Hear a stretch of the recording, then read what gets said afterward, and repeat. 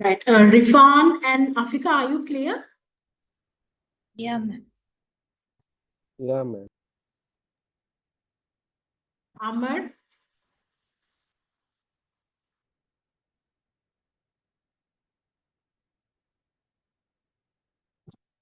Afika, are you also clear?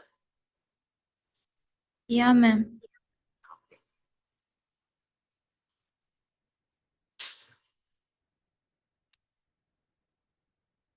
Ideally, marketing should result in customer who is ready to buy. What it means is, so it's the same thing as this. So, yeah, again, if we take the example of those degree programs, which tells you like if you, so for an example, assume there is a Australian degree, right? So what it offers is here in Sri Lanka, they have partnered with a local university. So you can do the first 2 years here, right? Then, in order to complete the last 2 years, you have to move to where? The Australia. So what it basically means is this the local company has partnered up with a foreign university, and as a result, now you can do their foreign degree in like the first 2 years of the foreign degree in Sri Lanka. It will help you to save costs, but still ultimately the main reason that you are planning to do this degree is to migrate, right? So assume the like such what you call you see an advertisement for such a degree during 2000, right? Then will you be interested in such a product? No. I mean, like when it comes to most people, we were not that much interested in migrating to another country back then, like in the year 2000, right? But nowadays, we have like a lot of people are interested when it comes to migrating to another countries, right? But so now, when we take a look at the same map, since we have the need to migrate to Australia, we will be interested in that product. Clear. So that's why even when we are planning to market any product, we can only market our product to a customer who has the who has the need that we are trying to fulfill through the product or service. Clear.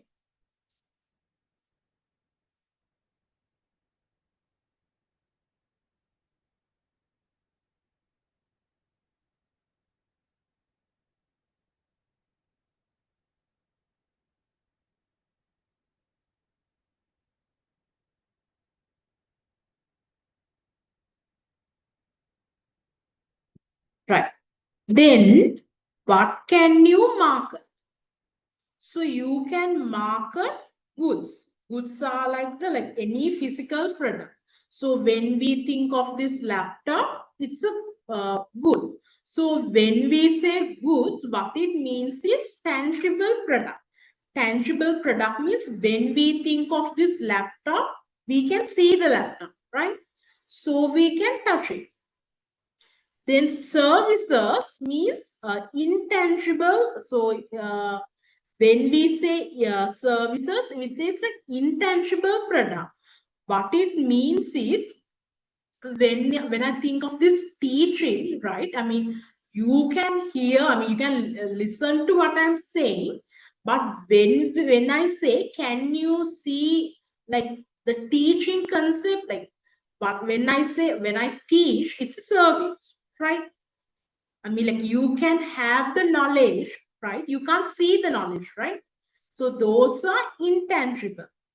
So for an example, what can we say as? So usually for service, we take examples as like accountant. Like, but they are not dealing with the product, but rather they are giving a service, right? Then lawyers, engineers, I mean, they are doing something, but compared to a product, you can't really see what they are doing, right? I don't know how to explain it. So, are you clear? Do I have to explain it again? So even when I'm teaching, you can listen, you can, I mean, refer, you can see the notes. But if I ask, you can see the teaching that I'm doing, you can't see, you can't touch it, right? So that's what we call intangible. Then event, when we think of events, it can be any event where you can market your product. So for an example, what is the best example for event? Like Olympics, that is an event. Then again, the World Cup, that is also an event, right? When we think of an experience, so the example for it would be, like this leisurables, what you go there and what you have, that's an experience, right? Like the thrill. So those are what we call experience. Then persons. Persons means, so most of the time, those celebrities, those will fall under persons. Those, any celebrity, I can't think of any celebrity name. These people are marketing themselves, maybe based on their acting skills or maybe on their communication skills. So they are marketing themselves.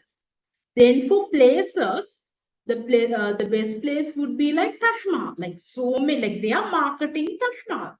That's why when it comes to the people who go to India, most of them are going to visit Taj Mahal.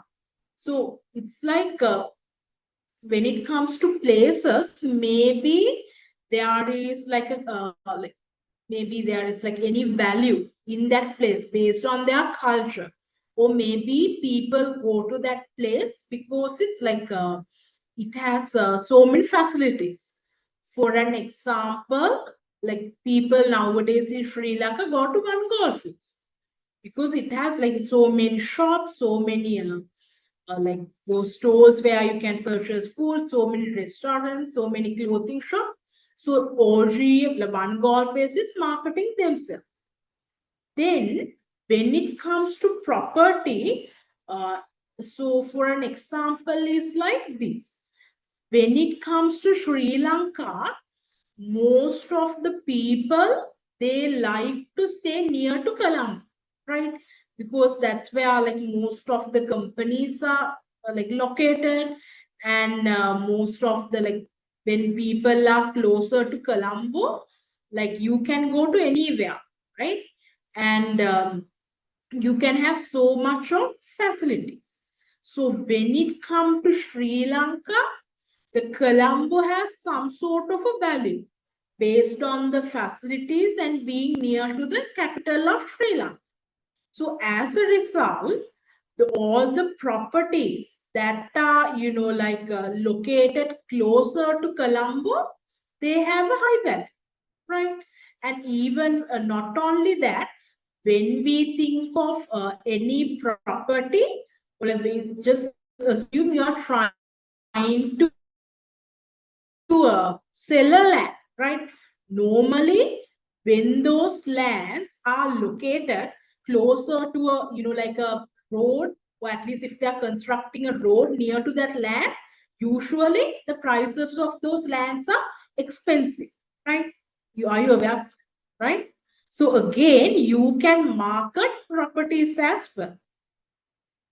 Then when it comes to organization, so yeah, so maybe the organization, the example that we can take is so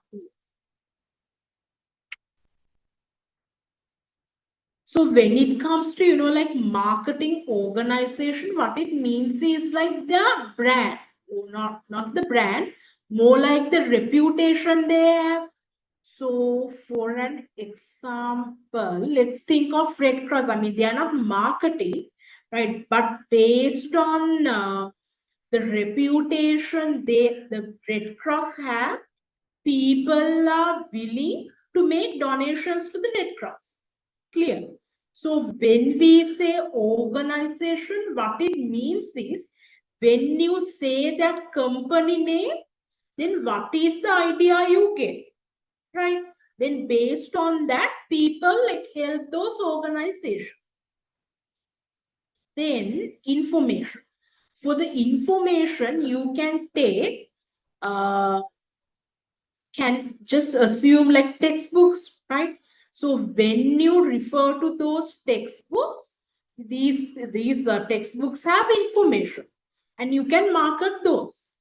And even when I'm making those slides, still I have to refer to the textbooks written by other people, because these textbooks have information, right? Then idea.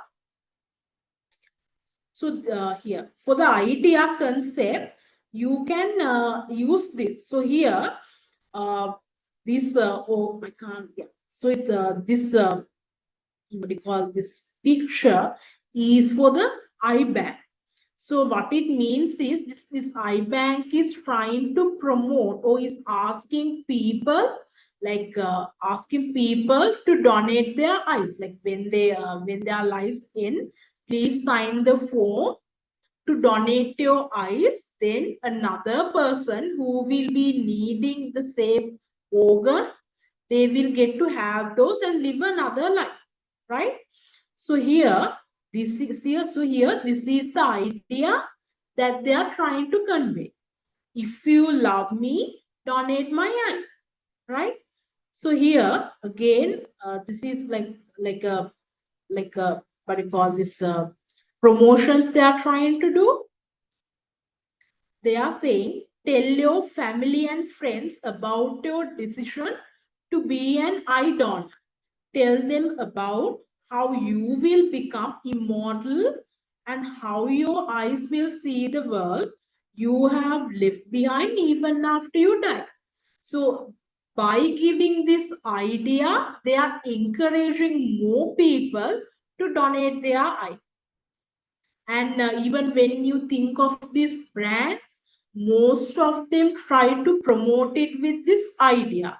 So here I have include the example of L'Oreal. So when it comes to L'Oreal, their slogan is "You're worth it." They are saying,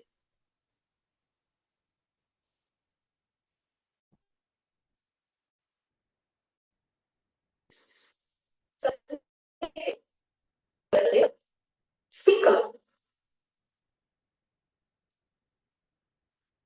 But don't think you're here.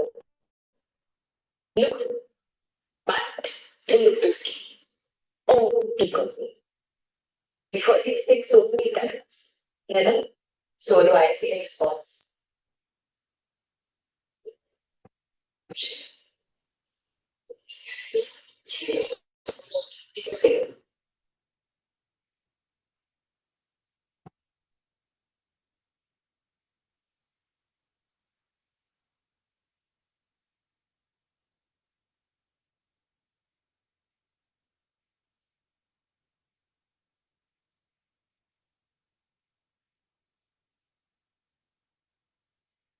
right. So here, when it comes to L'Oreal Paris, the idea, or like the slogan of their campaign is "You are worth it."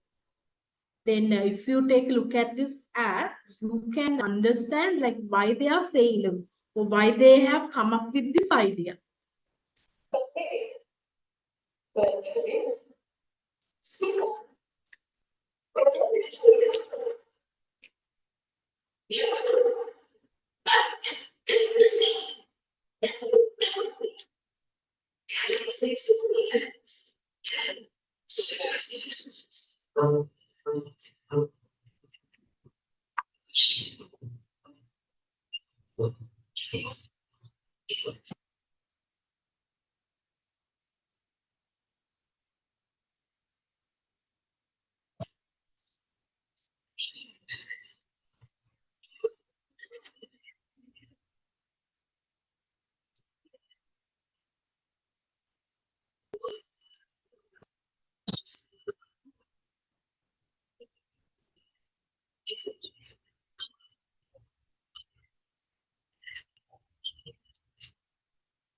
So when it comes to L'Oreal, like they are saying, you are worthy, like you are worthy to be a confident woman and make all the decisions. And that's the idea that we are trying to convey. So buy our product.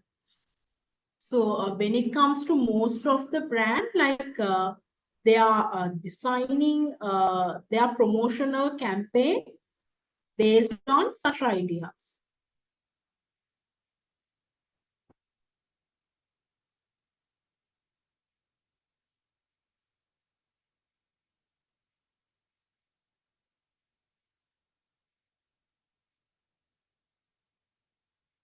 Here, with this particular slide, we will learn like what really happens with the marketing. Okay.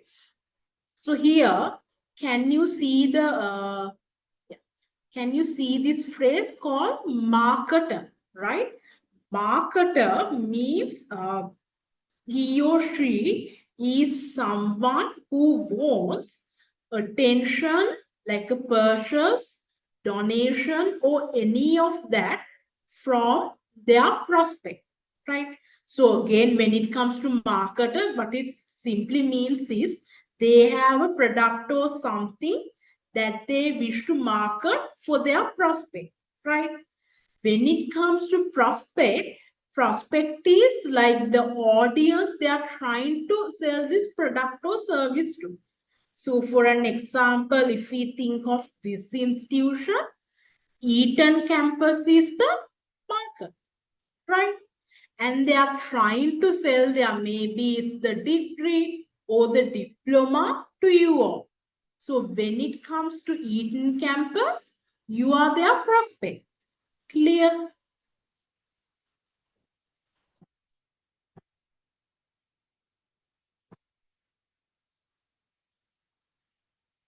And the thing is like, so that example I told you, what happens here is the marketer is a company, right? And the prospect is you, consumer, right? But sometimes there can be, like a transaction between a company to company as well.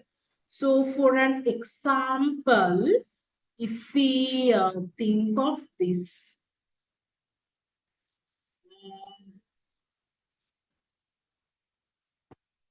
so assume there is a company who is manufacturing pen, right? And there is a hardware store who wants to purchase those pen to sell at his or her hardware, right? Here, both of them are what? Both of them are business. Even the company who manufactures the pen, they are also a company. And the hardware who is trying to purchase those already manufactured pen, they are also a company. Clear? So in that scenario, the marketer will be who? The paint. Like the company who is producing manufactured paint. They are the ones who are trying to sell their paint, like the manufacturer's paint to the hardware store. And the prospect would be the hardware store. Clear?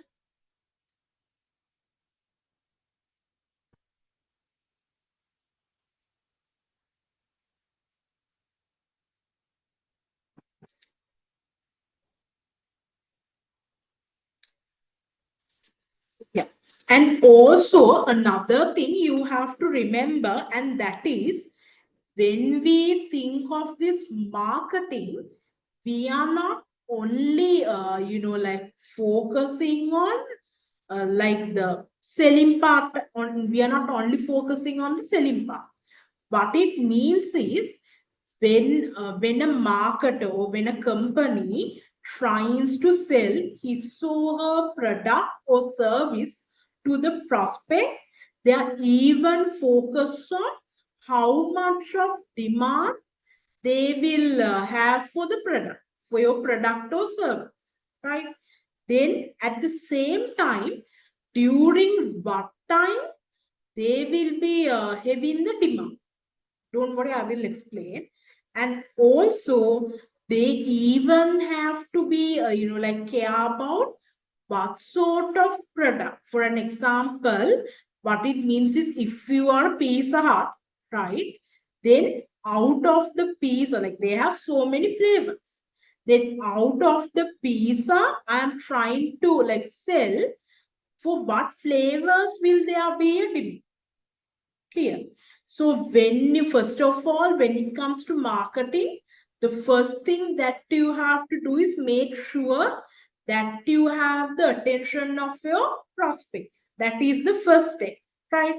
Then after getting that attention, you have to be concerned about how much of product or service they will be demanding. So for an example, if we think a hotel, like when it comes to hotel, like they have like let's assume if they have 40 rooms, right? In a practical scenario, of course, we can't expect them to have a fully booked hotel on every day, right? But they can at least make sure that 30 of their rooms are booked on a daily basis.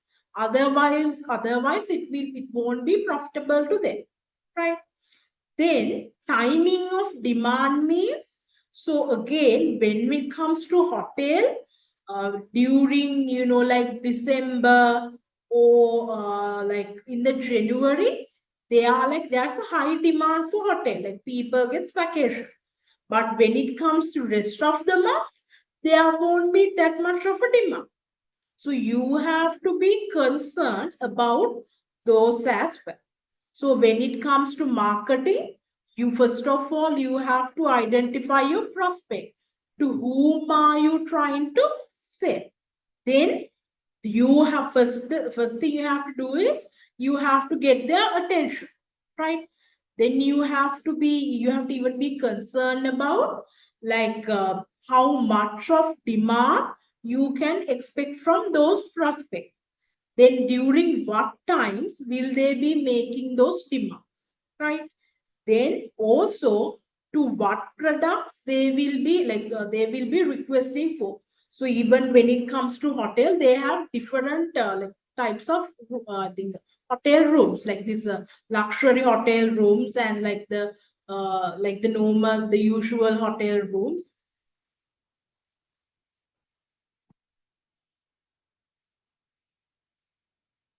Yeah, I will explain this. So usually, can you all see this picture?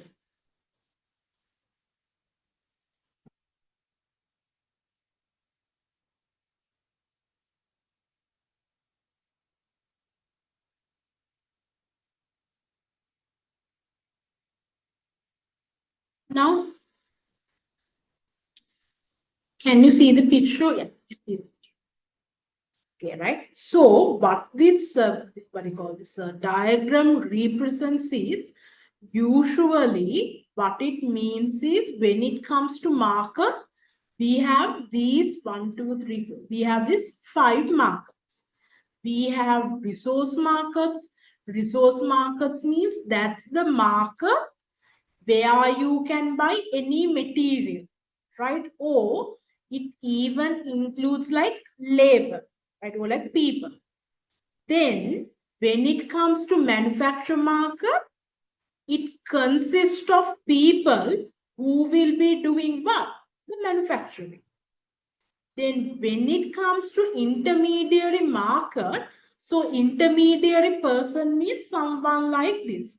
So when it comes, assume you are producing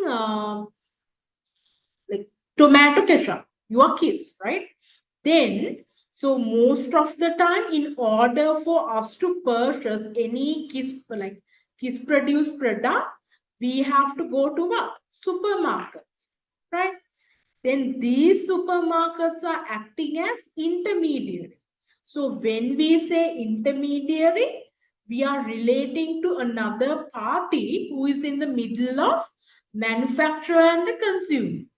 The manufacturer can't, or maybe due to any reason, they can't directly sell their product to the consumer. So as a result, they have appointed a middle party. So that's what we call intermediary. Then consumer market means it consists of who? The consumers, you. So when it comes to manufacturer, in order to produce their product, what they do is they go for the resource market. That means they either buy material, or they either ask like people to come and work at their manufacturing facility. So here manufacturer gets what? Resources from the resource market. Then in return, manufacturer give them what? Money. Then after manufacturing the product, if we assume due to some reason manufacturer has trouble what? Directly selling their product to the consumer. So here that manufacturer has hired an intermediary person. So manufacturer will give what? The intermediary person, the goods and service the manufacturer have produced. In return, the intermediary party will give their money, right? Then intermediary person will sell that same goods and service to who? The consumer market. Then the consumers will pay the intermediary person money in return. So here, can you see the consumer market is connected with the resource market? Here, this line, we'll try to.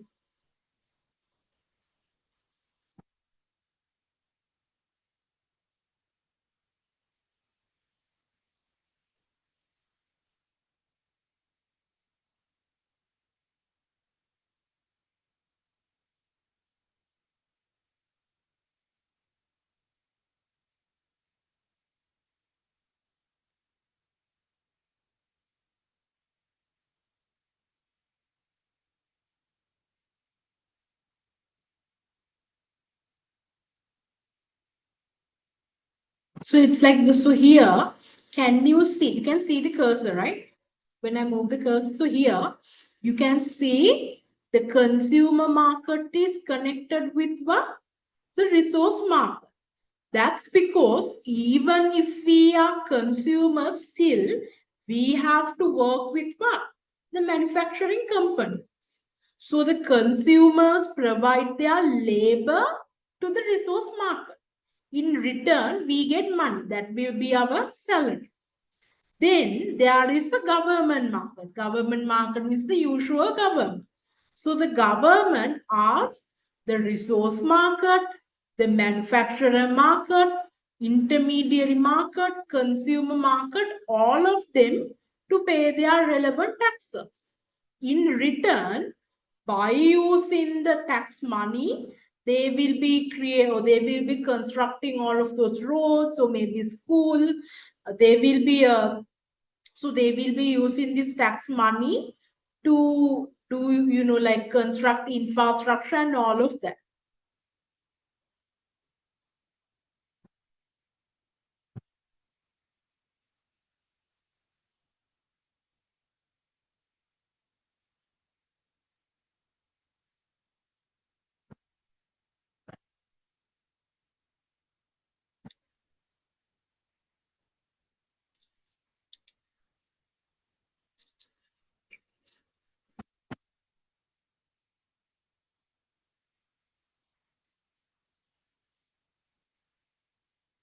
Here we have different types of demand. So here we have 1, 2, 3, 4, 5, 6, 7, 8.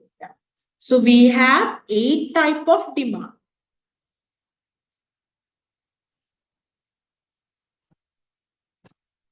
So here negative demand means like there is a negative demands means you do not like the product, right? I mean, like you do not have an interest of purchasing the demand, but when the time comes, you have to purchase the product. So for an example, assume like we have to get a vaccination, right? You don't get vaccination on a monthly basis, right? When the times come, then only you get the vaccination. Otherwise, you like when it comes to us, like any person, they really hate getting any vaccinations, right? So likewise, negative demand means like you don't even think of getting the product, but when the time comes, you have to purchase the product, right? For an example, like the vaccination, or what else? Or maybe, like dental visits, like we really hate to go for the dental, like we are always scared. But when you really have to visit the dentist, you have to go and do those checkups. Then non-existent. Non-existent means it's like this. Non-existent demand means the product is there in the market, right? But as consumers, you don't even know that such product exists. Or even if there is like the product, even if you know that this product exists, you don't demand it. So if we again take the example of this foreign education degrees, like the demand for foreign education degrees back in 2000, most of us were not even aware that such thing was possible. Or even if we did not demand, right? Then again, if we think of these electric cars, like very recently, like 2 or 3 years ago, then only that people had this, like what do you call this, craziness, or like this liking to electric cars. But other than that, the time before that, we did not know that such thing called electric cars exist. Or even if we did, like most of us, we would not be interested in such a thing. Then here we have this thing called latent. Latent means, so it's like this. So people have a need, right? But somehow there isn't a product in the market that can fulfill the need. So assume, please take some right now. So it's like this. So nowadays, are you all familiar with this? It's called Beyond Meat.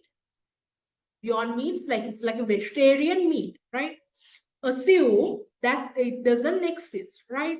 But still, when it comes to those vegetarian people, even if they are vegetarian, they always wish for like this any meat, but that is vegetarian. Before people introduced this Beyond Meat, there was a need, right? But somehow, like it is really hard to produce something to taste like meat using a vegetarian alternatives. So before people introduced this Beyond Meat, there was a latent demand for vegetarian meat options. Clear? So what it means is people really do have this need, but unfortunately currently in the market, there isn't a product that can fulfill this need. But the advantage of this is any company who started to fulfill this need, at least for in like the moment they introduce that product, they will be really successful, because people have been already having trouble fulfilling their need, and suddenly a company introduced a product which can fulfill their need. Then at least out of the curiosity, most of the people would try their product. Then decline demand. Decline demand means like the demand is decline for this product. So I think what is the example?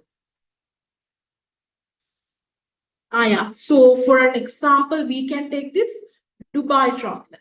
So I think it was when people started liking Dubai chocolate, like a year ago.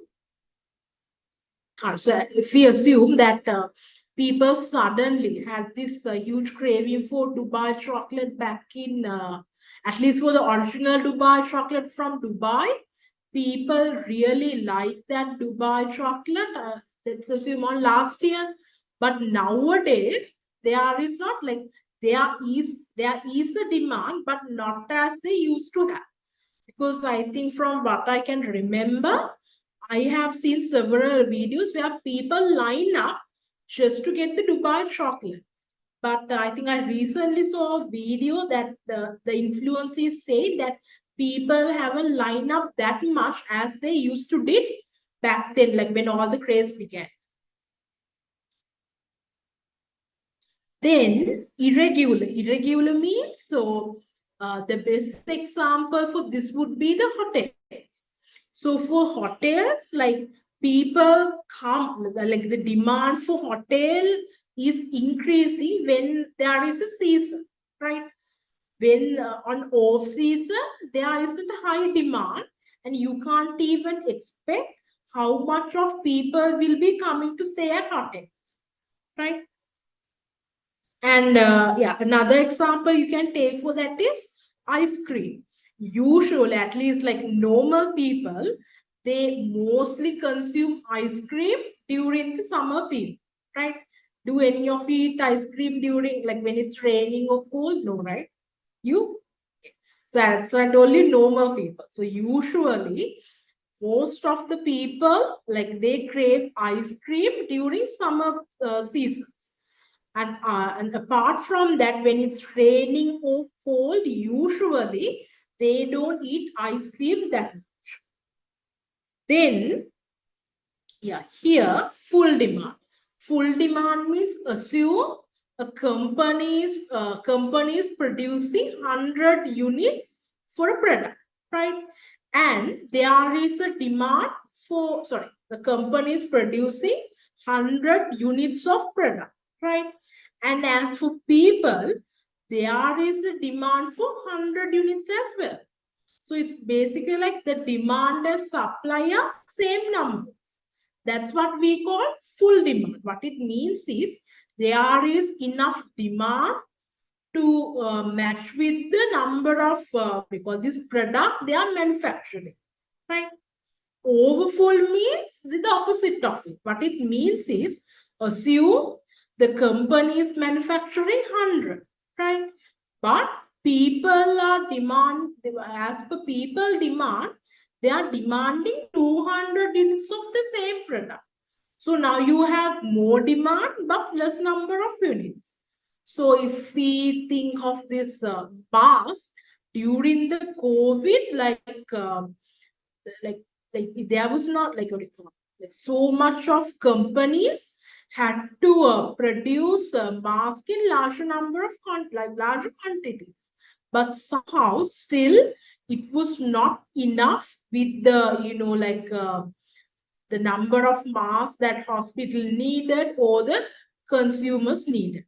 During that time, during the COVID time, there was no overfull demand for the mask.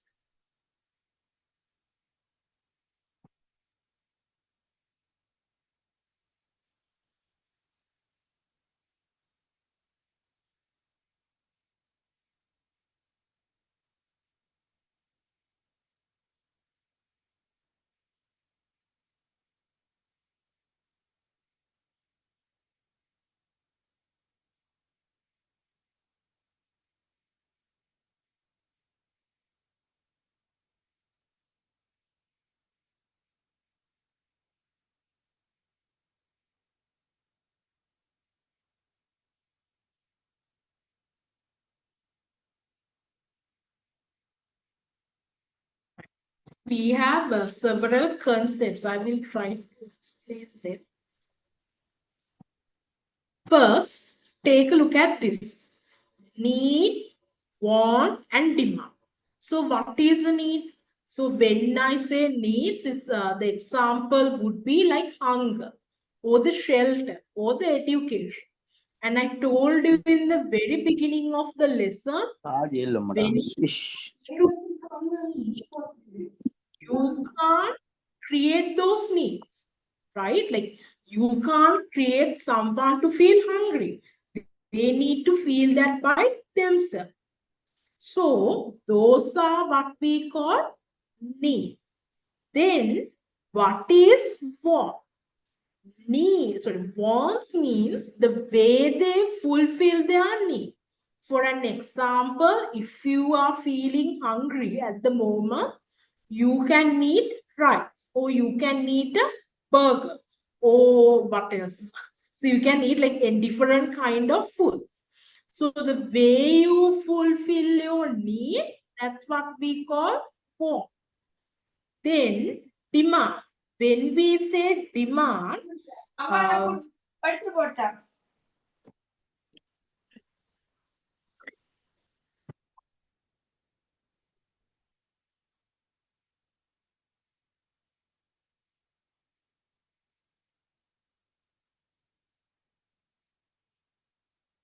right?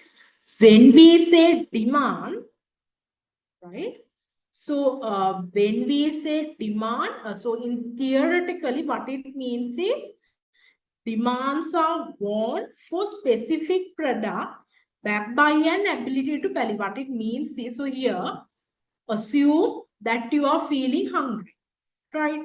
And on the other hand, you have KFC, right? So assume when we say demand, what it means is assume that you, in order to fulfill your need, in order to fulfill your hunger, you want to go to KFC to go and eat a burger, right? And at the same time, in your pocket, you have enough money to purchase a KFC burger. Now, that's what we call a demand. So people go for your product because they feel like your product can fulfill their need, right? And at the same time, these consumers have what it takes, or like the income, or like the money in hand to afford your product as well. That's what we call demand. Clear? So sometimes, so when it comes to demand, not only your product, company's product having the ability to fulfill a consumer's need won't be enough. In order to consider them as a demand, these consumers need to have an ability to afford your product as well, right? So when we are trying to calculate how much of demand will be your product, you have to consider both of those like situations, right? Because like there won't be, so it's like this, when you so this demand is really helpful when you have to think of an estimate on how much of products you are supposed to manufacture. When you manufacture products, by considering the people who can't afford your product, then you will end up losing money because you have produced product you know that people want, but however, most of them don't have enough money to afford your product. I mean, the selling part won't happen.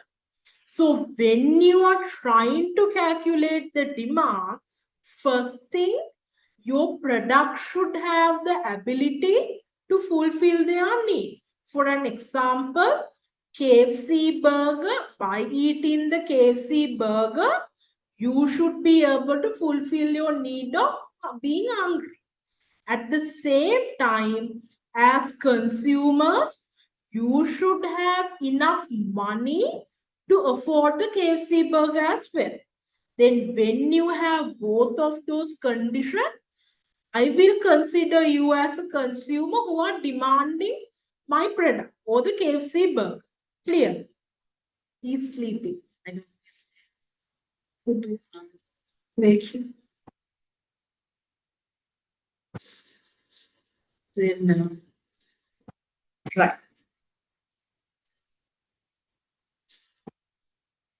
So again, so here we have to remember out of these three, again, we have to be like, remember as any company, as marketers or as any organization, you can't create needs. The need has to be with who? The consumer. What you can do instead is you have a product, right? I mean, as any company, they manufacture a product or service, right? We have to convince you the best way to fulfill your products or best way to fulfill your need by utilizing my product. So if we take this campus, so currently you are undergraduate level, so you can't study I think you are not in the age where you can study a degree, but you can study a diploma. So when it comes to them, they have to convince you based on your age and the qualification. The best education that suits you at the moment is this diploma. Clear? Okay. Also, when it comes to needs, you have to remember there are 5 needs. What it means is, so even though we have needs, sometimes like it's like this. So I will explain it using this example. Assume there is a person who wants an expensive car. I mean, like when we think of cars, there are cars like very luxury cars like BMW, but most of us can't afford that. So we want affordable car, right? Right. Then at the same time, we want an affordable car. At the same time, we want a car where we want a car. Hold on. We want a car, like, so when anyone is looking for cars, most of the time, they look for this, like, how much of, like this mileage you can go with this fuel. That's what they look, right? So they want a car where the operating cost will be low. So I will draw it, otherwise.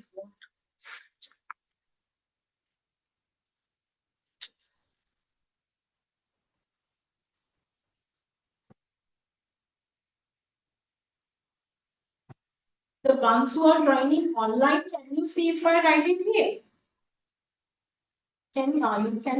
Rupali, can you see it, right?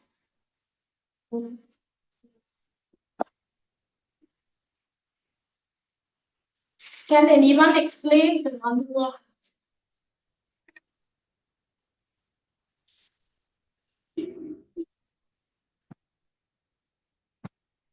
are Kamila, Afika?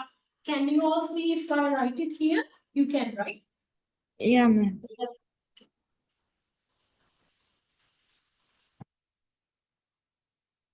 Right. So when it comes to needs, actually there are five. Right. First one, you are saying you want affordable car.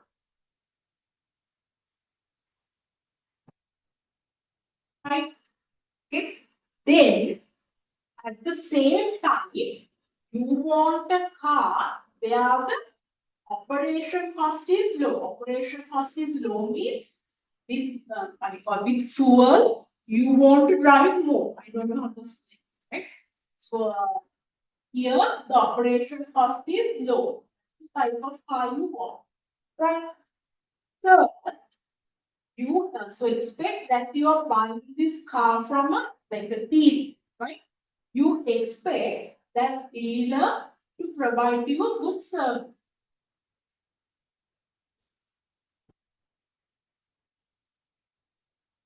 Fourth, so they are saying that sometimes you expect more from the deal, right? So you are expecting that they will install a car, they will install a GPS navigation system for the car. So you That means sometimes you are expecting something extra, right?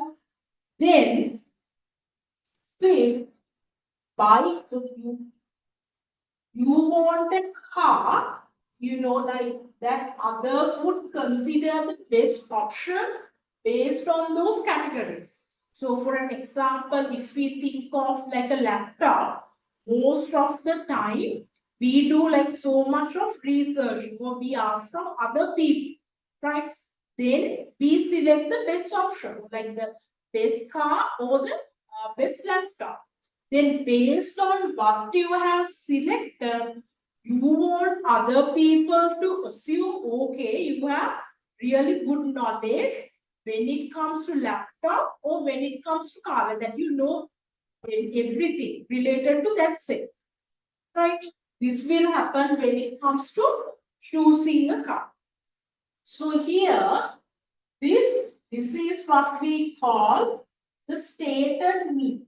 What it means is when you go to a dealer, this is what you will tell your dealer. You will tell, I am looking a car and it should be affordable one, not a luxury one. That's the most of the time. That is what you will be telling to your dealer, right? Second one, this is the real need. What it means is, it is true that you want a affordable car, but what you are really looking for is a car with good mileage, right? Then third one is unstated. So here we expect a good service from the dealer, but you don't tell the dealer about that, right? You're just expecting that good service. Fourth one, this is what we call delight. Delight means like extra things. So we would be delighted if the dealer give us a GPS navigation system without any extra cost, right? Then this is a secret need, right? So usually, even when we say that people have needs, actually they have all those 5 needs, right? So when you are trying to sell your product or service, you have to make sure that your consumer will be keeping all those 5 needs in their head, right? So most of the time when anyone comes to your service or when anyone comes to looking for any of the product you are selling, they will initially only tell this, the stated needs. They will only tell, I'm looking for affordable car, right? Then in order to know all of that, you have to actually keep communicating with the consumer or like the customer. That's why in most of the cases, even here, when you come to apply for the program, did they keep asking for your preference? They inquire like what is the main purpose that you are trying to do this degree program, because they were trying to cater to all of your they were trying to cater to all of those 5 needs, right? Clear? So it's 10:25. Shall we take a 15-minute break then? So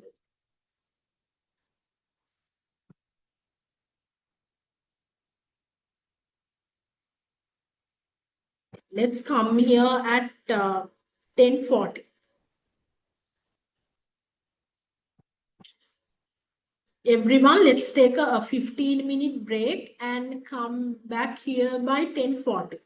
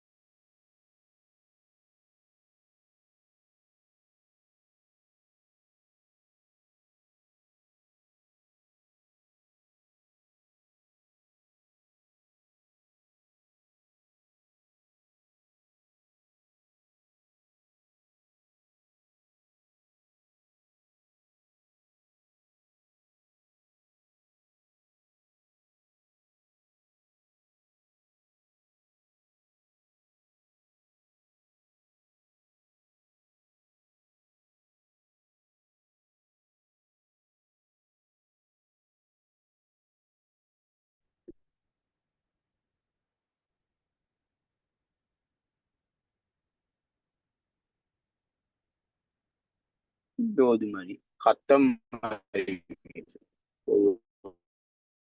கத்தம்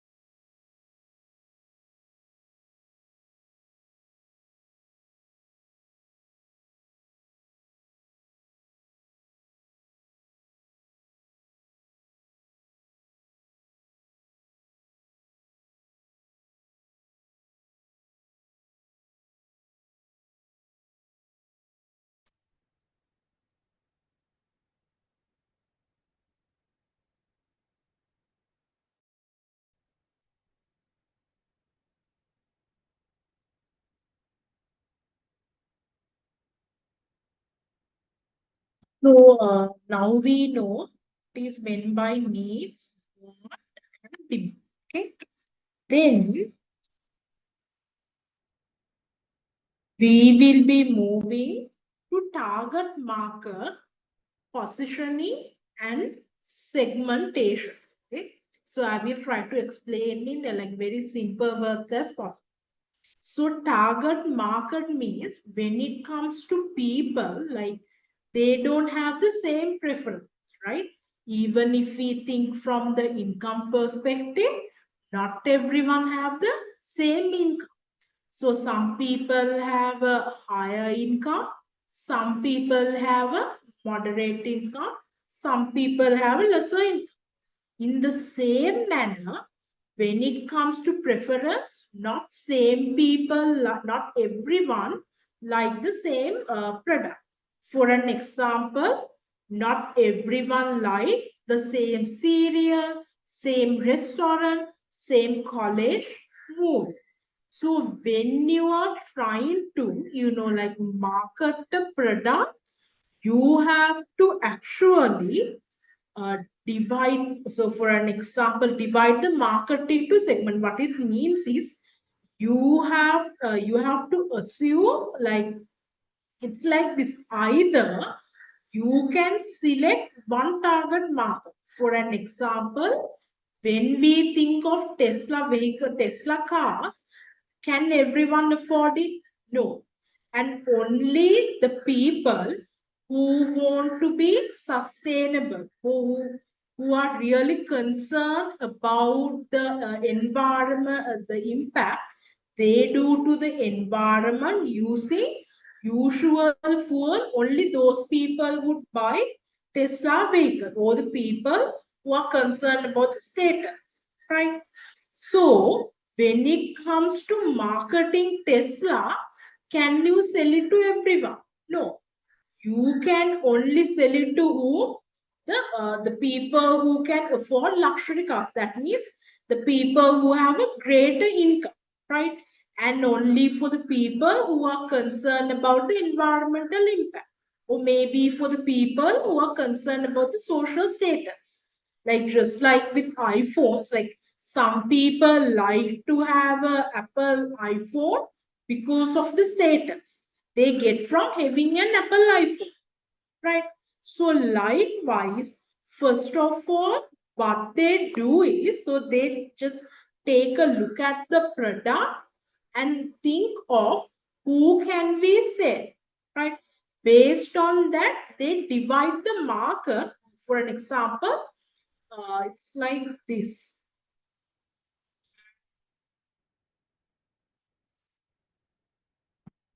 So for if we take the example of ice cream, usually what are the basic flavors? We have this vanilla, strawberry, chocolate, and mango, right? Then under Imorish, they have different flavors as well, which are premium and they tend to be expensive. So when it comes to target market, either you can create different product catering for different customers. For an example, for the consumers who are not willing to pay more just for an ice cream, or like if they just want, if they mainly prefer the basic ice cream flavor, or if they don't want to spend additional money for different ice cream flavors, for them we can sell what? Ice cream in vanilla, strawberry, and chocolate, right? Then for the others who always want to try out unique ice cream flavors, we can create those and sell them to a higher price, right? So here we have created different. The main product is ice cream, but based on the flavors, we have created separate ice cream flavors based on based on what you call people's ability to pay, right? If not, what you can do is you realize, so this is your product and you only cater to one type of consumers. That's what Tesla is doing. Tesla is not trying to sell their cars with the consumers who are getting this monthly income, or who lives from check to check, right? They are mainly trying to sell their cars for higher income consumers only, right? So that's what we call target market. You have a product, right? You should try to understand who are interested to buy the product, plus who can afford your product. For an example, you have to identify who are the consumers who will demand your product. That's what we call target market, right? Then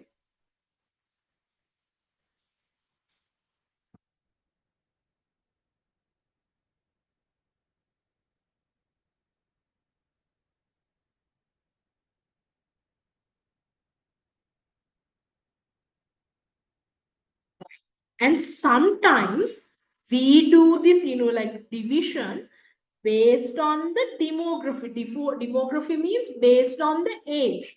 So when it comes to younger generation, your generation prefer different things, right? Based on what the older generations prefer. So if we even think of movies, if we assume younger generation would prefer, what do you all prefer when it comes to movies? You don't watch movies? No, I mean, when it comes to genre, what sort of genre do you prefer? Sci-fi.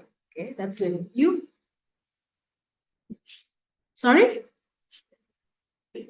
So when it comes to movies, what is the genre that you usually prefer? Comedy. You? Comedy.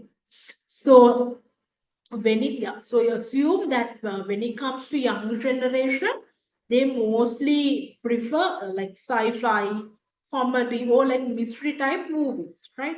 But when it comes to older generation, maybe they mainly prefer this sentimental, like dramatic movie, let's assume, right?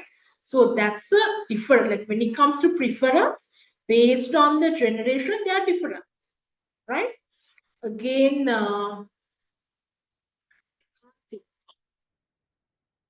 so anyway, based on the generation, that means based on how your age, the preference can be changed. Then the gender. So usually when it comes to female, they are mainly concerned about the beauty aspect. So they most of the time go for the skincare treatments. They really prefer to get this high quality skincare cosmetics, all of that. But when it comes to male, that's not what they mostly demand, right? What do you all prefer? So again, based on the gender, your preferences are different. Then again, income. Then the education. What it means is, so education that also depend on maybe the age as well as like the syllabus. For an example, even when we think of education, you can either go with the local syllabus, right? Then on the other hand, you have this Pearson and like foreign syllabus. You have to go for that as well.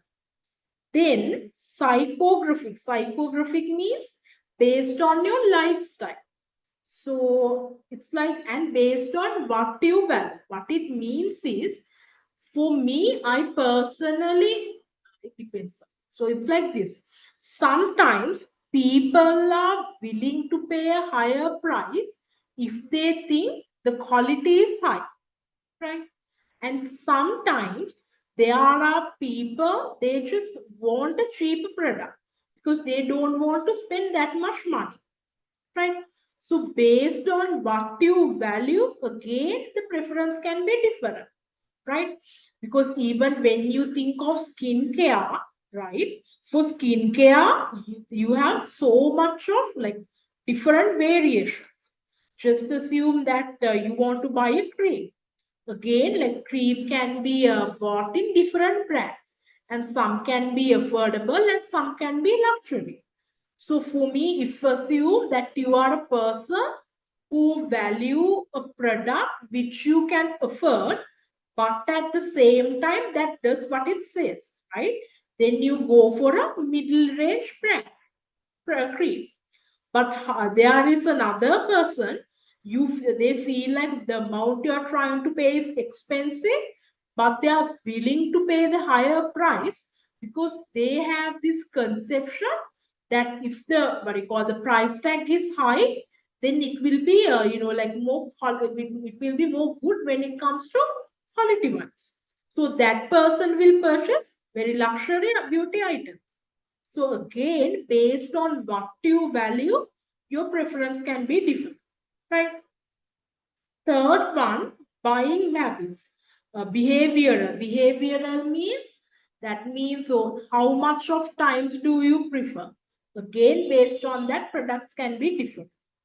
So, if we think of a car, right? Then when we think of a car, we have, there can be people who want affordable or fuel efficient car. That's like the majority of us. Then there will be people who want a car to showcase their status rather than the like car being affordable. They want to buy a car to showcase their status, right? Then on the other hand, there will be people who are trying to purchase a vehicle just for the safety purpose or because they need larger space. Think of families with 3 or 4 children, then they need a bigger vehicle because they have more children. Then there will be another type of consumers who prefer vehicle in which they can use to get adventure. This, like racing cars and all of that. So these are the type of customers. So here you have segmented the market. So what you are trying to sell is the product, right?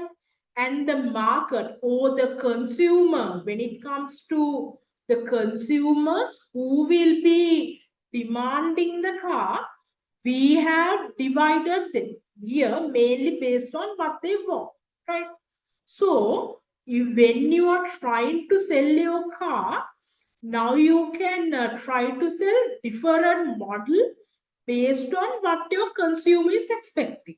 So here I have written the examples since I don't have any clue when it comes to car. So when it comes to like like people who are trying to look for affordable or family friendly cars, then they will be choosing like Toyota. Like compared to other cars, it is affordable.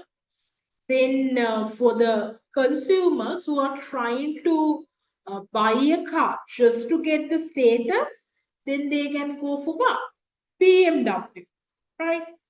Then for the consumers who are trying to get adventure, who are trying to use vehicle to go off-road, then they can choose Jeep, right? So that's how it goes. And even when it comes to BMW, they know the consumers who are willing to buy their car. So when they have to sell their car, they are only targeting the consumers who are what? Who are finding what?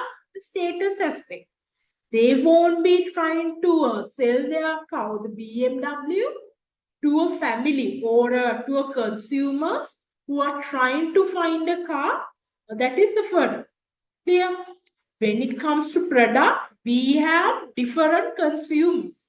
Even the consumer know what it wants, and at the same time, as a company, you also know to whom you can sell your product or service. So you will only try to market your product to the consumers who are willing to buy your car. Buy your car is like your product or service. Clear? Right. So positioning means, so based on this preference, you like when you so for an example, it's like this.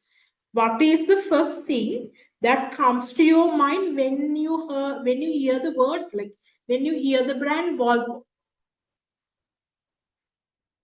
Yes. Yes. So now that's position. The Volvo has created an image for themselves that is mainly safety. So for the people, so it's like so that like that. Uh, Based on the consumers that you have, based on like so people have different consumers, and based on that you have a target market. Based on your target market, you have to create an idea for your company.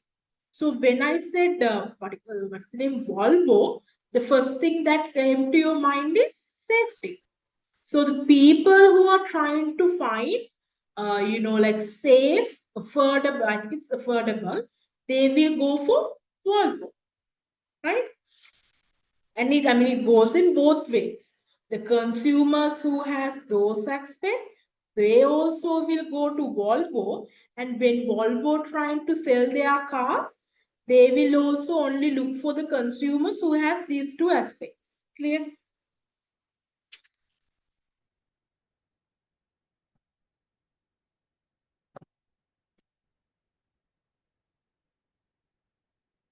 So here I have given these two examples. So when we think of, like Coca-Cola, like, so do we have any like a target market? No, like anyone can drink Coca-Cola. It doesn't matter whether we are in the younger generation or older generation. Everyone likes Coca-Cola.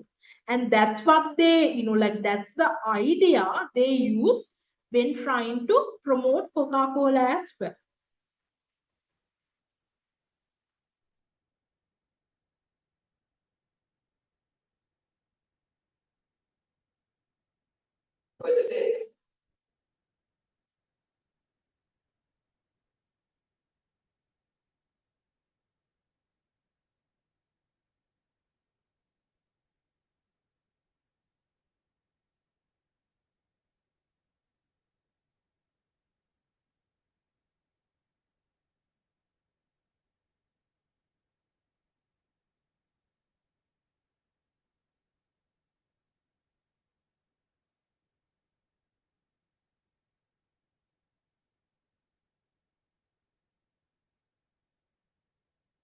The ones who are joining in the class online, can you see the screen?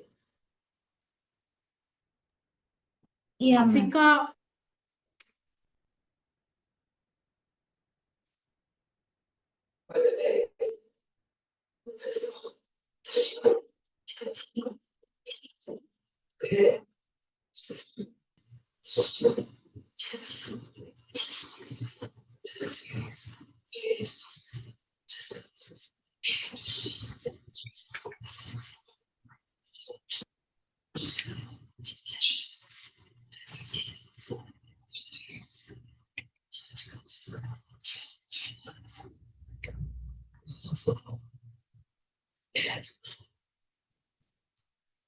see, when we think of Coca-Cola, like we don't have this like restriction, right?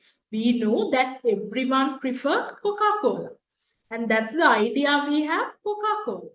And the same, then they try to convey the same idea when they are trying to do their promotion as well.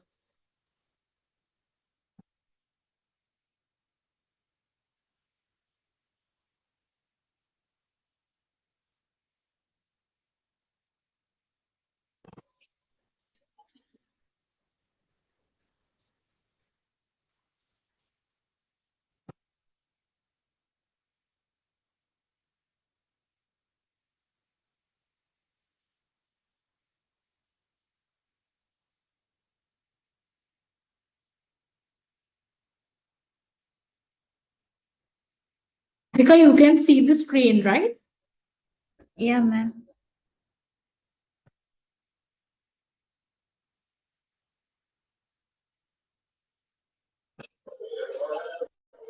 This is an advertisement for Volvo.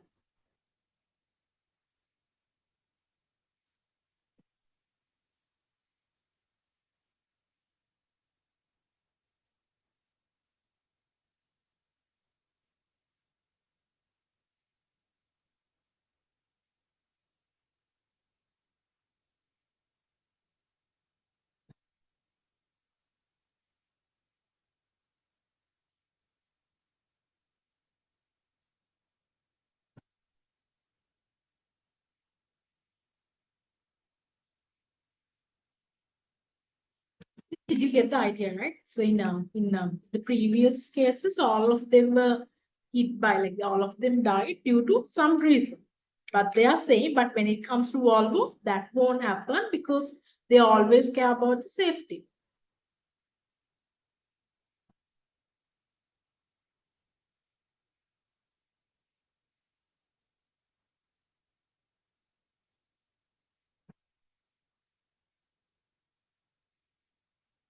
You are clear up to this point, right? The ones who are joining online, are you clear up to this point? Yeah, ma'am. I hope others are also clear. Offering and brand. So when we say offering means, like, basically means what they are trying to offer. So their product or the service. So when we say brand, what it means is you are giving the offering from a well-known brand. So offering means, like, so in simple manner, what it means is their product or service, like how they are trying to fulfill your need through the product or the service. That's what offering means. When the product or service is coming from a well-known brand, so well-known company, then that's what you call a brand. Clear? So, and the main, like the main benefit of having a brand is, first of all, some people buy the product because of the brand. I mean, like when we think of iPhone, usually most of the time, what we are buying, or like when they introduce the new model, what they are basically buying is not the product, but mostly the brand itself, because it's a new Apple phone, right? Then second thing is, like when you are a brand, like at least if it's like you have a reputation for being a good brand, people, like even when you introduce the new product, people have trust with you, right? So what it means is, assume you have hand wash from a well-known brand and from a like a very not from a brand, right? Out of these two, you like if you don't have any problem with income, then you would definitely go for what? The brand. I mean, in a case where the income, like the price doesn't matter, you would definitely go for the branded product because you have what? Trust over what they are trying to sell. So yeah, it's better to have to brand, because then of course sometimes people will end up buying your product because of the brand, and plus people won't be hesitant to buy from your brand because of the trust they have.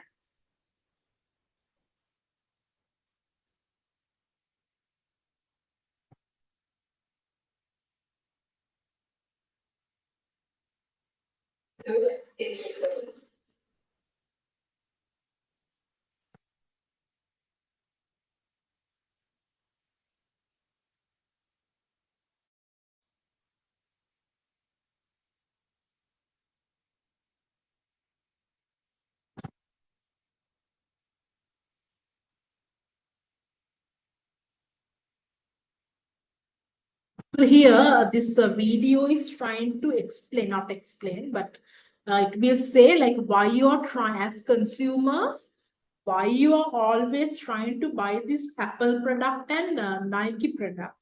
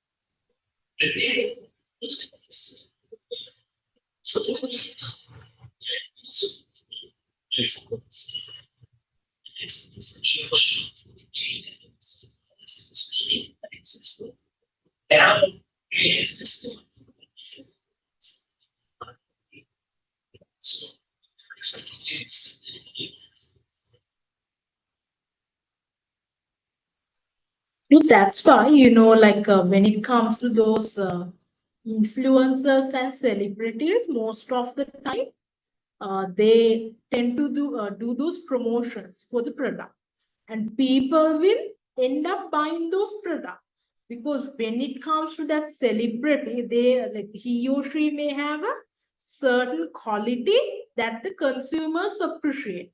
So if we think of these maybe celebrities or like famous people, most of the time, like consumers want to be like them, like based on like the image they are showing through their Instagram or TikTok, like the consumers want to be like them, and that's the brand of whom? The celebrity. And based on, so if if a celebrity is showing like this is the product that they are using, the next minute most of the people would try to buy that product because they believe this celebrity is using this product, so it must be good, right?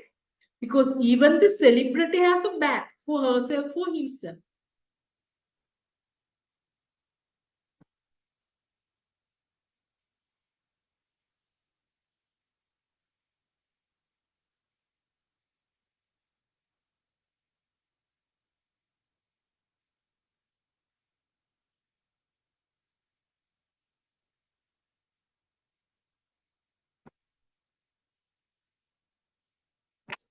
We still have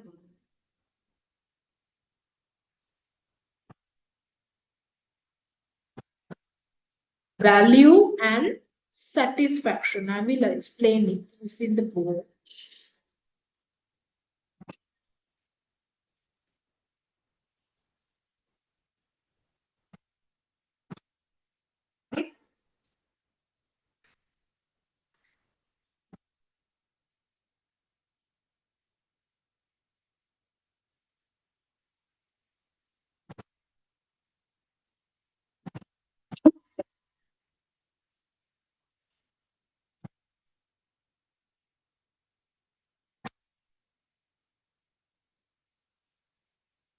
So when it comes to right value, it is usually what it means is benefit cost. And that's what we call value. Can you see? We can come to this. So what value means is benefit over cost. So when we think of benefit, it can actually involve two types of benefits, right? First one is the economic benefit. Economic benefit means, so usually you take a product because you get like once you consume the product, if you can consume a product after using it, that's what we call economical benefit. Like the concept, the benefit you get out of consuming the product. That's what we call economic benefit, right? There is another benefit called psychological or mental benefit. What it means is so you feel mental, so you feel excited, you feel thrilled to have this product. For an example, some people collect those what's it called, robots, like this not ornaments, like this like for certain characters they have this small like robot, what's the name for that? Sorry? Legos? Like figurines, I think. Like so for Iron Man, they have the small figurines. I think they are really expensive as well. Are you familiar? Sorry?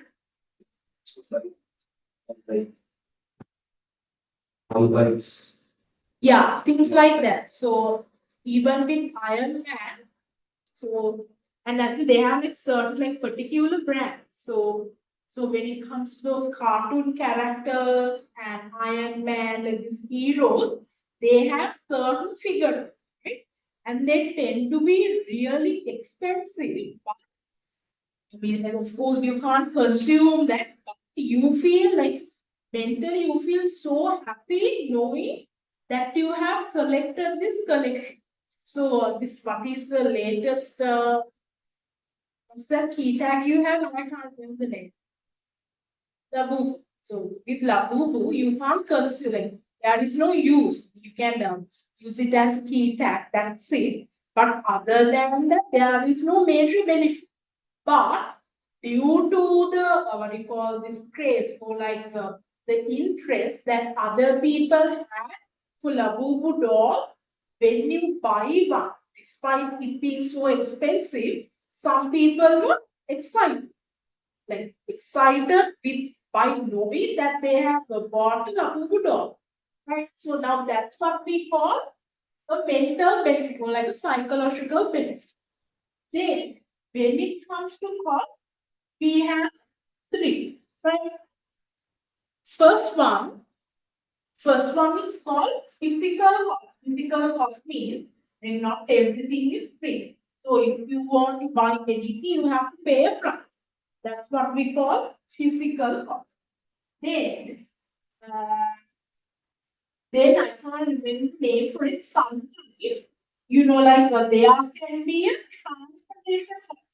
Transportation means the cost that you have to pay in order to go to the shop, or maybe sometimes in order to buy the product, you will have to stay in a queue.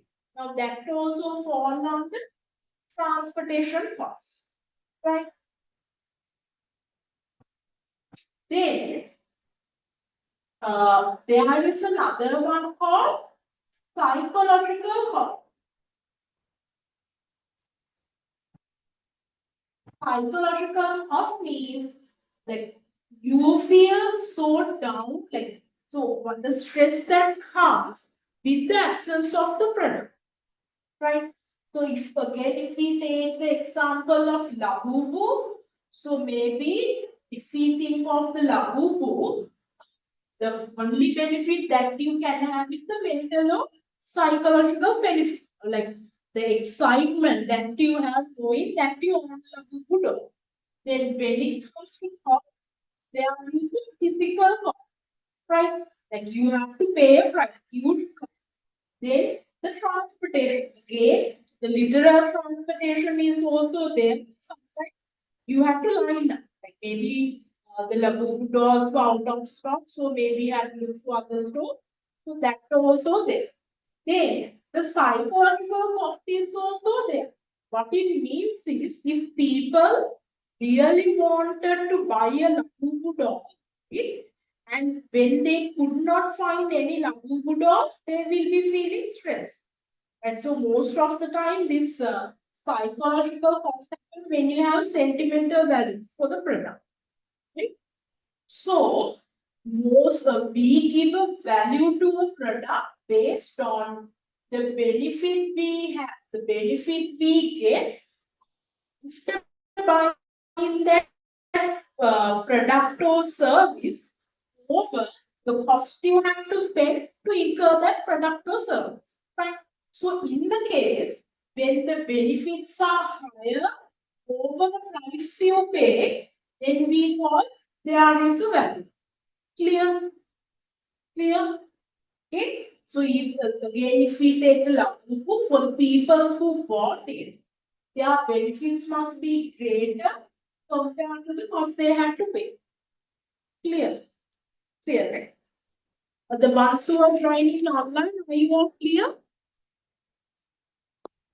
Yeah, ma'am. Yeah, ma'am. Yeah. Then we have satisfaction.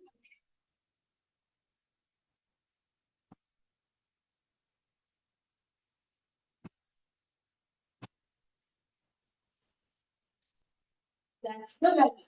Value equals benefit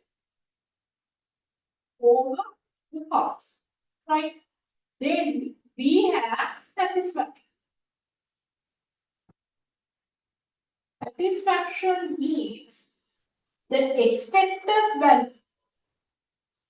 Expected value means before buying the product, you expect that you have this much of value for this product.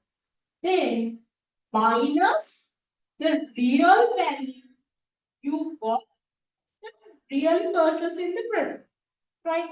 So in the case, if you expect, so if we give numbers, if you expected a value of 10 and the real value is not 10, there was no difference.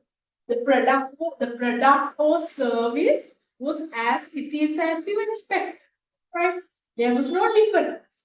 Then you will be satisfied, right?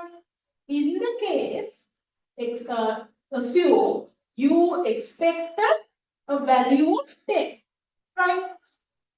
But in reality, the real value you would give for the product is 10. But you are not satisfied.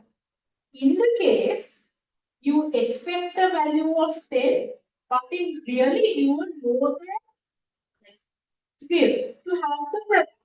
So your real value is 12. Then in this case, you are highly satisfied. Clear? You are also clear. The ones who are joining online, are you all clear? Yeah, ma'am. I hope the others are also clear. The ones who are joining online. Yeah, ma'am. Clear.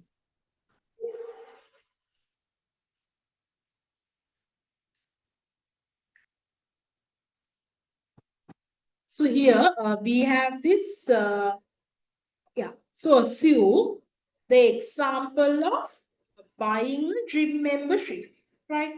So in order for you to in order for you to get a gym membership, you have to pay a certain amount, right? Then that would be what? That would be the financial cost. So assume you have to pay 20,000, like hypothetically, you have to pay 20,000 in order to get a gym membership, right? Then that 20,000 would be the financial cost, right? Then the transportation cost will be, so the cost that you have to pay in order to go from your home to the gym. You have to go from go by a tuk, so for that you have to pay some money. Then psychological cost means, so for an example, you just assume you feel like when you don't work out, you tend to get sick or tired or lazy. So that is the cost you get when you don't go to the gym, right? So that would be what? The psychological cost. Then when we think of the benefit, what will happen? So when you go to gym, when you use your gym membership, what are the benefits you get? You get to be healthier, then you get to be more productive. That will be your economic benefit. Then when it comes to the mental benefit, it will be, since you have this conception that if you don't work out, that you will be sick, lazy, and all of that. As a result, the mental benefit will be you will feel like you have done something. You will feel less stress, or you will be proud of what you have accomplished. Clear? So the value would be the benefit of those divided by the cost. Clear? So then if we think of the satisfaction with the same, what we call the same example, assume before using this gym membership, you thought that when you go to the gym or when you start doing workouts, you will be able to lose weight really quick. Like that's what you expected. That's your expected value. Okay. Then, but in reality, what happened was you was able to lose weight, but maybe let's assume if you expected to lose 10 kgs, but you only able to lose 8 kg. So it's in a same level, but not up to what you expect. So when it comes to that scenario, your satisfaction level will be moderate, or you will be undersatisfied, right? Then think of a scenario. You assume that the gym that you are trying to go, that it will have lots and lots of, like this modern equipment, or it will have, this very caring trainers, right?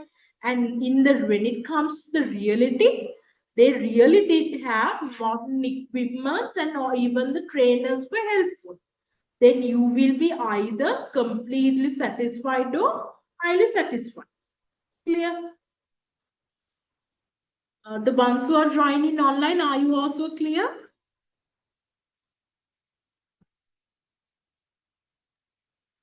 Yeah, ma'am.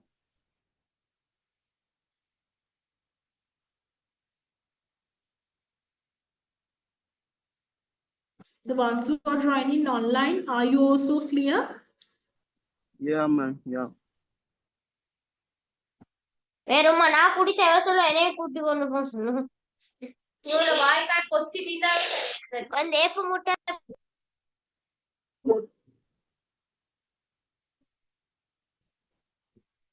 Right.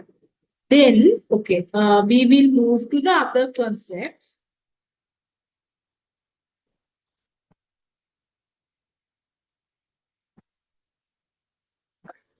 Then we have marketing channels. So when we say marketing channels, actually we will be talking about two types of channel, right? First one is the communication channels. The channels that you are trying to inform the customers that we have this product, or like the channels that you are trying to use to persuade your, like to convince your consumers to buy the product. Those we call marketing channel, right? Then distribution channels means the places, like from where are you going to display your product or services, or like how the consumers can purchase your product or service. That we call distribution service. Okay, so when it comes to communication, I told you these are the channels that you are trying to, like inform your consumer that we have this product with these features, or the channels that you are trying to use to convince your consumer to buy your product, right? So like in the traditionally, like the traditional means in the old days, what most people the communication channels that most people use was TV ads. Still they try to advertise using TV ads. So if not, they would try to use radios or newspapers. That's what they use. But nowadays, maybe old generation still, watch TVs, or they listen to radios and all of that. But I don't think you all watch TVs or read newspapers at this age. Do you read newspapers? You still read? No, right?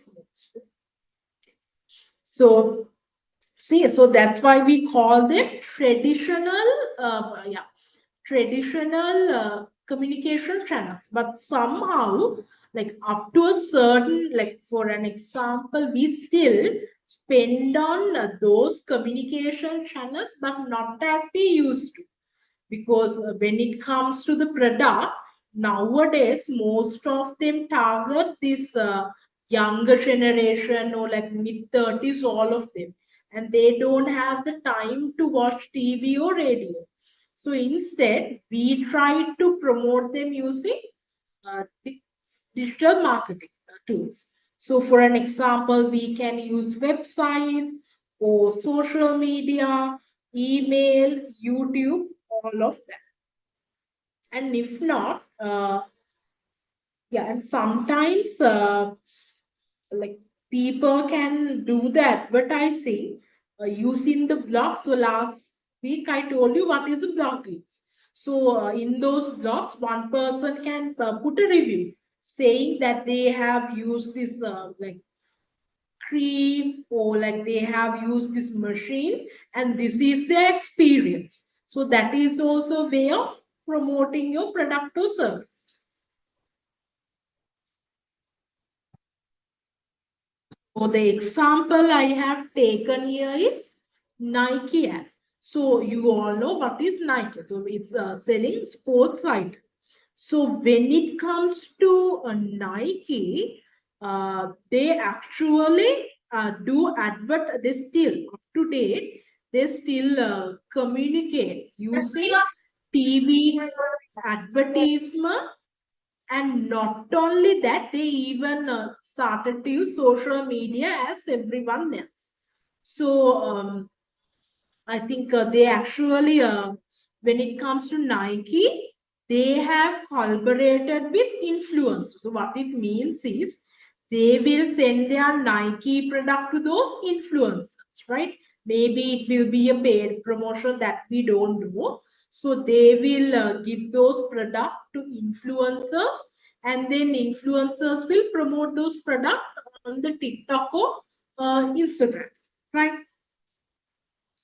And not only that, they actually promote, like they communicate about their product using website, and they have an app as well through that as well.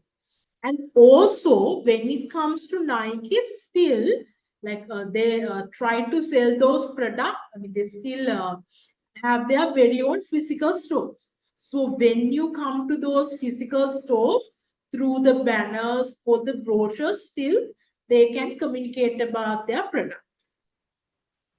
Then when it comes to distribution, I told you distribution channels means, so here once you manufacture product, it's with whom? It's with the manufacturer. Then they have to deliver or transfer that product to whom? To consumers for their consumption. How do you do that? And that how do you do that? And that's for that purpose you use distribution channels. So you can, when it comes to a distribution channel, either you can sell them directly to them, or you can use intermediary. Directly selling them means you are the manufacturer of the product. So I think Starbucks, when it comes to Starbucks, they make all those coffees and these bakery items, and you can only purchase their like products, that means coffees or bakery items, only from their stores, right? Now that's a direct distribution. Then indirect distribution means assume anchor selling their products at kiosks, like retail's market. So that's what we call indirect distribution. You are using an intermediary.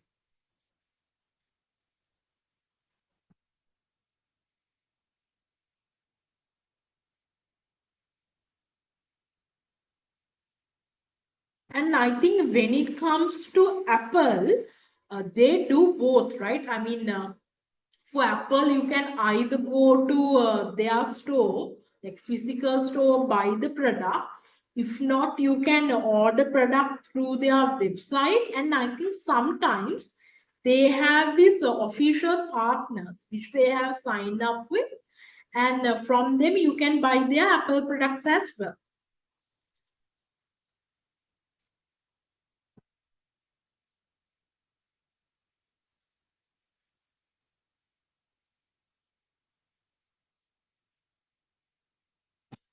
Right. So here we have another channel under marketing channel. So when it comes to marketing channel, I talked about two type of channels. What are they? Communication channel and delivery channel. Right. Third one is the service channel. It means like organization that provide those supporting services. For an example, if we think of a bank, sometimes with bank, the manufacturing company, they will have their account at the bank, and through that they get to transfer the money, or the consumers get to deposit money to the bank. Then also sometimes banks will help with the manufacturers when they need extra cash by giving them a loan, right? Then insurance companies. So so when it comes to insurance, in most of the cases, assume that you have to, like import or when you have to import material or export your product, sometimes like before doing this delivery, they actually insure your product. So if something happens to them, then you get like some sort of installment like payment. Those are what we call service channel. They helps you to sell your product.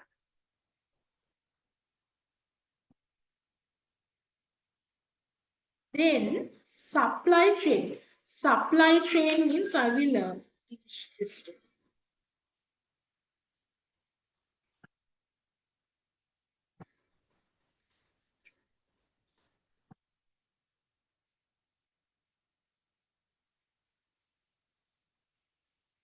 So when we think of like a clothing company, like what is the first material in order for someone to prepare like a clothing? What is the first thing they need? They need material, right? They need order to make the materials. What they need? Yeah, right? You all aware of it. No? Like, these materials, they don't just exist, right? They have to take yarn to make those materials. So, a few that is when it comes to clothing business, the very first step is yarn. Someone has to provide the yarn to us in order to produce the material needed for clothing. Right? Then, to utilize in those materials, what do you take? Clothes. Alright. So when we think of people, assume there is the art supply. Then here you have material supply. Right?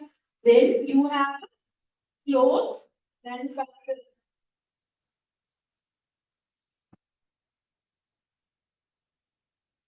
Right? Then most likely garment. Where are they? They prepare clothes. Then after they manufacture those clothes, they then send those clothes to where? To warehouse. To package. But after that, they send those clothes or finished product to the stores. Like maybe hotel, malls, all of them. After that, they send those to stores. And from the consumers get to purchase those products. Now, this is what we call supply chain, right? So, what is our product? What is our product? The clothing, right? Then, in order to create this clothing, who is the first person to get the material? The yarn supplier. So when it comes to this, the process of manufacturing clothing, it started from who? The yarn supply.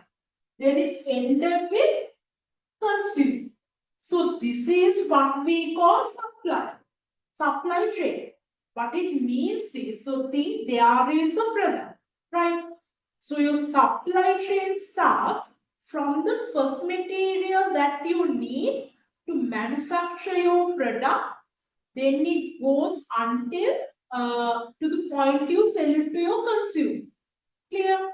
What happens is, so if we think of each of these, like each of this point, something happens to your product. What it means is, so when it comes to this point, what you have to, yeah, right?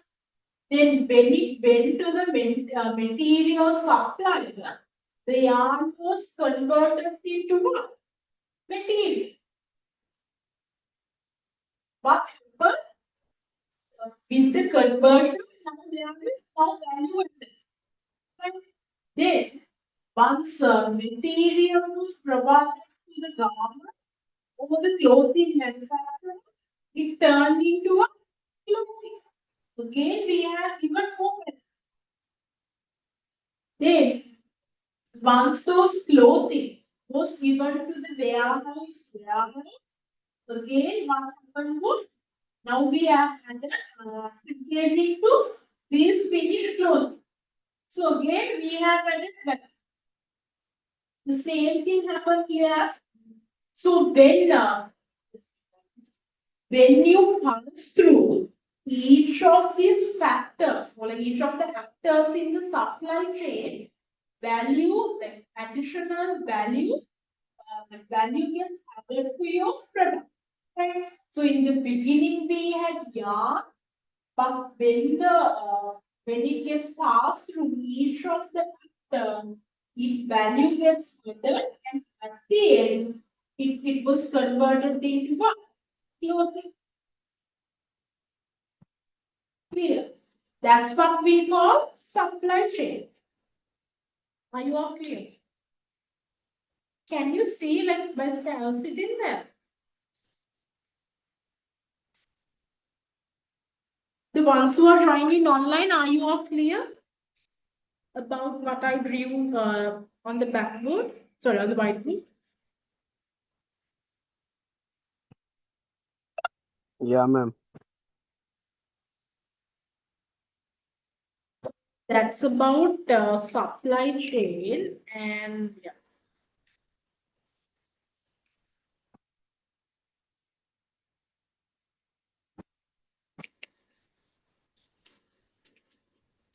Right. Then we have competition. So why do you think, like, this is very practical thing? So when you assume you have a product that you are trying to market, right? In that scenario, why do you have to be concerned about the competition? Like, it's very simple. Competition means most probably they are also trying to market the same thing as you, right? So when you have competition, you have to be mindful about like the features of their product, or like how they are trying to market. Then what is the price that they have used to market their product? Because it impacts your product as well. Because assume that there are two companies, company A and B. Both of A and B are trying to sell pizza, right? Assume pepperoni pizza. If A's pepperoni pizza costs $10 and B's pepperoni pizza costs $12, out of those two, which one? What is the pizza that you would select? A. Why? Because it's cheaper. And even when we think of the product, it is pretty much the same, right? Like what more flavor can you be expected with the like the expensive pizza? I mean, if both pizzas are pepperoni, then we can assume even the taste will be similar. But the only difference is B is trying to sell it for a higher cost. So, in that sort of a situation, the consumer will definitely go for where? Go for the pizza from A, because they have the same product but for a cheaper cost. So when it comes to competition, we have to be mindful. Are they trying to sell a product with more features than our product? Or are they trying to sell the product for a lesser cost? Because that also impacts us. Because when the consumers know that we can get our need fulfilled from a product for a cheaper price from other place, then they will go for that product.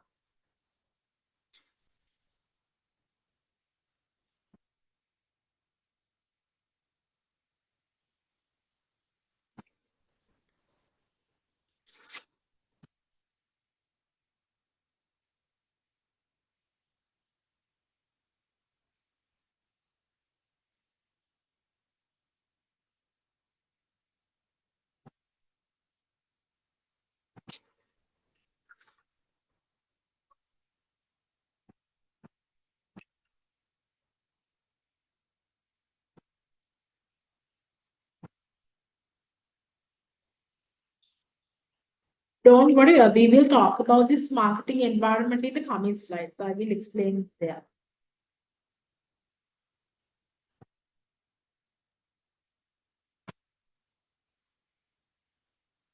Right.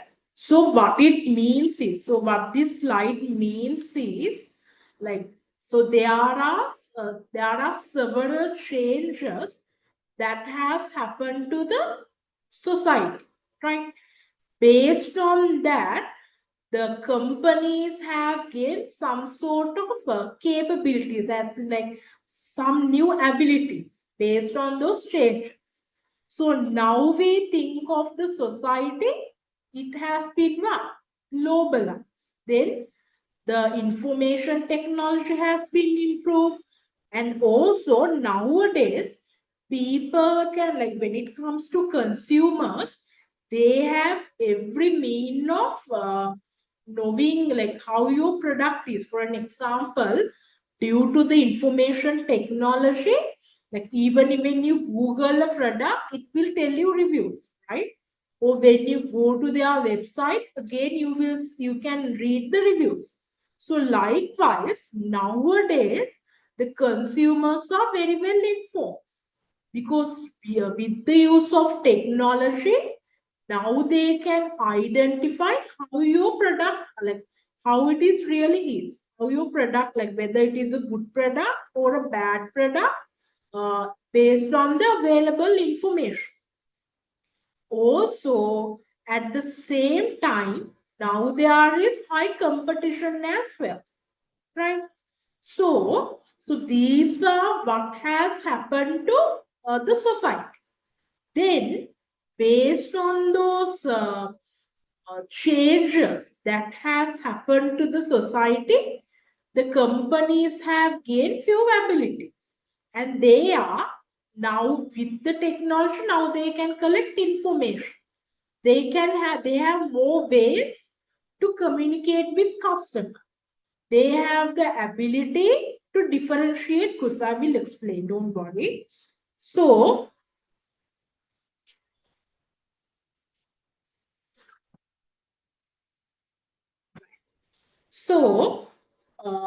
can you all just think like how globalization has impacted with the marketing?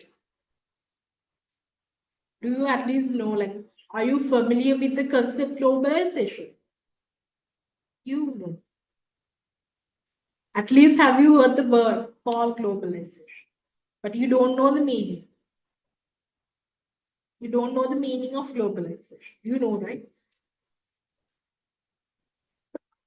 We even did a lesson on globalization. Okay, so a globalization means it's like this. So usually, like when we think of countries, we have boundaries. Like if you are staying in Sri Lanka, there is a boundary that is limiting us from, like, when we are saying, if we are staying in Sri Lanka, then can we go and by staying in Sri Lanka, like can we can I say, So basically, globalization means like there is no boundary, right? So with the globalization, even if you are in Sri Lanka, still we can order any product from any other country, right? In the same manner, so even if we are currently in Sri Lanka, still through LinkedIn and all other websites, we can view a vacancy available in Abu Dhabi. Now that's globalization. So what it means is, even if you are staying in Sri Lanka, what you can do, it is not limited to the boundary you are in. Even if you are in Sri Lanka, you can still get product from other countries. You can still view an advertisement from another country as well. So even if you introduced your product in Sri Lanka, still you can export your product to other countries as well. That's what we call globalization. You are not bounded by a boundary, right? So, how it impacts with marketing? So, I told you what globalization means is there is no boundary. So, the first benefit of that is that let's assume that let's take the example of spa salon. So, spa salon originated in where? Sri Lanka. And like the idea that is trying to portray, or the way that is trying to convey people to buy their product is, they are saying that we have produced our product based on the based on the Sri Lankan heritage and those traditional Ayurveda principles, and we are only utilizing this this what you call this safe Sri Lankan plant, like I know this Sri Lankan medicines, right? And disperse. So that means when it comes to the production aspect of it, they can only produce Parsilon product in Sri Lanka, because they, in order to produce this Parsilon product, they can only use those materials from Sri Lanka, right? But still, when we go to, I think, India and several other countries, still we can purchase their product, right? So, the main benefit of globalization is, even if your product or even if your brand is from one country, still you can get consumers from other countries to your brand. So that means you, with the globalization, you can have a wider audience to your product. So for an example, currently, assume that they are currently only selling for the Sri Lankan people, right? Then for Spa Salon, their consumers will be only the Sri Lankan consumers who are concerned, or like who has a preference to purchase the organic beauty items without any chemicals, right? But with the globalization, now they can market their product to all the consumers in the whole world who are concerned about purchasing organic beauty items without any chemicals. Clear? But that's a good thing. And another, like there, but however, there is a downside for that as well. Because when you are in, when if Spa Salon was only operating in Sri Lanka, then their competition would be other like luxury beauty items who are only operating in Sri Lanka. But due to the globalization, now they have to compete with the brands in Sri Lanka as well as with the global brands who may be providing similar type of brands. Clear? Similar type of products.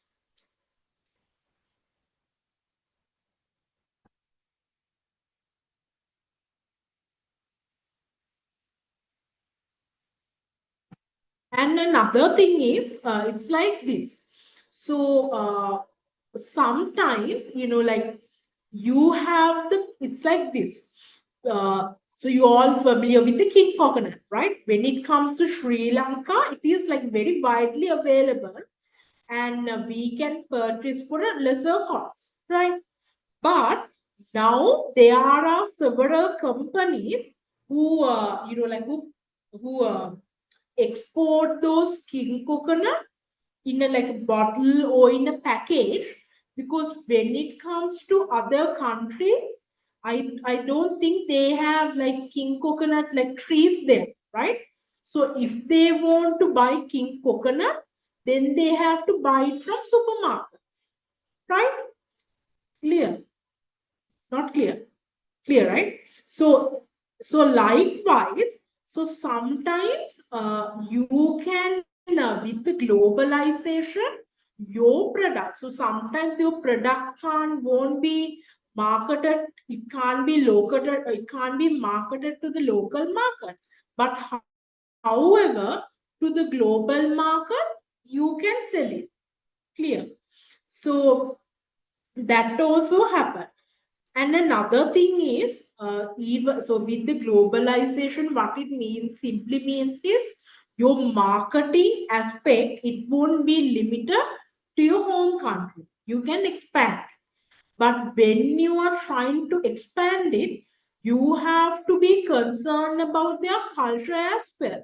So when we think of like McDonald's, we all know that when it comes to India, they don't eat cow because they consider cow as a sacred item.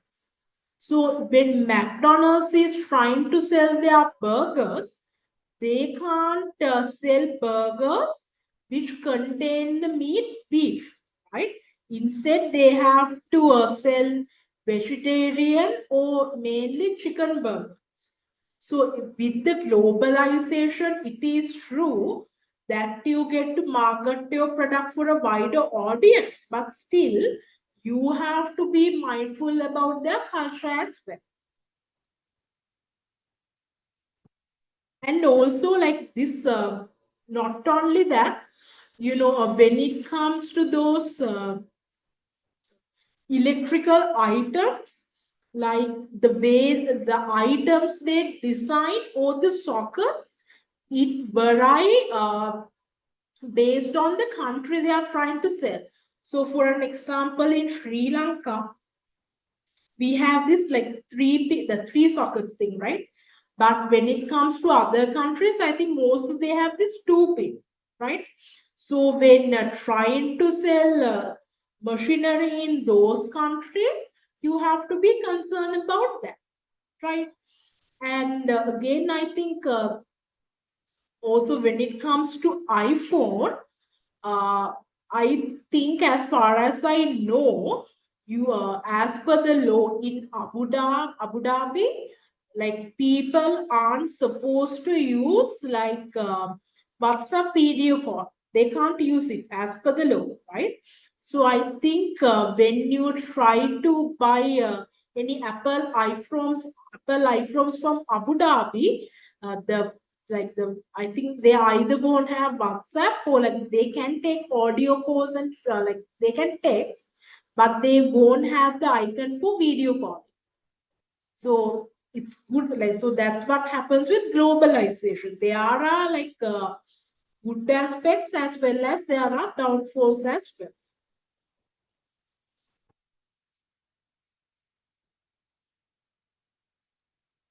Shall we take like a 10-minute break, and then I will continue until 1 o'clock, right? What is the time right now? Good. Let's take a break until 12:15 and then come back.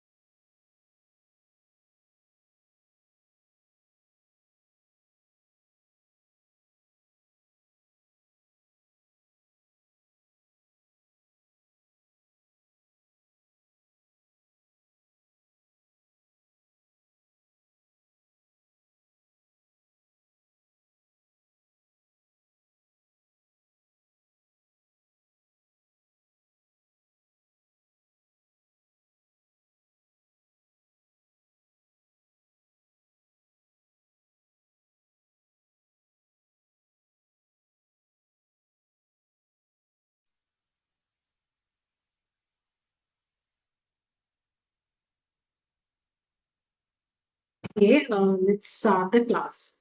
So, I explained you how globalization has impacted the marketing. Now, I will explain how information technology has impacted the marketing, right?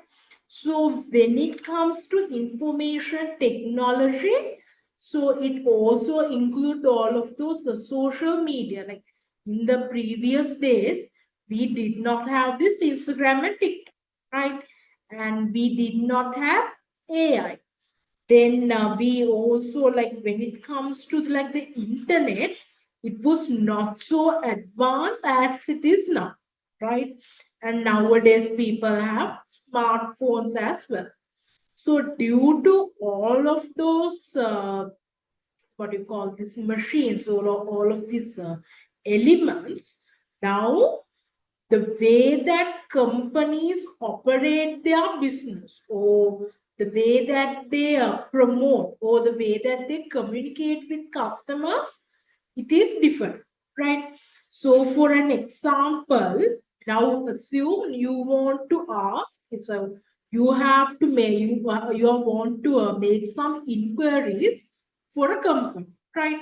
And when you go to their website, you can type any questions, and sometimes instead of a person it will be a chatbot, like there will be automated answering machine. So when you have an so you want to ask question about their product, even during a time where they are not operating, still you can get their doubts cleared because there is automated answering machines, right? Then right, and not only that, now with the information technology, the companies can collect data. So for an example, when you go to supermarket like Cargill's, they are, if we have like those loyal accounts, based on based on the money that you spend, or on the days that you go to the supermarket, and based on the different products that you purchase, they can actually calculate like the what will be their most busiest hours, or like on what days they can assume lot of consumers to come into the store, or like if there is this like a ketchup brand, like a shop bottle, how much of demand can they expect for this ketchup brand on the coming month, right? Likewise, they can collect those data. Not only that, when you visit a website, like based on the cookies, so if you accept them to use the cookies, then so for an example, when you go to a website, those cookies will store data on what products are you searching. Likewise, they will store data. And based on the data they have collected, they can market their product, or they can, create new products. For an example, like the best example would be Netflix. So based on like the different genre, so if you have been watching only a mystery type of TV shows and films for the past month, then the Netflix will only recommend you similar type of TV shows and movies. Then yeah. Then another example is Amazon or even Temu. So when you click on one product, so for an example, assume you click on like a shirt, right? Then when you are, then at the bottom, the app will suggest you similar looking other shirts, right? And even when you are, you can even have the option of filtering them based on based on like the grade they have, or based on their price. That also you can do now. Then when it comes to consumers, I told you, now most of them are very well informed. What it means is, when marketing a product, so when you market a product, for an example, it's like this. Assume again, take like cream. When you are promoting a product, you can say that our product doesn't have any chemicals or those like harmful chemical items. And then when promoting the product, you can say we have used eco-friendly package, right? Before you actually buy the product, that is the conception that you have this particular cream. So up to now, you haven't purchased the product. So before buying the product, you will be thinking, okay, this product is good because it doesn't have any harmful chemicals, and on top of that, they are even using this packaging that is eco-friendly. But after the product, you will know you will know how the actual product is, right? But so after purchasing the product, when you go over the ingredient list, you notice a harmful chemical. Then what this consumer can do is, they can make share how this actual product is through their Instagram or TikTok account, or maybe they can even post a review on other websites, maybe their official website, or if they bought it from Amazon, they can tell like this is how the actual product is, right? So likewise, nowadays your customers are not foolish, or like they are very informed. So when you are marketing your product, if you are telling your consumer that these and those features are there, and that's why our product is superior compared to other product, then the actual product also has to be like that. If not, your brand reputation will be ruined, because like now consumers have the ability to post reviews, right? And also, since there are so many ways that consumers can look for information before buying a product, they will do their research. And when they go through their reviews, they will realize, okay, so even they market this product as a good product, in reality, it is not a good product. So they will see how your product, how your actual product is. Then increase competition. Increase competition means with the globalization and all of that, now you're not only competing with the local brands, but with the brands from other countries as well. So as a result, if a consumer is trying to buy a cream, again take the cream, they can select a local brand like Janet Nature's Secrets. If not, they can even look for creams under the brand like Rare Beauty, Body Shop, right? Body Shop, all of that as well, right? So there is more competition because now there are more choices. So as a result, you have to make sure at little. So as a result, when you are trying to market your product, the successful marketing campaign would be the differentiation based on the features. You have to pinpoint and say, given the other available choices, this is why our product is best, because there are more choices. So even when we think of this clothing brand, there are physical stores and there are so much of online clothing pages.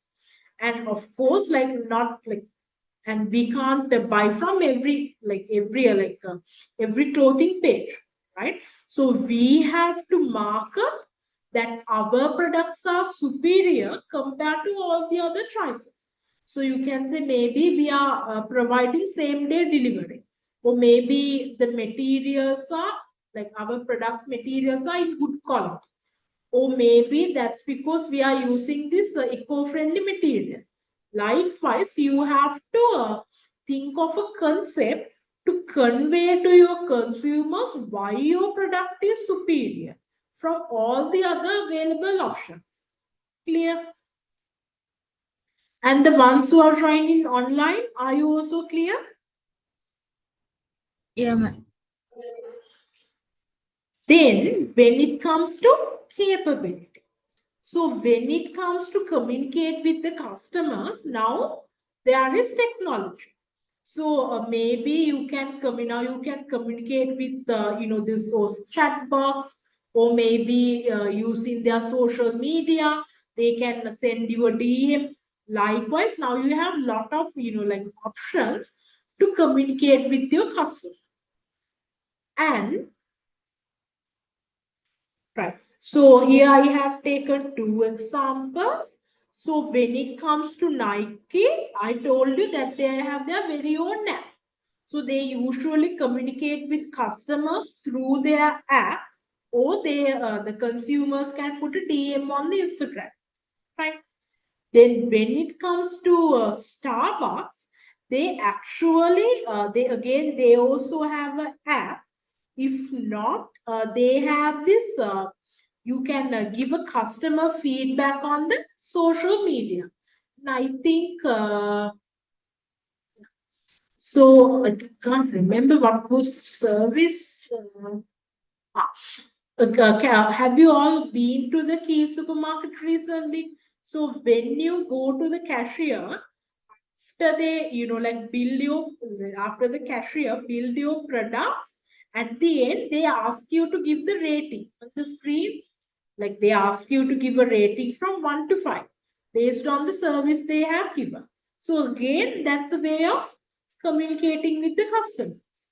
And not only that, with most of those banks or any customer care service, after you call them and ask, like inquire about something, at the end they ask you to rate whether the service they gave was satisfactory or not.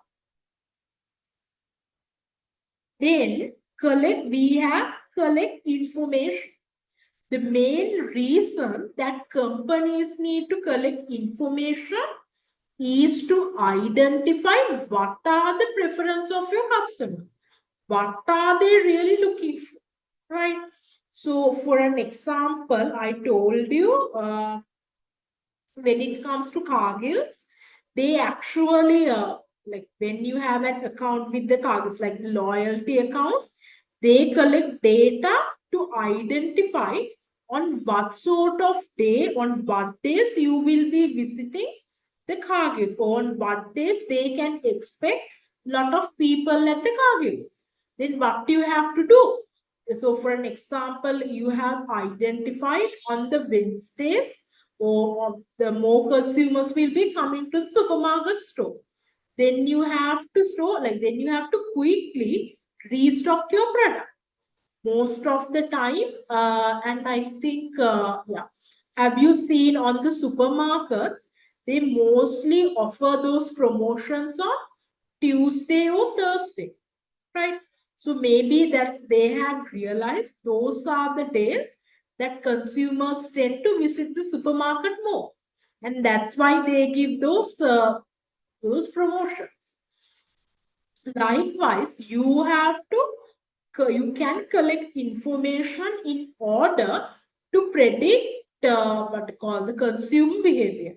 Also, have you seen like sometimes when it comes to those online clothing pages, they will give those quizzes. That means they will as a story they will showcase two clothing items, like two tops. Then they will ask you like which one is, like what is the top that you prefer more. By doing that, they realize, okay, people prefer this top more over the other top. Then they will be producing more tops from the design that is preferred by the consumers. Because, like assume if there are tops in 2 design, just manufacturing 100 units each from each of the design, it won't work well, because not like that, since there are 2 design, one will be selling more compared to the other. And if you had already manufactured, and if people did not buy your product at the end, it will be a loss, because you have to get the material, you have to pay for the people who are in those clothing, all of that. Then communicate.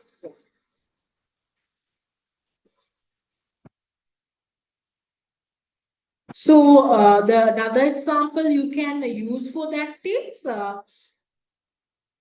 yes, use for that is when it comes to like TikTok, it gives you those, like posts based on your history.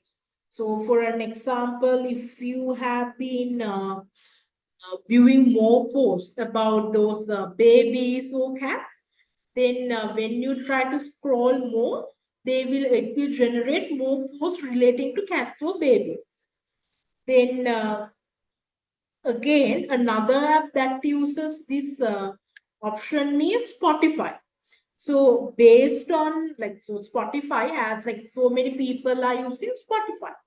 Then based on, if for an example, if they have 10 songs and they realize out of the 10 songs, 2 songs are more people have listened to 2 of those songs, right? And when we try to look for those lists, when you go to the iTunes store, here we can browse the most favorite the playlist from each of the countries, right?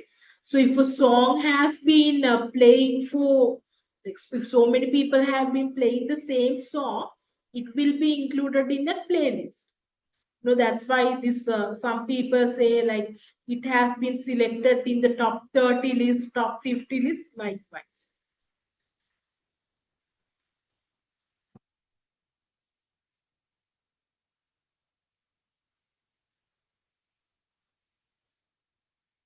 So as a result, the companies has to, I told you, differentiate. So when it comes to, so I will explain it with an example. So when it comes to Tesla, how do they differentiate? They differentiate from the other fuel cars by being electrical vehicle, which doesn't rely on fossil fuel, right? And not only that, they are always trying to come up with this new features using technology. Then when it comes to several A and B, sometimes they differentiate themselves based on different features. So for an example, A and B means you rent a place, right? Some places they when it comes to the decoration part, they decorate their place using a theme, maybe like a Disney theme. So there are several places like that. Let's see. I don't have any picture, but let me Google and see.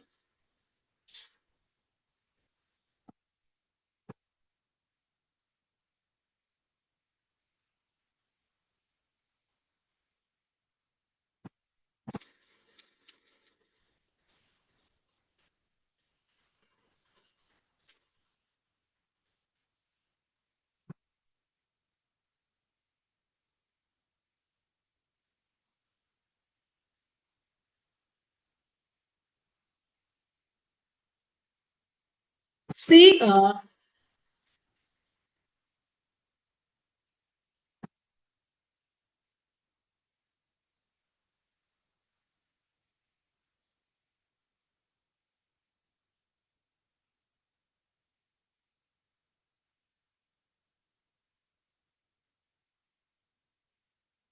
can you see here? If we take a look at this home, it is a Disney theme home. So what we do, what is the main purpose of using AI and B is when we are trying to go for a other country, instead of staying at a hotel, we can stay at someone else's home. They rent home for other people to stay. That's what Airbnb means, right? And so when it comes to Airbnb, so many people are registering their places, right? But in order to get the attention for your place, what they sometimes do is they decorate their home or they decorate their place according to a theme.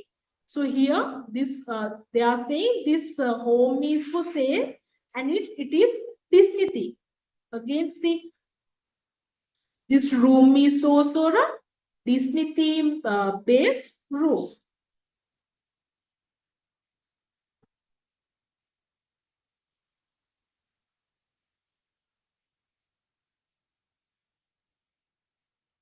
See again, I think this is a Moana based bedroom. That's one way of differentiating your product from the rest of the products.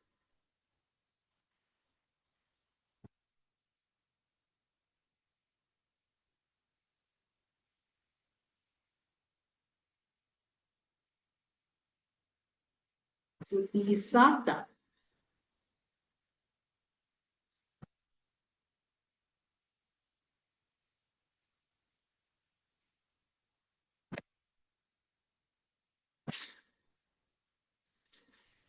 So when it comes to a marketing mix, I told you like, so it's like this.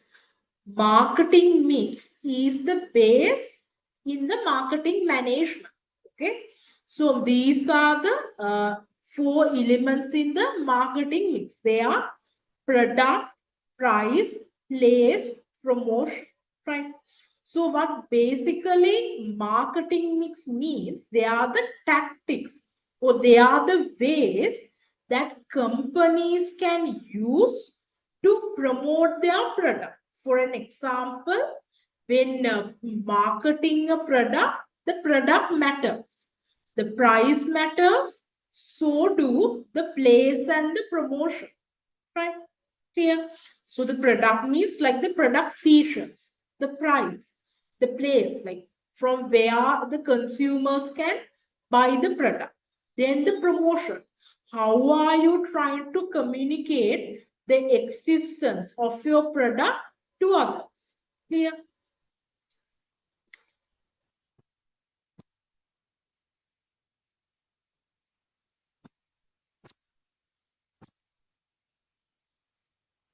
So here, the product is the good or service that the company provides. So for an example, if it is a company who is manufacturing those remotes, then remote is their product, right?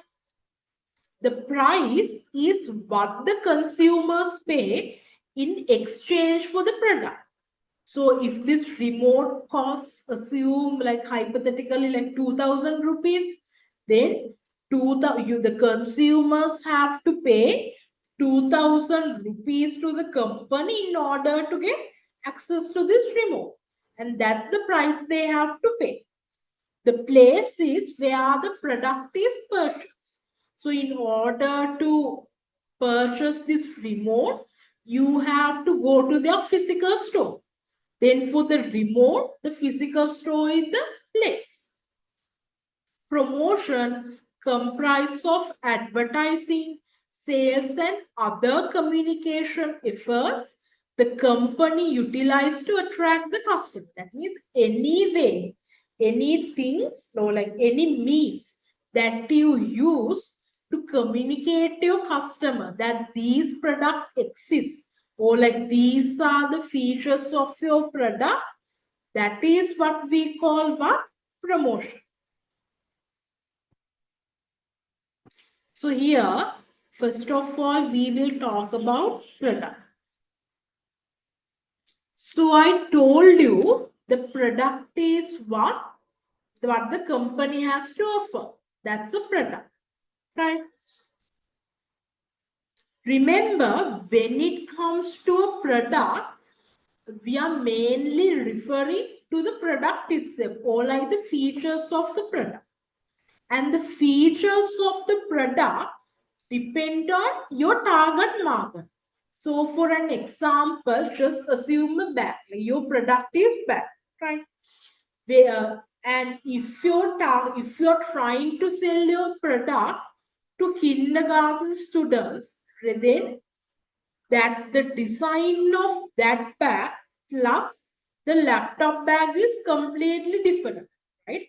For kindergarten students, they always like those Disney theme bags, and they want pink or colorful, bright colors for their bags, right? But when it comes to a laptop bag, we want those bags to be little bit more chic, or like very sleek, with black color bags, and we want like cushioning to put our laptops. Likewise, even the design is different, right? So for an example, when we think of a backpack, here we have to know whether, based on the target market, if you are trying to expect to sell it to college students, do they carry a water bottle with them? If they are, then we have to carry a pocket for them to place that water bottle. Then, do they need padded shoulder straps? So here in this example, you can see like the shoulder straps, they are padded. So what happens is, even when the back is heavy, like it won't hurt you, because like the straps are padded. Then you need do you like do they need lots of openings? So here sometimes on the top they can have like two openings, right? So openings as in mean like when you open from this zip, like there can be two openings, right, on the top. Then do they need lots of pockets? So likewise, based on your target consumer, you have to think of creating your product or including features for your product, right? Remember, because at the end, whatever the product or the service that you are trying to sell, it is purchased by who? The consumer, right? It has to be up to their expectation. So that's why, even when it comes to so that's why even when it comes to those like educational degree programs, like the foreign one, most of them are from the countries that most of the students tend to go. So for an example, most of the foreign university programs are from countries like Australia, Canada, because the students, most of the students tend to go to those countries, right? As a result, even when local universities try to partner up with the other foreign university, they will try to look for foreign universities from countries like Canada and Australia. Clear?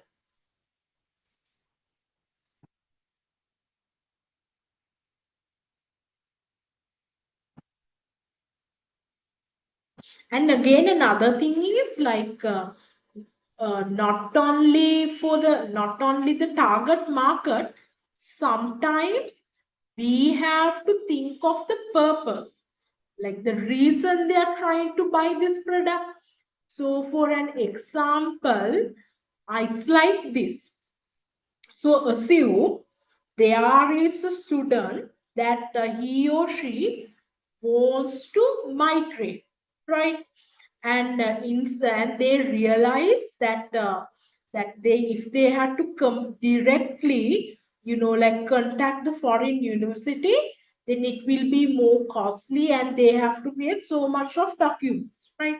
Instead, what that person did was, they started or they joined a degree program where it is a foreign affiliate one, where he or she can study the first 2 years in Sri Lanka and then study the last 2 years in the foreign country itself, right?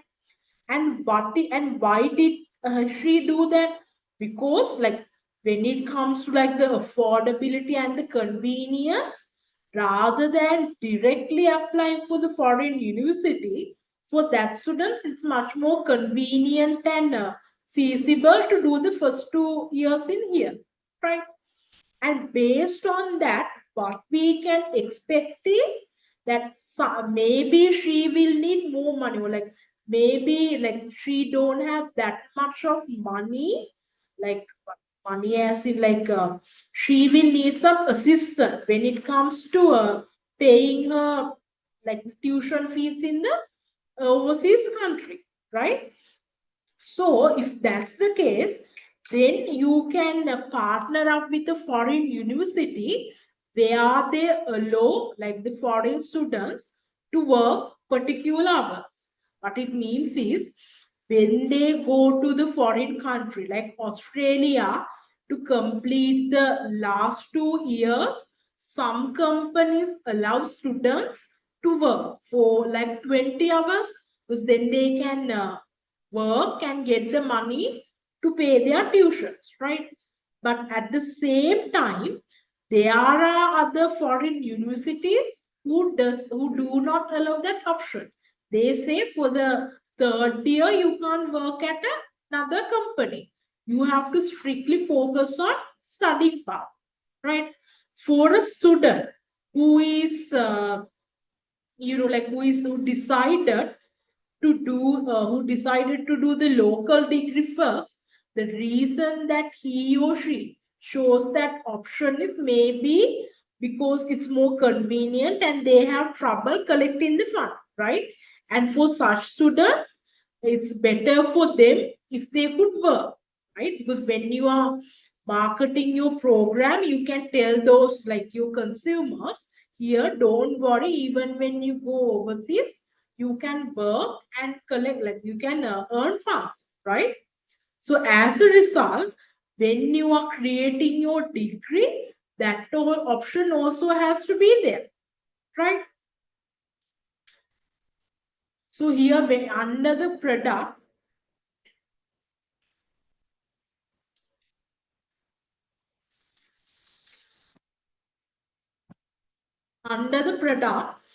these are the things that you have to remember. First is to whom are you trying to sell those products? Like age, the income, all of that, right? Then, based on the purpose, again, it decides the features that you have to include in your product. Clear?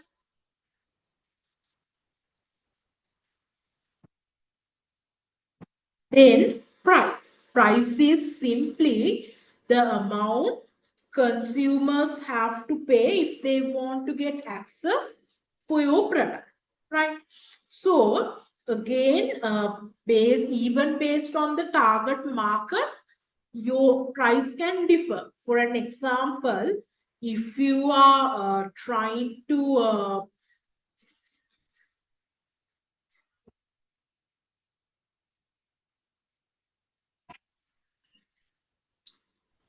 so for an example, if you are trying to design a product for kindergarten students, most of the time, like at that time, we don't give our children like very expensive product, not branded ones, right? So we give them like just a very basic style bag. So as a result, when if you are if you are trying to sell a product which will be used by kindergarten students, then can you put a higher price tag? No, because then the parents will try to choose a bag from another brand or from another shop. But when we think of a laptop, like when we think of the bag we try to store laptop, it has to be a bag with lots of features where like with features that make sure that your laptop won't be it won't be impacted or hurt hurt even when the bag falls down, like because it's all cushion and it has several other pockets and all of that. As a result, for a laptop bag, you can put a higher price, right? So the price, the price that the consumers have to pay, it kind of depend on like as well as the purpose, also your target consumer, right? Because if not, what is the point of having a product that has all the features, but as per your target market, they can't afford it, right? There is no point of having such product. Then, right, another thing that you have to concern is like how much your consumers are willing to pay. Like, I mean, as the company, we can assume like, I mean, you are the one who is manufacturing the product, and based on your target market, you can come up with the price. But in reality, the consumers should like, they should like to, like, they should be willing to pay that price, right? So when you are trying to like put a price tag for a product, just make sure like at least get information like what is the price range that your consumers are willing to pay for your product as well, right? Then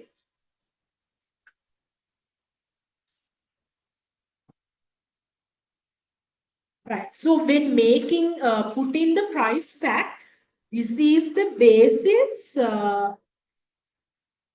right, this is the basis that we usually go for, right?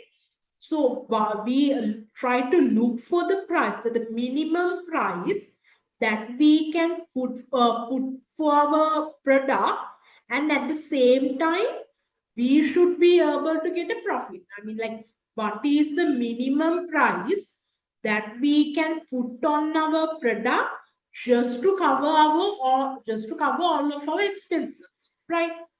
Then we try to look for the maximum price that we can put on the product. So like even the customers also won't stop buying our product. Clear? What is the minimum product and the maximum? What is the minimum price and what is the maximum price? In most cases, we will try to come up with the price that in the middle of the minimum and the maximum, right? Clear? Please turn off.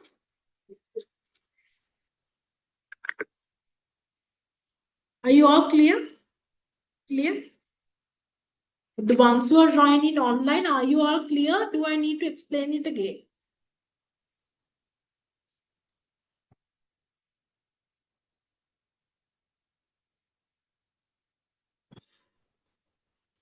Ones who are joining online, Camilla and Slee, right? So do you need me to explain that point again, or are you all clear?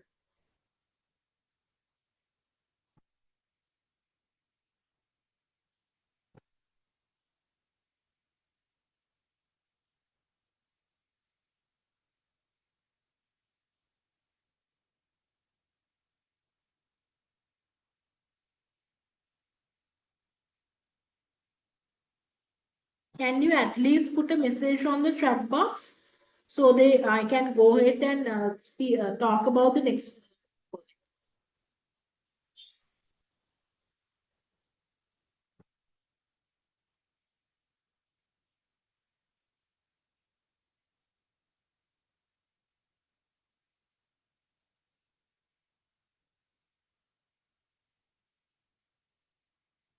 I will try to explain the next point then again, assuming that you are clear.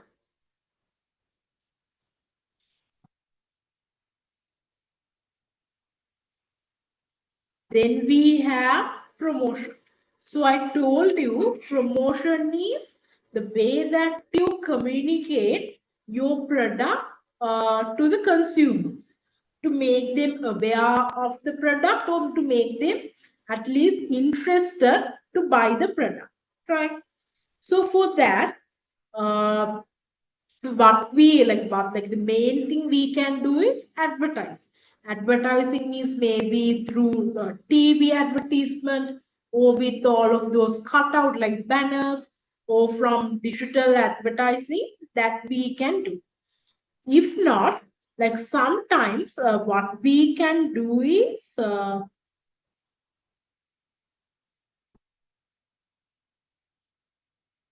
right, sometimes what you can do is you can have promotional strategies. So what it means is, so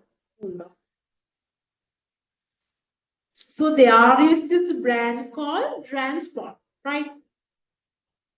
It is a brand that focuses on creating backpack, right? So when it comes to backpack, are they used by, like older generation or the younger generation? Mostly younger generation. So what they did was they collaborated with the Netflix. As we all know, Netflix, Stranger Things, that TV shows is, I mean, like when it comes to Stranger Things, I think mostly not only the younger generation, even the older generation are watching Stranger Things. So what they did was they collaborated with the Netflix, right? And after collaborating with them, they introduced several backpacks under the theme of Stranger Things. So again, who are the people? Who are the people who will be using the backpack? Mostly the younger generation. And definitely, like these people, these younger generation, they watch the Stranger Things TV show. And even if the older generation watches it, that's not a problem, because then they can, for the older generation who are buying Stranger Things, they can buy those products for their children, right? So when it comes to promotion, the main thing that we have to make sure is the consumer, your target market, like that, do they watch, like do they see the promotion that you are doing? For an example, assume yeah, just take the Eden campus decided to do a promotion, or like decided to decided to do advertisement for this diploma program, diploma of business management, right? And the way to promote their program, what they did was they print they do they print and they put an advertisement in the newspaper. Now any of you are what reading the newspaper, right? Then will that promotion will be access, or will that promotion will be reached by the audience, like the target audience, the younger generation who are yet to be graduated? No.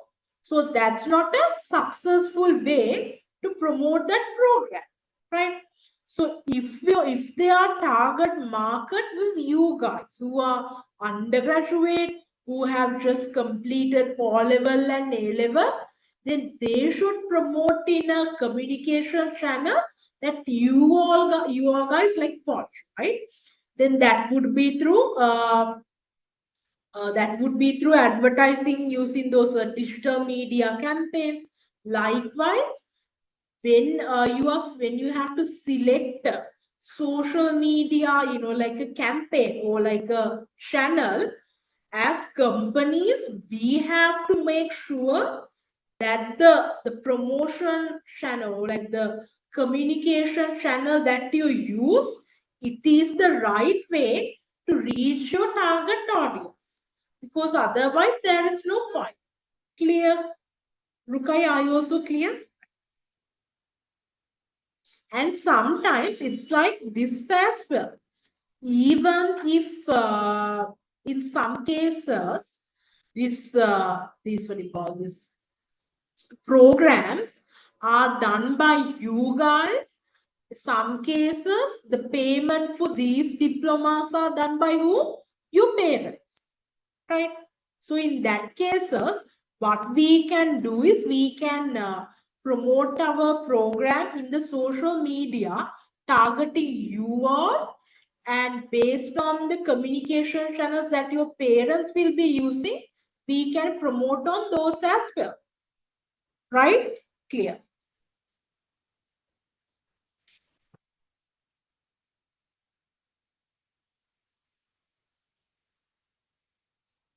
So here, this is small advertisement. So as we all know, Adidas is famous for what? Adidas is famous for sportswear. Then Gucci is famous for luxury items. Like most of them very not cheap. So what happened was Adidas collaborated with Gucci. So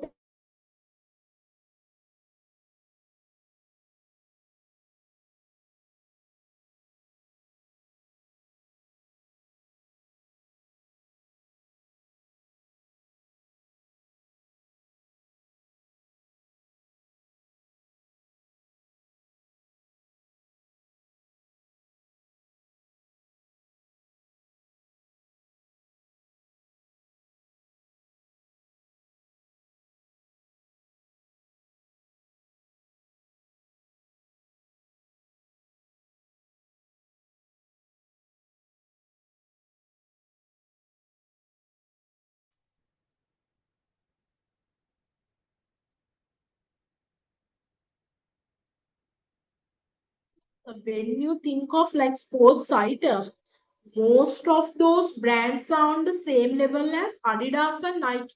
Other than that, we don't have like a luxury sports brand, right? As far as I know. Sorry?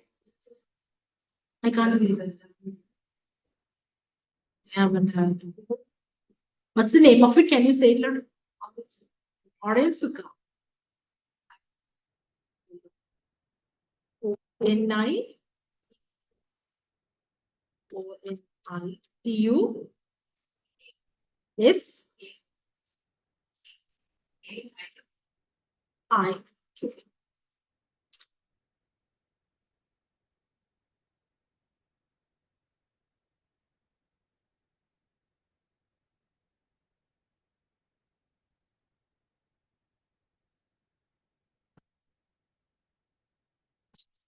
Yeah, this, what is this? Indian rupees, right?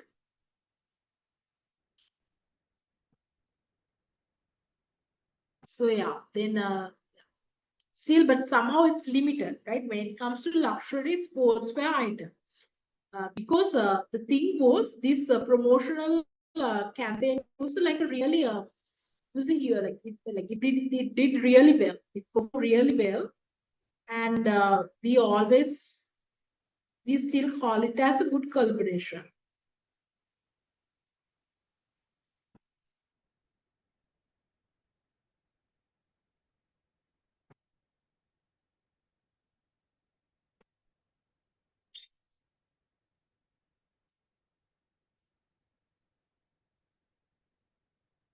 Once we watch this, you will be able to get your lunch break.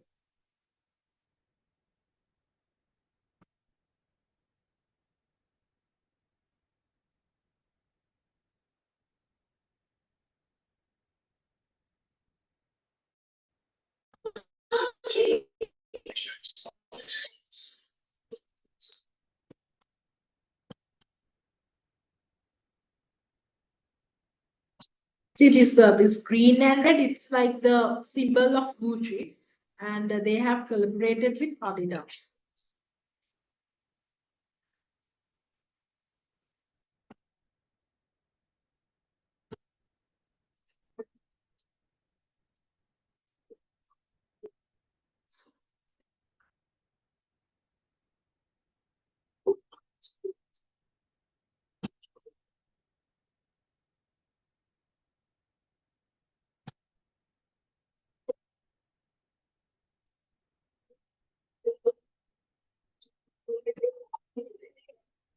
And even when it comes to those like the designs of these sportswear items, it is little bit different from what the usual sportswear we are familiar with. It's more like a luxury clothing brand.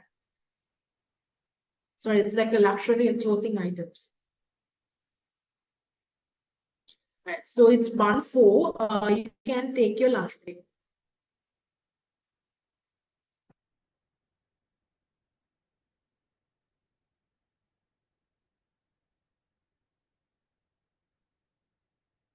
Sorry. So you are supposed to.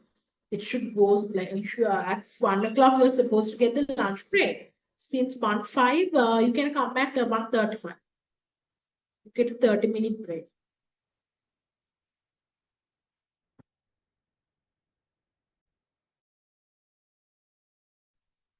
Everyone who are joining from online, let's meet at 1:35 after taking your lunch break.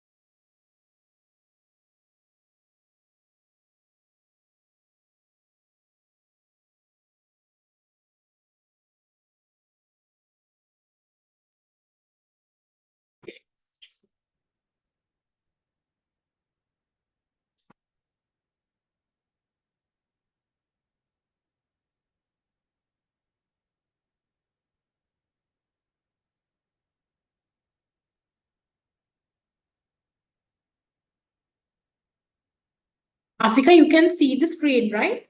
Or like my presentation slides? Yeah, ma'am.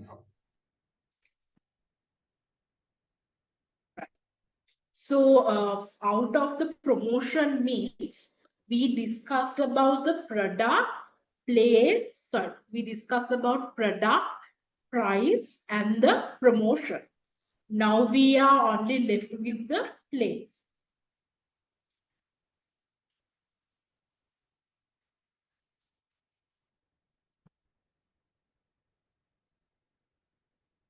Right. So when it comes to place, what we are referring to is like, from where do you expect your consumer to purchase your product? So for an example, do you expect your consumer to order your product through your website, right? Or do you expect your consumer to come to your physical store and buy the product, right? Or if not, are you planning to make sure that your products are available for purchasing in the retail stores? Like, like Walmart. In Sri Lanka, we don't have Walmart. So, but when it comes to the foreign countries, they have Walmart, Amazon, all of those intermediary stores, right? So, again, what we have to make sure is, based on your target consumer, in which sort of places can you expect them? That means, for an example, if your target customer is really it mainly consists of a younger generation, and with you, most of the time, the way you conduct your business is using your mobile phone, right? Then you have to make sure that your product is available to purchase online, right? Then if you are catering, like very old customer, then when it comes to this old generation compared to the younger generation, they have trouble operating equipments, like operating in the internet or operating in the social media. So for those sort of customers, you can make your product accessible in the physical stores, right? And also, not only that, based on your product itself, you can like create those based on the your product itself, you can decide on the place where you can sell your product. For an example, what it means is, assume you are trying to sell a luxury watch, right? When you are trying to sell a luxury watch, most of the time these sort of product, they tend to not to do like online business, right? Instead, what they expect their customer to do is come to the store and then see how the watch is, their features, and then they try to sell their product to the customers at the physical store, right? But when it comes to, like other things, for like clothing, that you can easily sell using those online methods, right? Clear, right?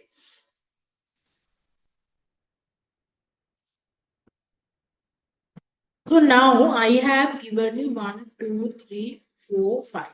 So I will give you around 30.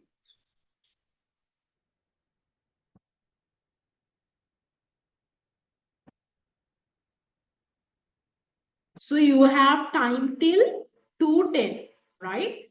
Like the MCQ question, it won't even take 30 minutes. So anyway, I'm giving you time till 2:10. Just pick the answer. There are only 5 questions.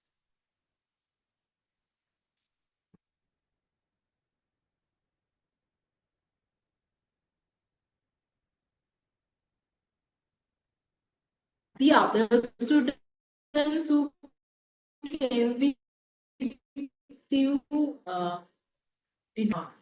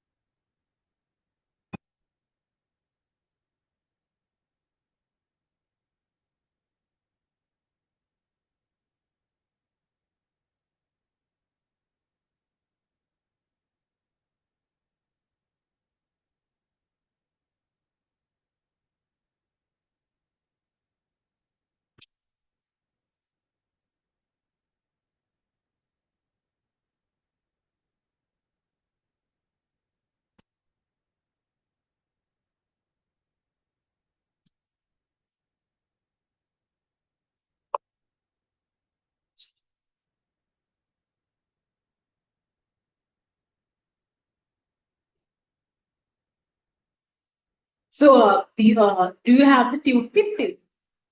Then you are in that group, right? So you can refer to the tube and ask these questions. I have given 5 CQ questions.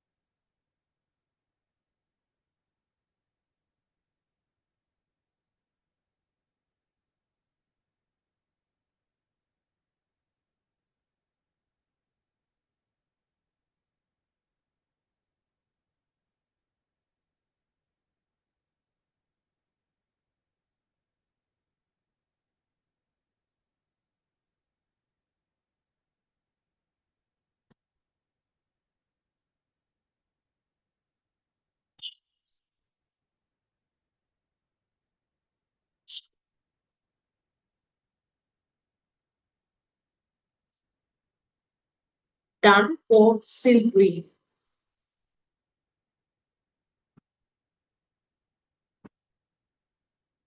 Done, right? You done.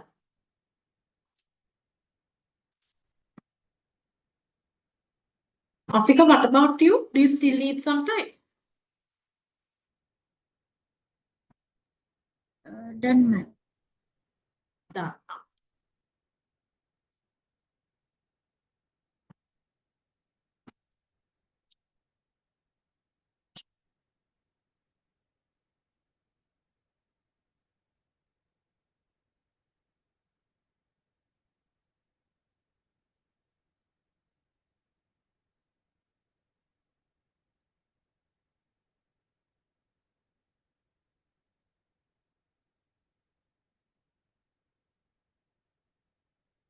Done.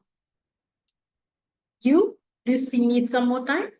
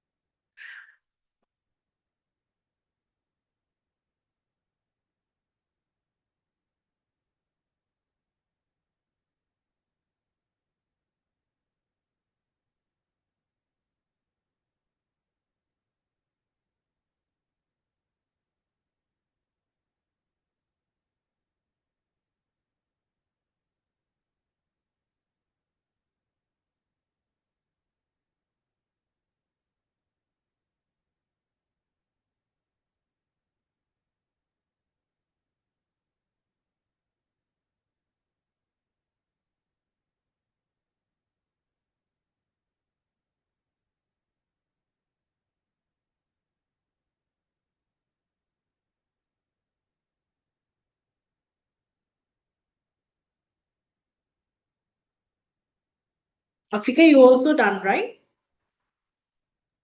Yeah, ma'am. Then Afika tell. So Afika then tell what is the answer you have written for the first one? Place. C. Lazy. Answer C. Place. C is wrong. So in the very beginning, I told you that 4Ps means product, price, place, and promotion. So the incorrect answer would be D, the position. Question number 1 was This is the question number 1. The slide that you can see, the presentation slide that you can see in the screen, that would be the question number 1. Which is which of the following is not one of the 4 P's of marketing? And the answer is D, the positioning. Instead, it should be promotion.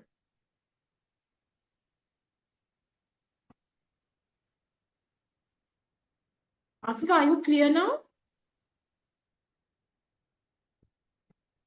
Yeah, I answer for the question. Which of the 4 P's of making focus on how, and I take it as first step.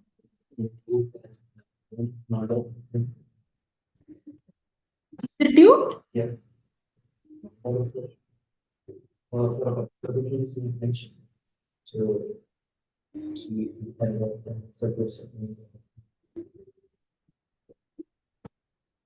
You read the question. So then what did you read? See. So I mean, you can. Okay, okay.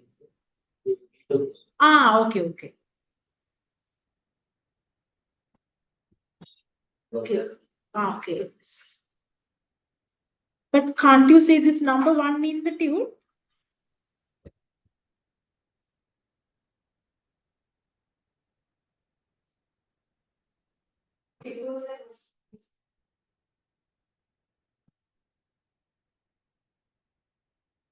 Okay, okay. Okay, then I will say the question, then yeah, it's better. So, so the question is, Afika, which of the following is not one of the 4 P's of the marketing? For that question, Still this the answer you have selected is C, right? No, for this question, I select D. Positioning. Positioning. Okay, then it's correct. The correct answer is D. That's my bad. I will be putting numbers.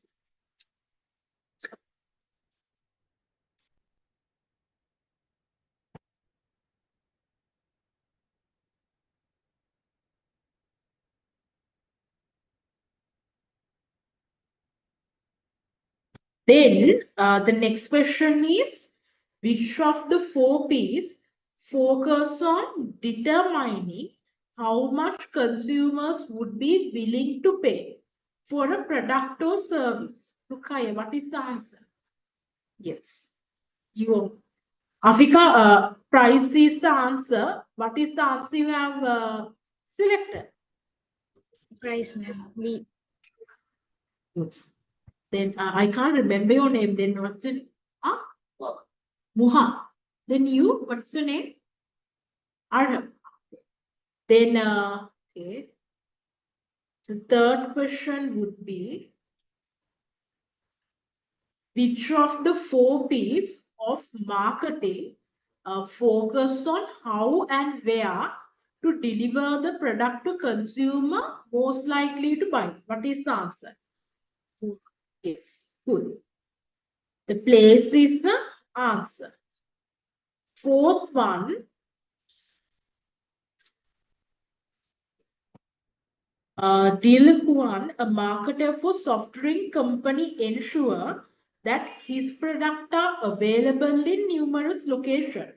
Vending machines, convenience store, restaurant, and supermarket.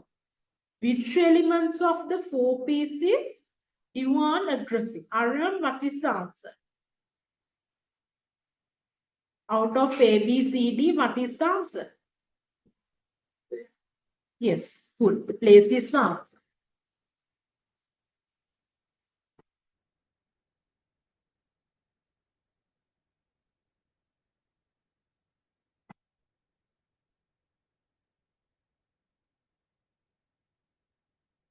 You are a marketer trying to determine which trade shows you might want to include in your marketing mix. Which elements of the marketing mix would address this concern? What is the answer, Fika, for this question?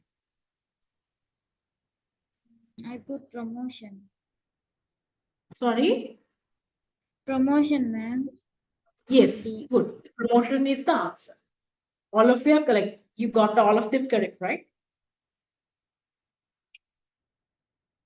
Are you leaving now? And inform the person who is at the front desk before leaving. So, right.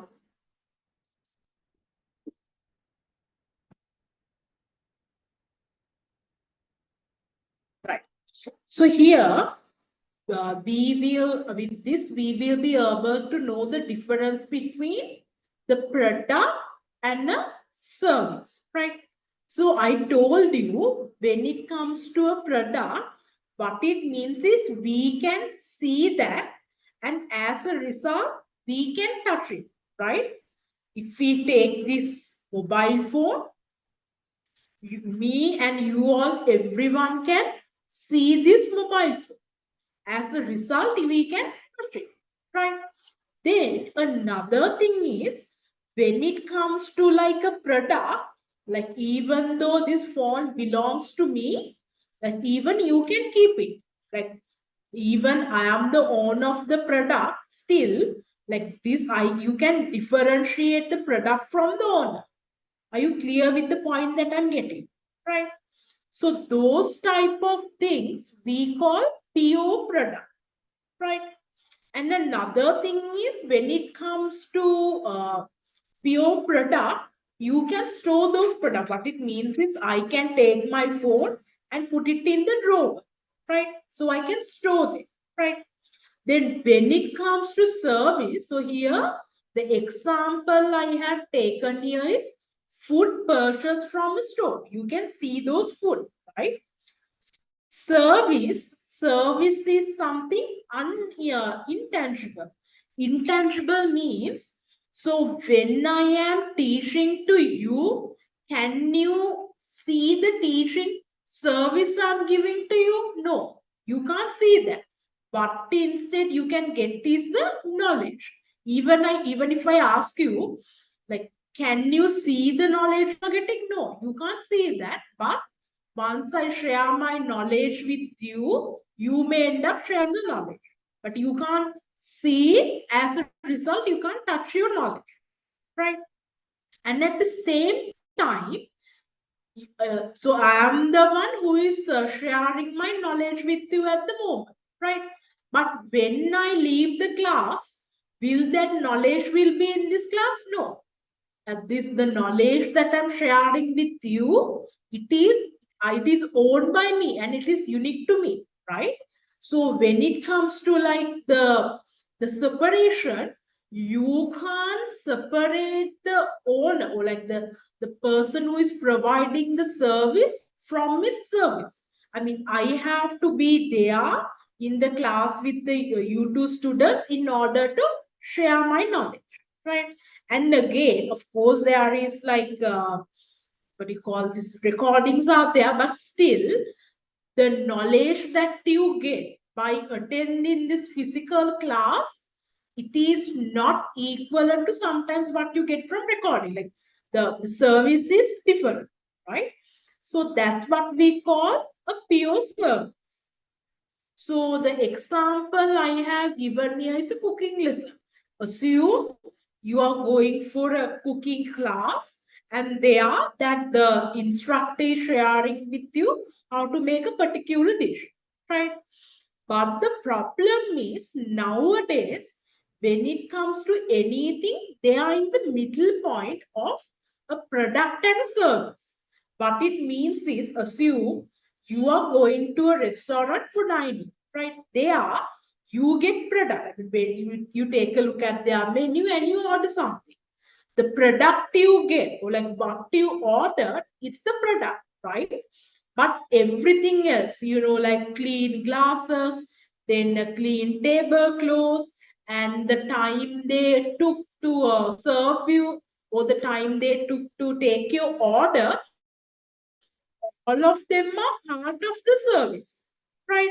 So usually, or like in the modern days, what we have is not a pure product or a pure service, but something that is in between. So we call that experience, right?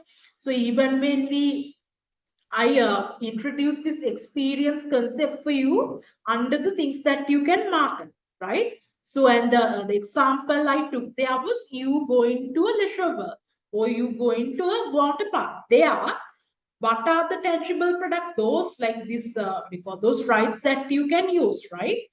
Those will be the pure product. But when it comes to the service that they provide, you can't like, it's something that you experience. Other than you can tell, like you can't see and touch the feeling that you get. So in when it comes to the modern days, what you get is experience, something that is in the middle of pure product and pure service, right? So the example I have taken here is ordering a coffee from the Starbucks. So when you order coffee from Starbucks, the physical product will be again the coffee that you order. And then when it comes to the service, maybe it's the way that barista welcome you when you are saying the order, or when they smile at you, or the time that they took to prepare your coffee. All of that, and a clean Starbucks place, all of that are included in the service category. So the thing, in a cases like this where customers get to have like the experience, you have to be concerned about the product itself as well as the service part as well. So if we again take a situation where you go to a restaurant for dining, they are what do you call the food that they are making, they are really good, right? But when you go to dining at their restaurant, it's very unclean, not hygienic. Then will you be at least stepping to that restaurant again? No, because even if their products are good, the experience you get is bad. Maybe the waiters took so long to prepare food or take your order. Afika, are you also clear?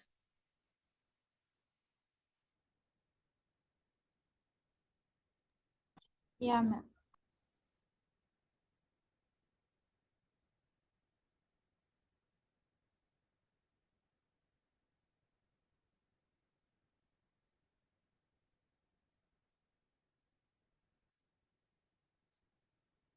And the ones who are joining online, just make sure to stay until 4:30 because only at that time call this attendance sheet.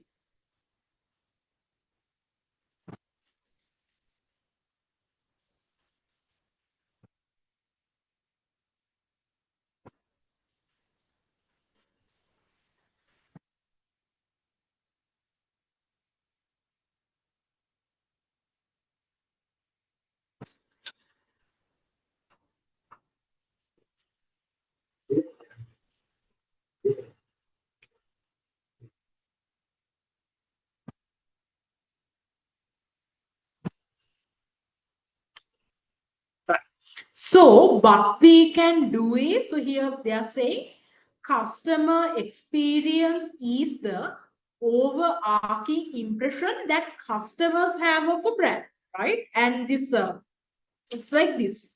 So the experience that you get, maybe dining at a restaurant, sometimes you will share it with other consumers, and not only that, it will also impact with the like when you think of a place to dine in, based on the first dining experience you get, you will even think of coming to this restaurant for the second time or not.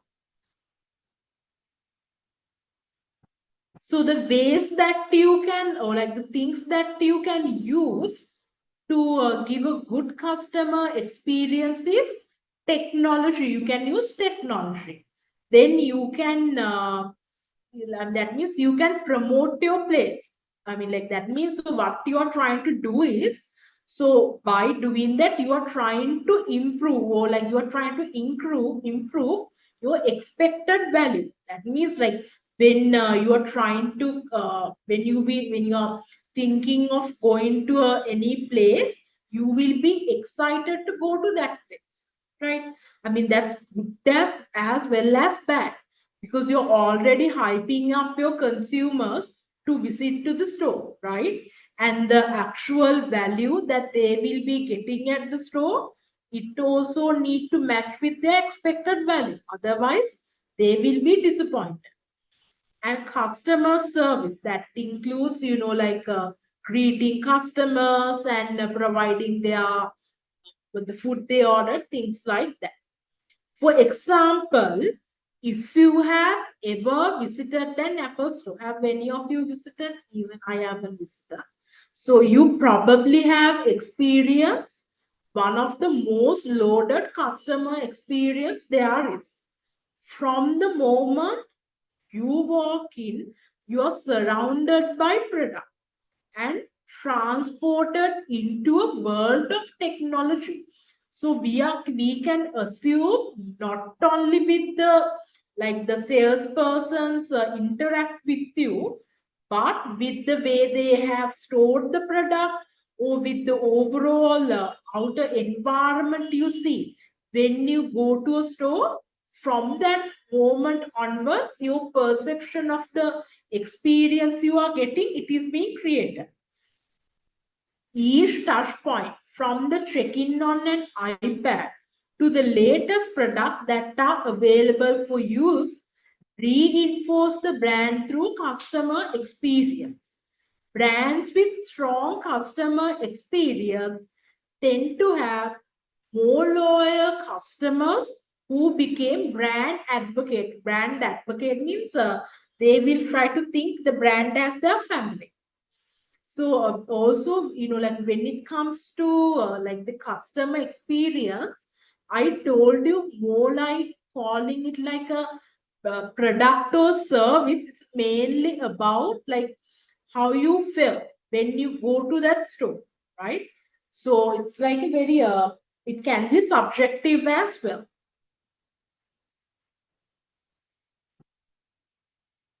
Right. So here I have included just a small video of how people can use Netflix. So remember, when we think of Netflix, from the moment you sign up or you logged in to your Netflix account, from that moment you are getting an experience for the Netflix.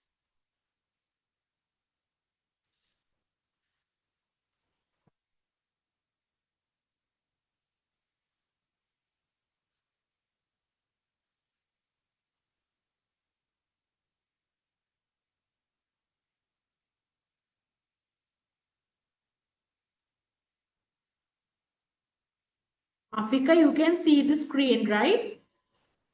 Yeah, ma'am.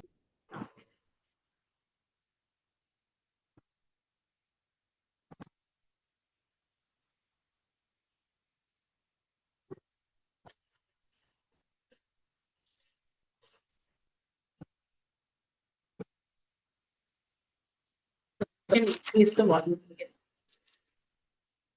It is being increased.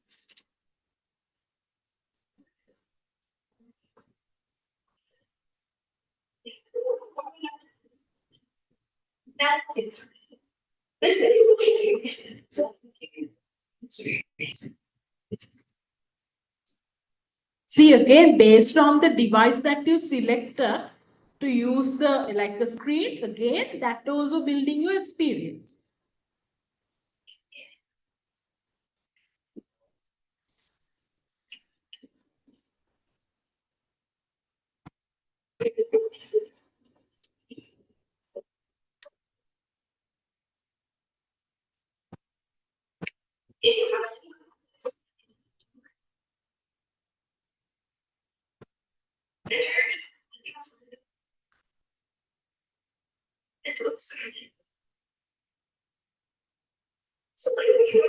And again, if we take a look at like the information that you have to enter in order to create an account, it was much more convenient.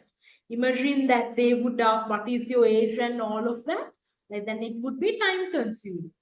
Then if you had to like fill out too many information, then you would stop creating the account and would leave.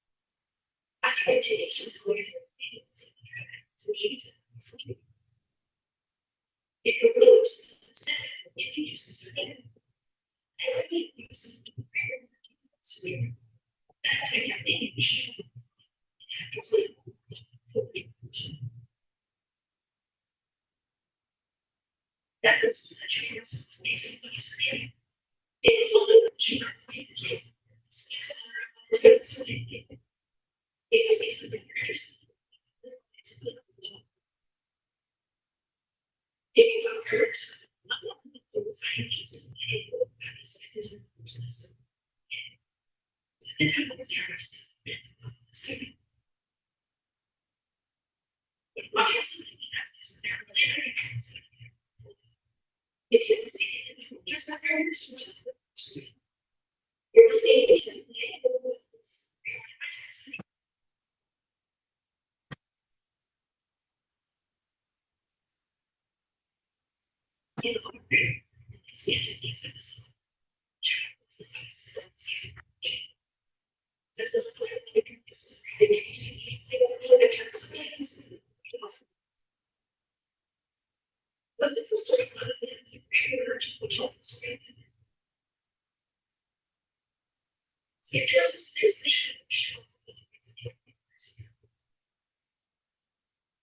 Go back to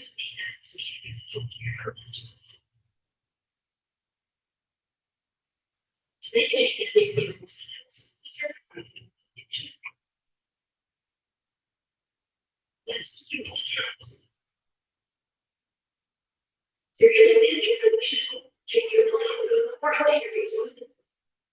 That's not just things. You're giving zero references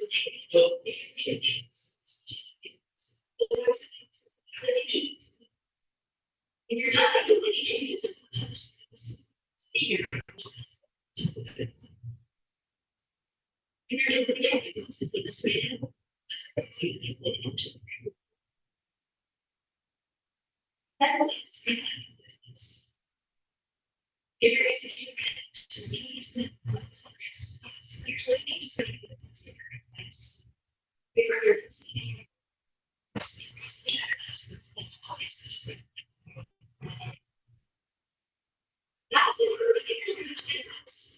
And also, so another thing is, so what Netflix does is by asking you to pay a subscription, it shows you like movies and TV shows and all of that, right? And at the same time, can't we watch movies from by viewing to other sites? We can, right? I mean, when we click on like watch this movie for free, we will get several URLs where we can watch the same movie for free. But what's so special about Netflix is sometimes that means if there is a TV show that was released on this way, sometimes by using Netflix, we will be able to watch the same TV show with its initial release time. So if it was released on this week, still at the same time we can watch that new show using Netflix as well. But when it comes to other websites where we watch those movies and TV shows for free, it actually takes around, I think, 2 or 3 months to watch like the HD copy of those movies, right? Sorry? Yeah. So what I was trying to tell you is that since like there is another way of watching those movies without paying the subscription we pay to Netflix, like there is a way. Netflix have to make sure that the people who are watching the Netflix that they get a much more better experience than the experience you get by watching a free website, right? So here we can see like based on your preference, it automatically recommend movies or TV shows to you. But when we go to a free website, we always have to scroll, right? And not only that, it will automatically say the movies or the TV shows that you have partially watched, and that is also like convenient for you.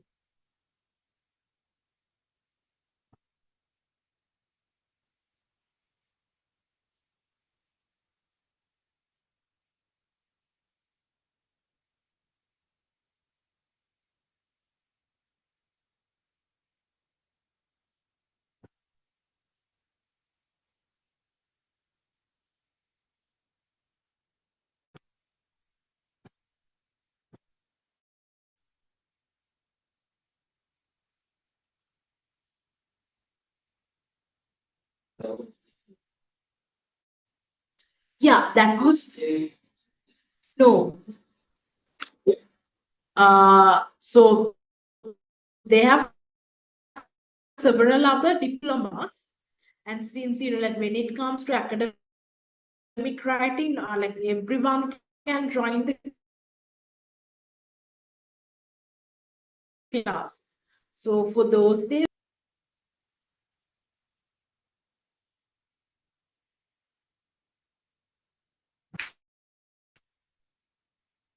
right. So here, when it comes to Netflix,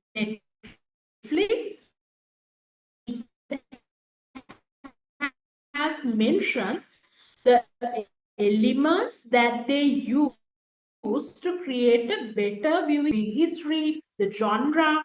So what it means is, so these are the elements, or like these are the data that Netflix collect from your, like maybe the accounts to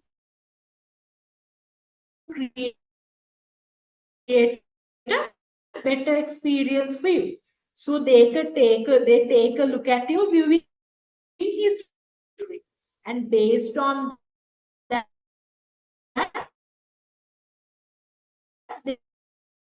they recommend movies or TV shows for you. Genre or category gates say watch, then how long the user watch, devices currently streaming, other Netflix users with similar preference on the platform. What it means is, so assume there are two people, two TV shows in the genre of mystery, right? So one subscriber is currently watching Stranger Things, right? And another subscriber realized that both of them are interested in the mystery genre. Them are in the same genre. Is watching Stranger Things. They will Wednesday. Netflix will like, so. First of all, what they will do is they will identify the genre that you are mostly watching, right? And based on that, if there are people who are following his shows in the same genre, but each other are watching, then they will recommend to the other people who are in this following the same genre.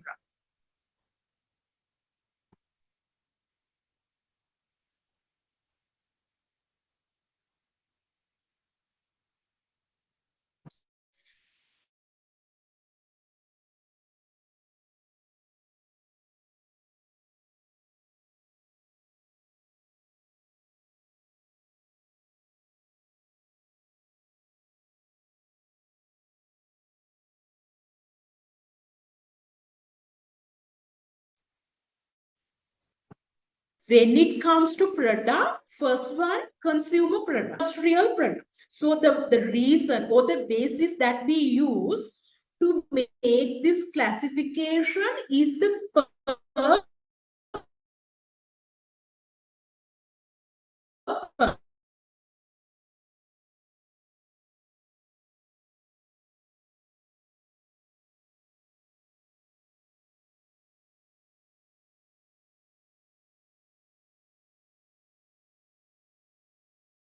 So they have purchased this product. Means you purchase some example, I take the laptop belongs to me, right? Then this falls on, there is a company who wants to buy computers for their for the company's employees, right? Then in that sort of a case, they will be, like buying not one, but more like 10 or 20 of the same product, right? So when you are, like when the demand is for a consumer product, most of the time, like we will be, if this is for, just assume that I'm trying to buy a laptop, right?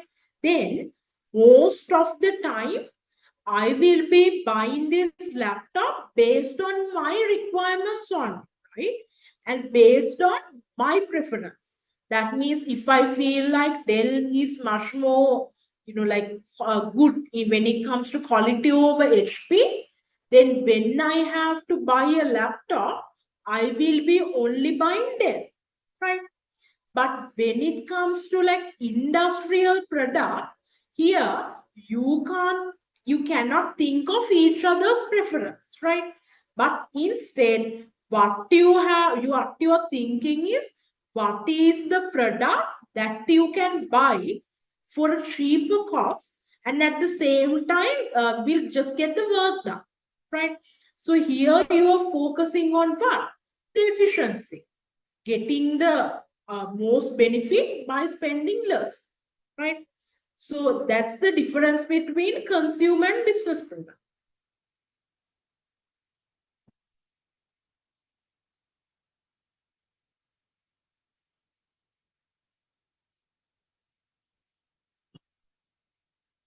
Right? So as a result, when it comes to like consumer product, assume you are trying to sell a product like a laptop for personal use, right?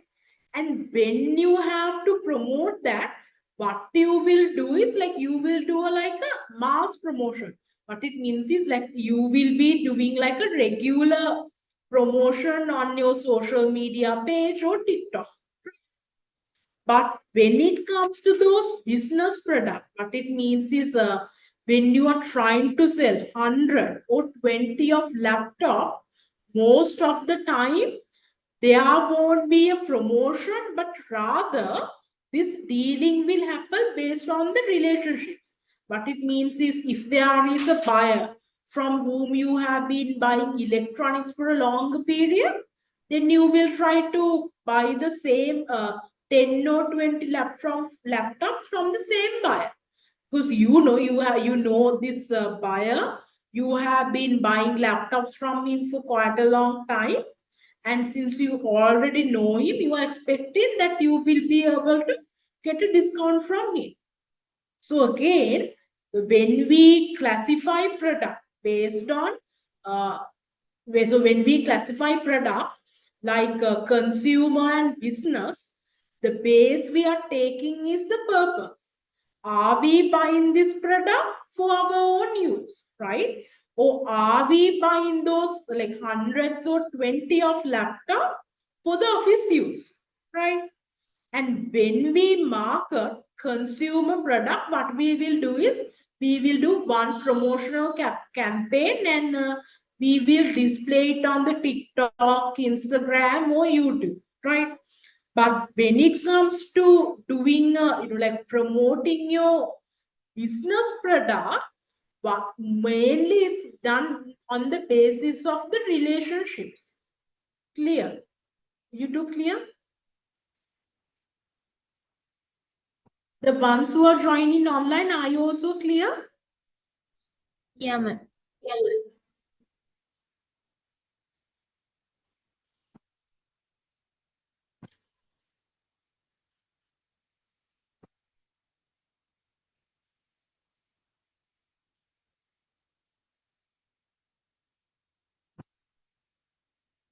So remember, when it comes to consumer product, they are actually again divided into 4 categories. So as you can see in the slide, they are divided into convenience, shopping, specialty, and unsold, right?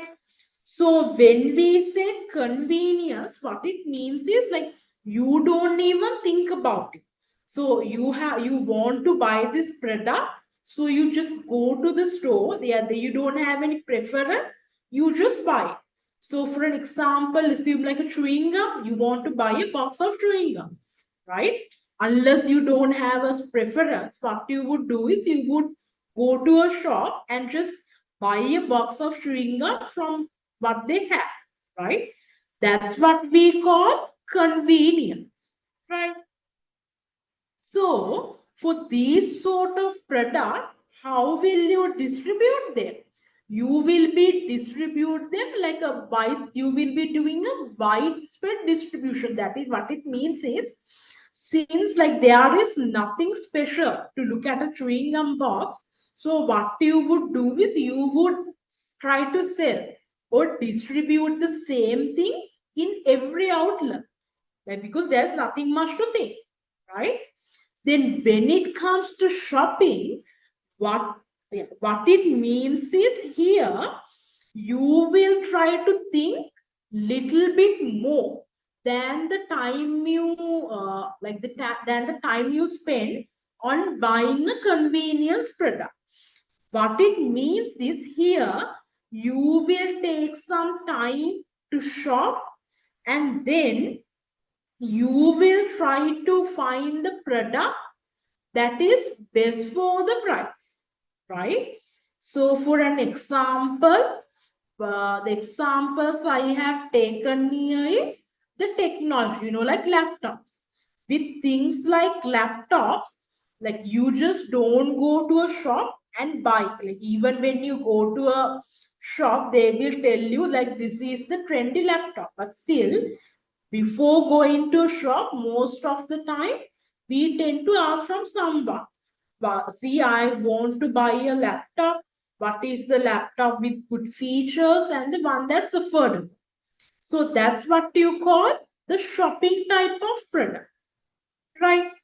So here we distribute them on the selective distribution means.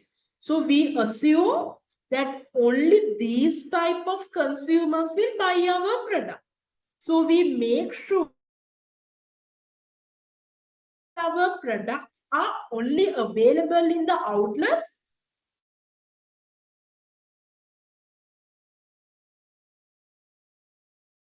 our target market, so that our customer type will be product. Specialty product means these products have a uniqueness to them.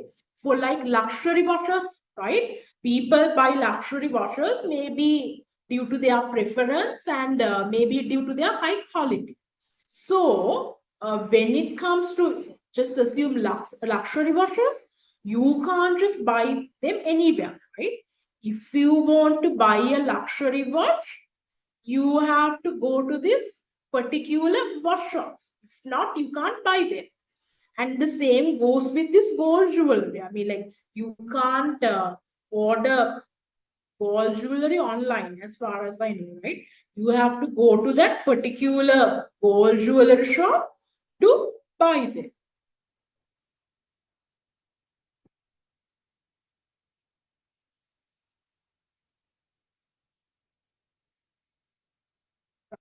Unsold product means like as a consumer, you think that you won't be needing this product, right?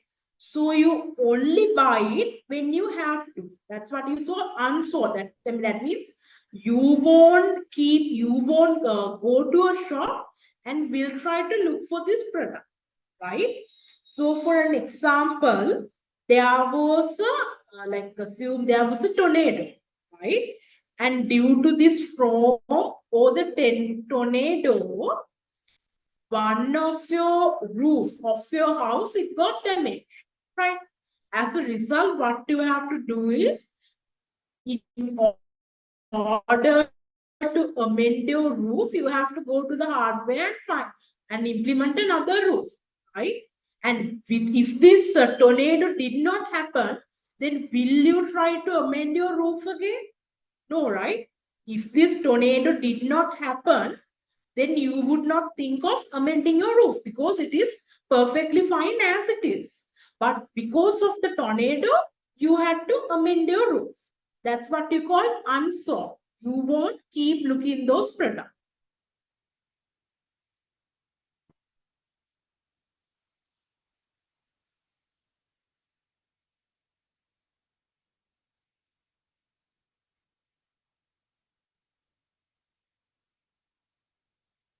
Right. Then we have actually we divide industrial product into three, right? Four. Three categories as well. First one, raw material. Raw material means like, so if we think you want to bake a cake, right? I assume you don't know how to bake a cake, right? So the first thing that you need to bake a cake is flour, sugar, and yeast, right? So you need those in order to make your cake, right? Those are what we call raw material, right?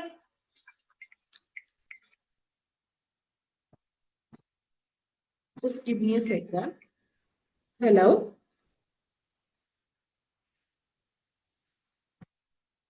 Oh, අද නම් අද කීයට වගේද ඔයගොල්ලෝ එන්නේ?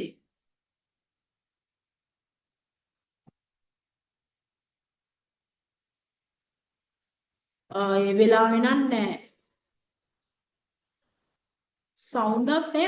හෙට හෙට නිවාඩු. එහෙනම් මම සවුන්දය අඟහරුවාදයි දෙකේම නෑ බදාද වගේ එනවද ඔයගොල්ලෝ? හරි.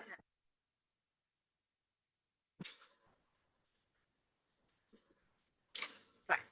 So, sometimes you may have a hard time differentiating between this raw material and manufactured material, right?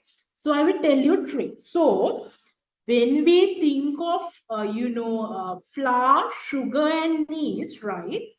Once you put them into a ball, let's assume you want to make a donut, right? Like their initial form, it gets changed, right? Once you include flour, sugar, and yeast to make a dough, their initial form, it changes, right? That's what we call raw material, right? Then manufactured material means, again, these materials are what we use to create the product, but here we are referring to materials like large baking sheets. And even when you maybe bake your cake, still at the end of the day, they will remain their form, right? Even if you bake the cake, at the end of the day, these baking sheets will remain the same, right? It won't turn its form like the previous raw material.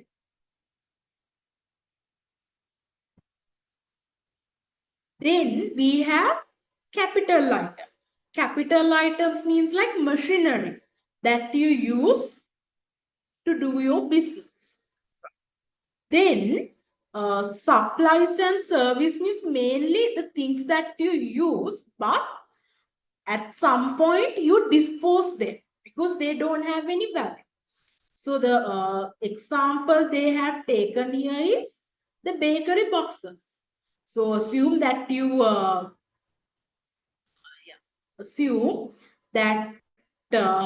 like after you bake this cake, you put them into the boxes, right?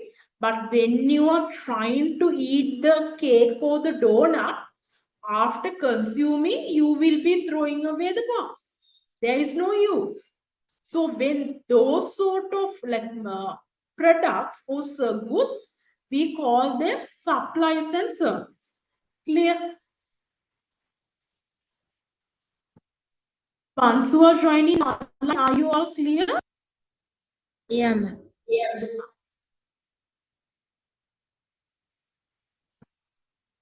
Then we have, again, when it comes to product, we divide into 3. I will explain, right? So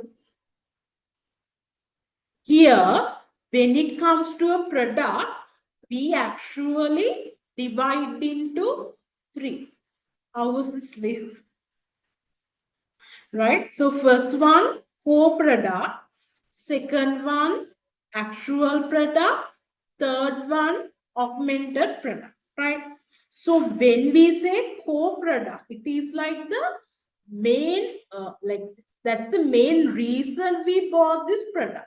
So for an example, if we take this phone, no matter whether it is an Apple phone or a Samsung phone, the main purpose of this phone is to make a call or maybe to make few messages, right? So that is the co-product, right?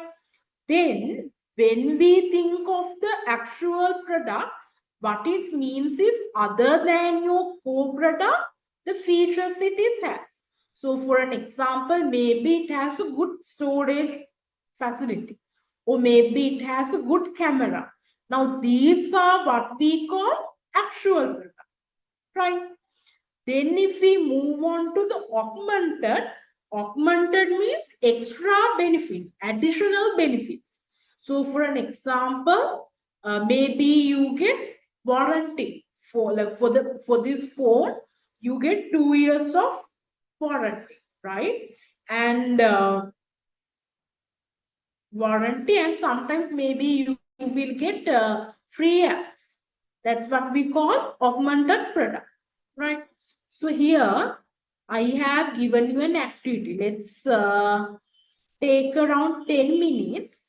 So here, here as in like few minutes ago, I explained you that when it comes to a product, it can be divided into three: core, actual, and augment, right?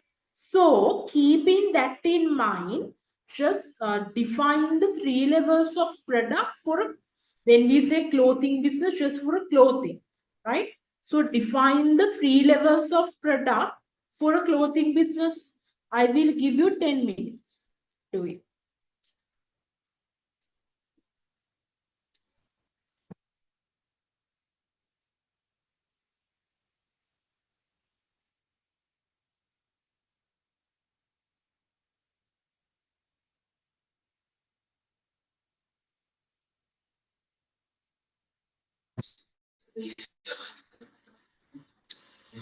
We have to the if we had core product, we should like see the basic.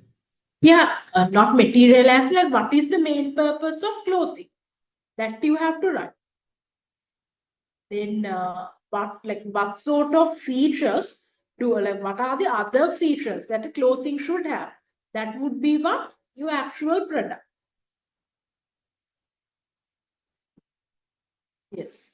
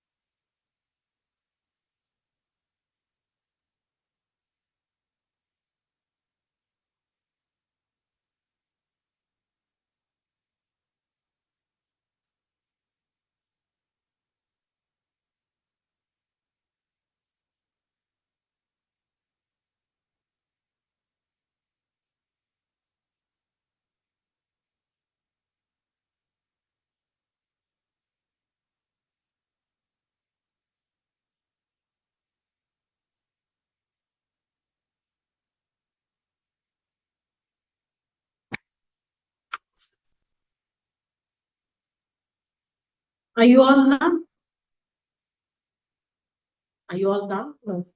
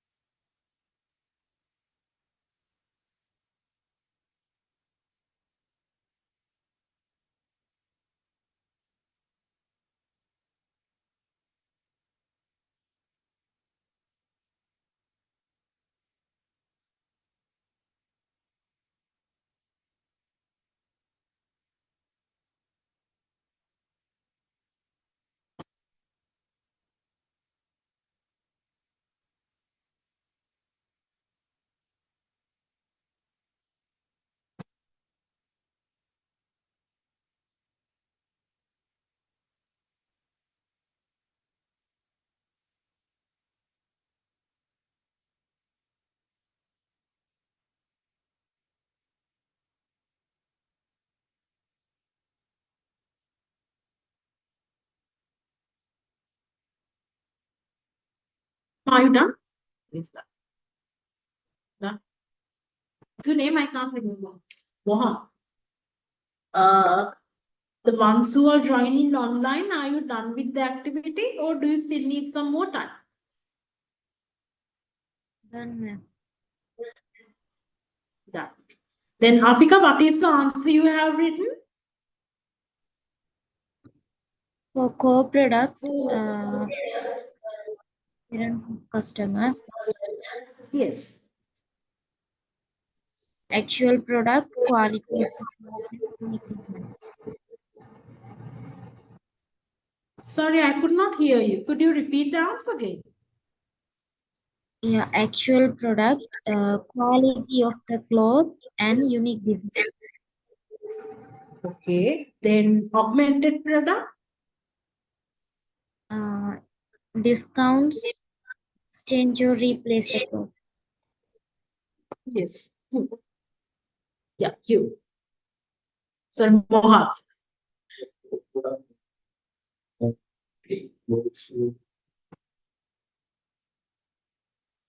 The protection. That's the main purpose. Yes.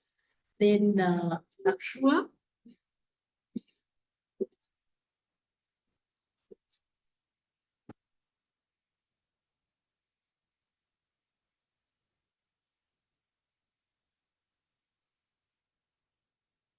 Yes. It's good. You? Arun.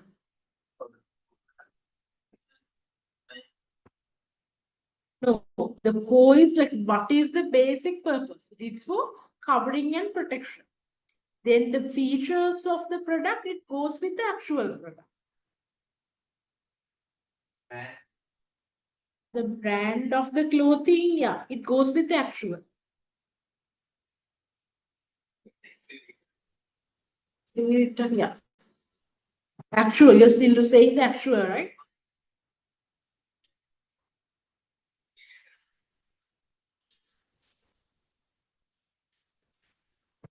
Is it an extra thing like usually?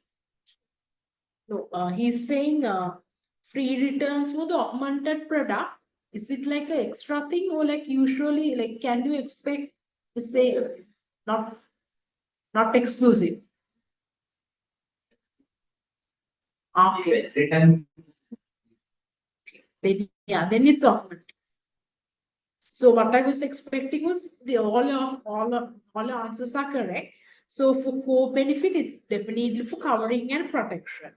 Then for the actual product, like he mentioned, like the brand, the quality, and like the materials, the design, sometimes like the stitching itself. Then for the augmented product, so maybe they offer like loyalty programs, like you can create an account with them. And if not, they do this online delivery for the product. So this is not being relevant to you, but I think I saw an email on today from Sparsilon. It's saying that now Sparsilon is available in the Uber Eats. Right. So I think yes, Uber delivery. Yeah. So what they are trying to make sure is like, so it's just like we are ordering food. When the consumers want to order any parcel on product, it will be easily accessible. So we have an activity, but before that, let's take like a 10-minute break to refresh the minds and come back at 3:10.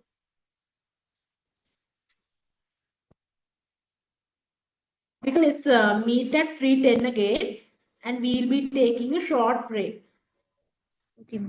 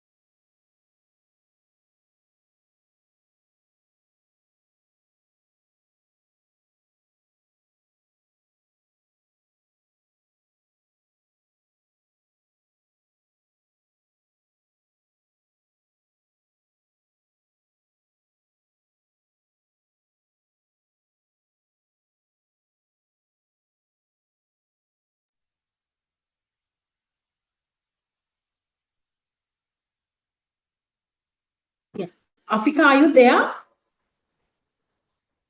Yeah, ma'am.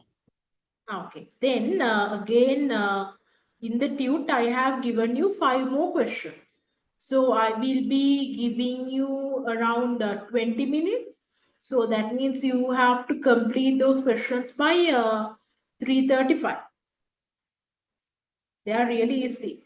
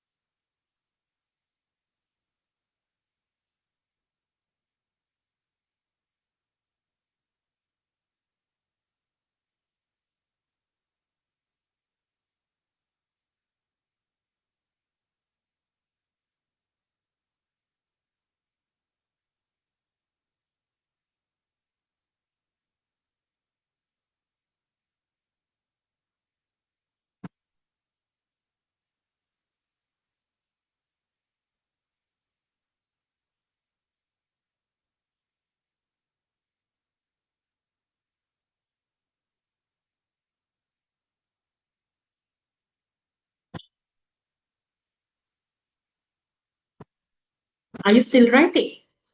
Done, right? Afika, do you still need some more time or are you done?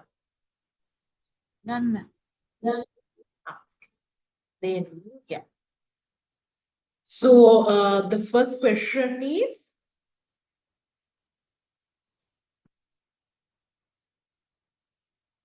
which following is the best example of a pure service?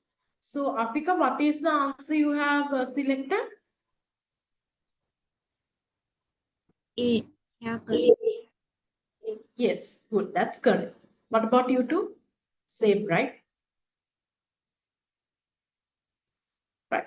Second one, Josh visited his favorite retailer to find that store had transformed into a space with product demonstrations, product trial, and technology, which improved his overall perception of the brand. This is called what? This, sorry? Yes, experience. Arham, right? Yes, that's the correct answer. A package of gum at the checkout of a grocery store is considered as an Arham. Yes, convenience. Even when explaining the convenience product, I chose this packet of gum example. Yes. Potbelly sandwich shops use paper bag to hold customer sandwiches. It's like the name of the shop. So, what type of industrial product is the bag? Afika, what is the answer you have selected? Manufactured material and parts. Manufacture? Yeah, ma'am. That is wrong. The answer is supplies and services. Yes. So I told you when it comes to supplies and services, it is something that we take for our product and then we dispose it. So here, if we again go back to the theory, see, manufactured material. So these are the product we use to do the actual manufacturing. So here the example was either making a cake or making a donut, right? So in order to manufacture donut or cake, use the baking sheet, right? Sorry? For the main purpose, manufacturing purpose.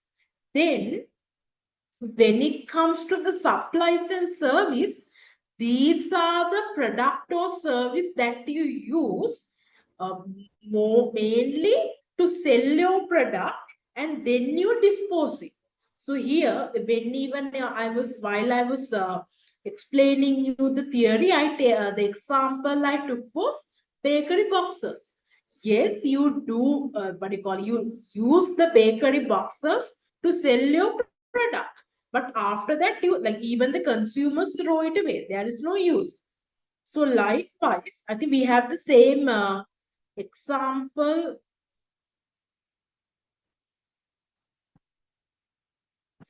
Here again, they are also referring to paper bag.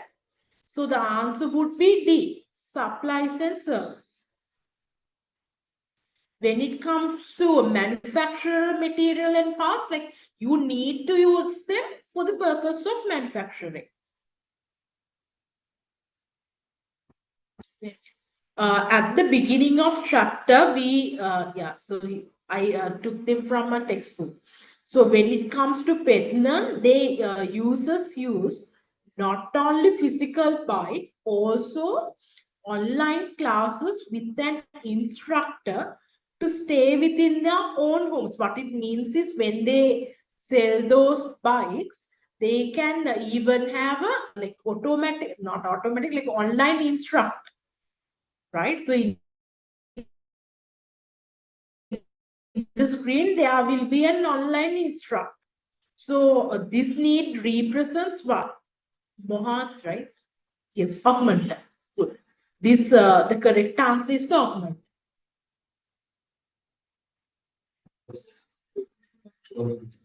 Yeah, but the like usually in yeah, so when we say augmented, it's like special like extras.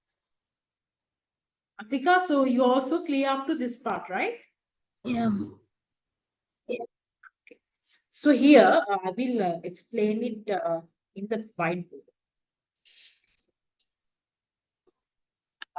So here, so we will be talking about these three things. So when we take a look,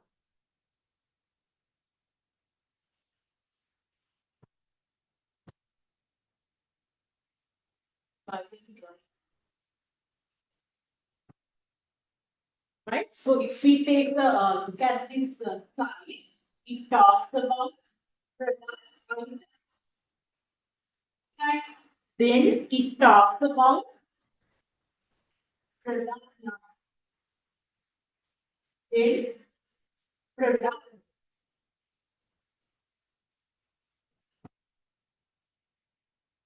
So let's take your business as an example, right? So just tell me one of the product that your business is selling.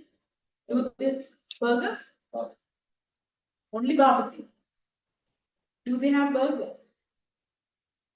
Then barbecue and what else?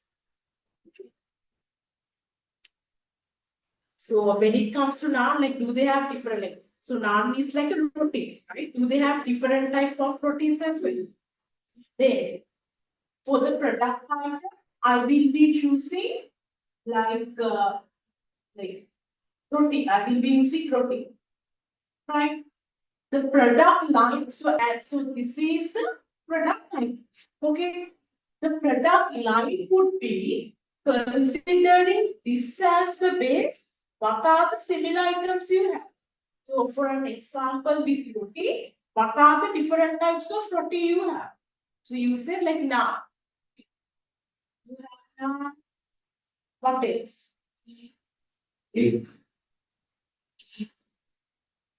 Right? So these are product line. Right? Then if we think, if we assume product item is pizza, right? Then we take pizza as the base, right? So then we have different type of tests. For an example, like the normal pizza crust, then we have thin crust, cheese crust, then sausage crust. That they will fall under the product line. Then product mix means all the other products. So here you are selling protein, right? Then you told me you are even selling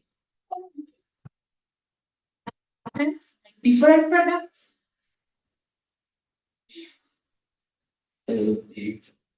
Table food. So when we say product mix, we are referring to all the product that you are trying to sell. So for an example, if we again take the example of Pizza Hut, in the Pizza Hut now they sell even like pasta, then dessert, right? All of them fall under the products. Afika, you also clear? Yeah.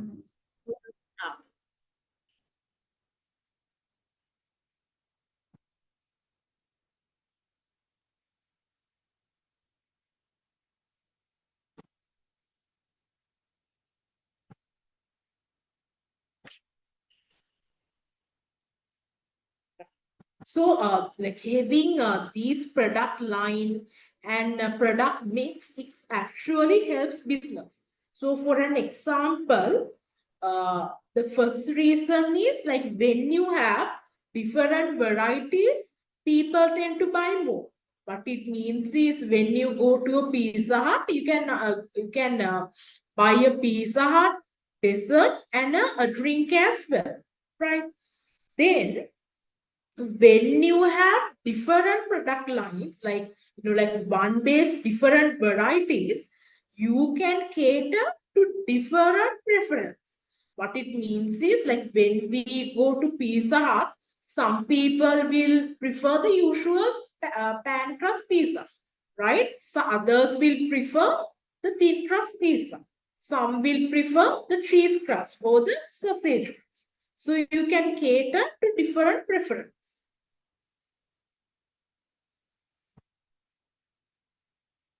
And another thing is sometimes you can, since you have product lines or and this product mix, you can create combos. I think KFC do this.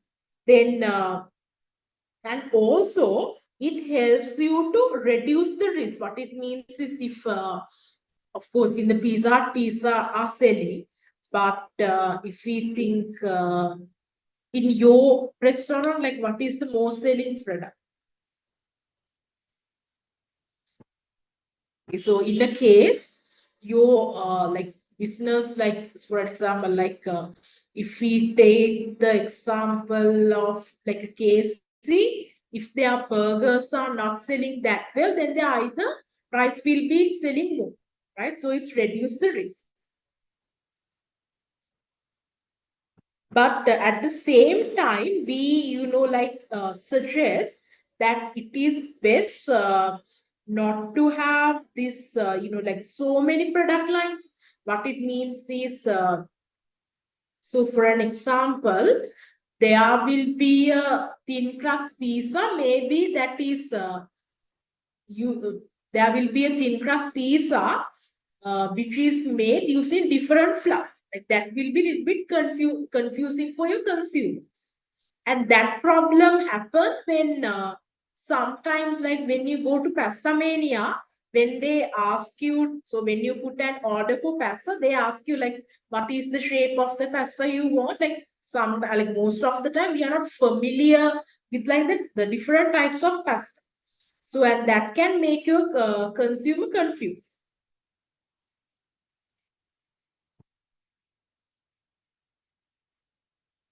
So here in this picture, I have given the product mix for the Domino's.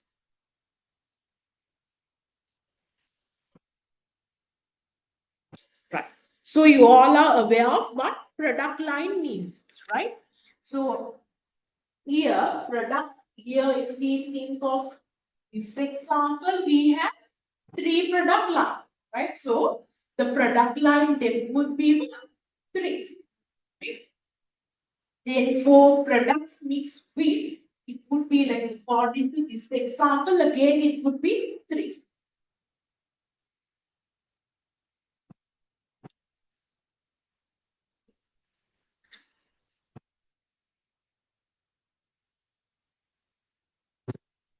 Yes. So it's because like when it comes to product mix, what you are offering is different product. So there is a lot of option. But when it comes to product line, almost the base is the same. So it can confuse your customer.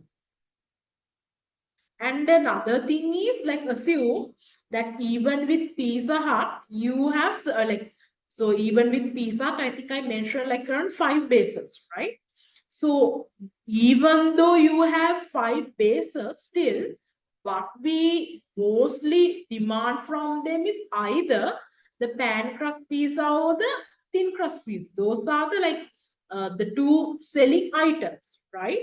So since you are offering, like 5 product lines, you need to have the ingredients to create those product lines as well, right? Because like even though we know that technically that the thick crust, the usual pan crust pizza and the thin crust pizza, what's selling the most, still when someone asks for a sausage crust pizza or the cheese pizza, you need to have the material. Right.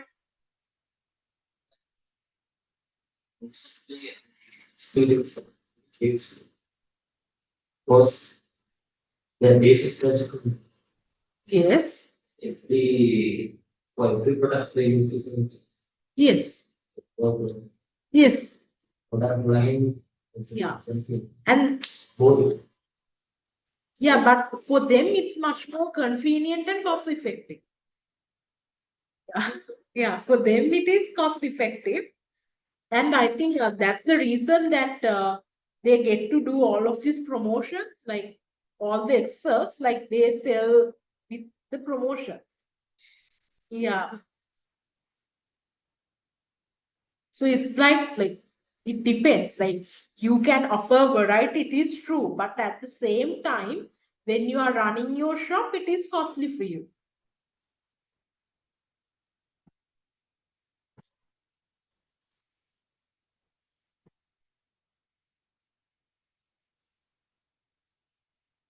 Yes.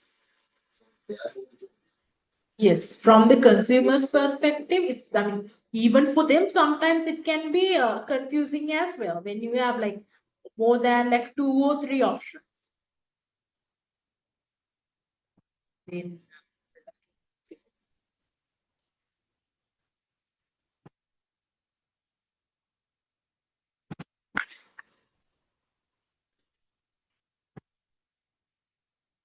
right. Product line filling means is, so it's like you use the same base and introduce the new flavor for the same price, right?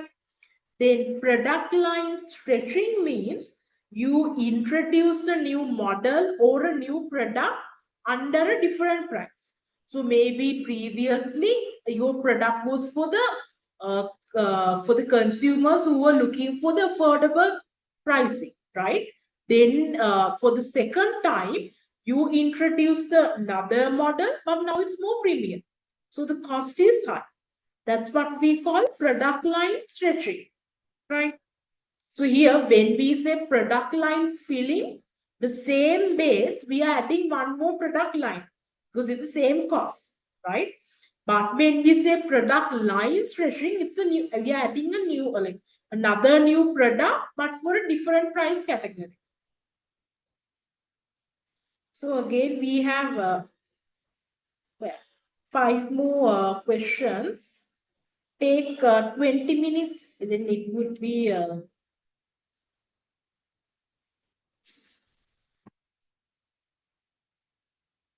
time till 4-5.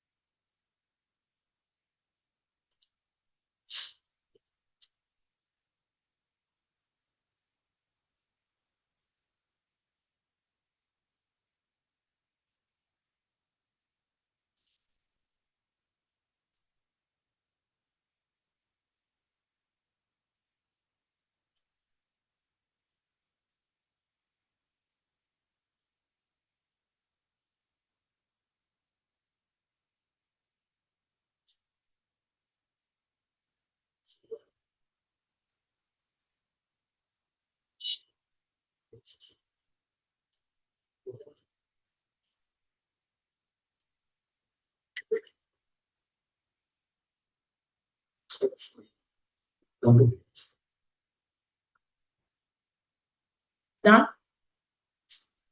RM, are you also done? Okay.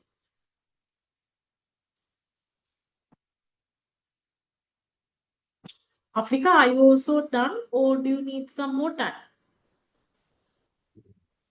Done, ma'am. Camila, are you also done? Yeah, ma'am. Then the first question. Oreo's selection of flavors would be considered what? What is the answer? Afika, what is the answer? B. Yes, correct. That would be product line because the base is the same. Then a product mix contain what is the answer? Kamila, Imran,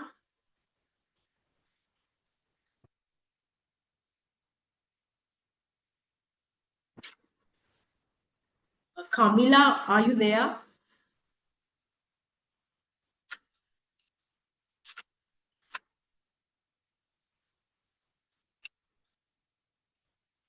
Okay, then Mohan, right? What is the answer?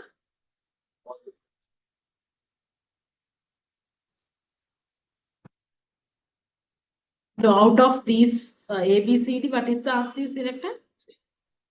Yes.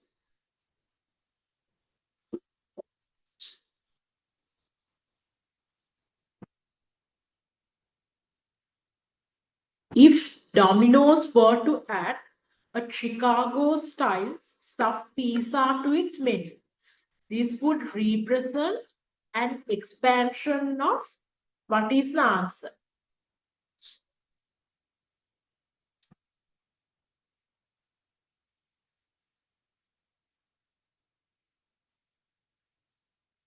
Arnab, what is the answer? Product mix? How can it be a product mix? Here, what they are trying to introduce is a new base. Chicago style soft pizza. Yes, product line depth. The answer should be A.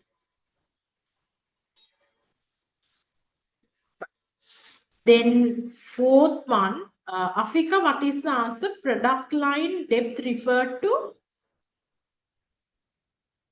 Answer D. Yes, correct.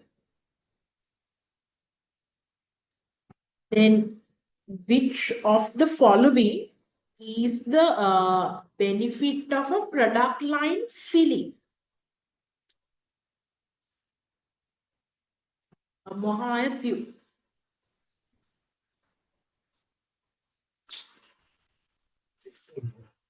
Yeah.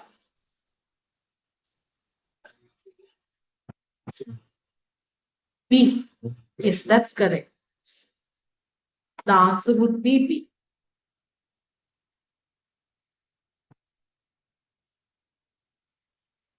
Sorry?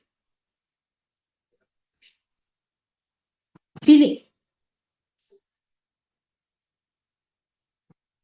D. The number of products in the product line. Yes.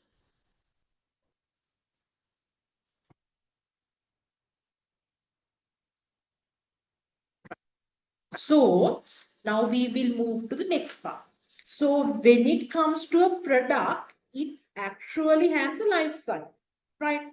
So it starts from the introduction, then goes to growth, maturity, and decline, right? So introduction means this is like you are just starting to introduce your product to the market. So when it comes to the people who are aware about your products, like general, like relatively low, right? Because you have just introduced your product to the market. As a result, here your sales will be a little bit low, right? But however, of course, there will be sales, but the profit that you can expect, it will be typically low, right?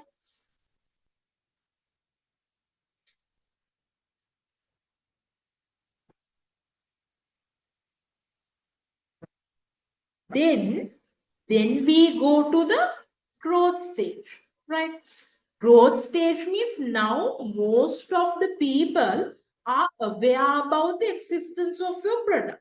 So more and more people started to buy your product, right? Then the sales also increase quickly and you tend to earn more profit, right? But however, you have to realize, so if the consumers are aware of your product, and so will be your competitor.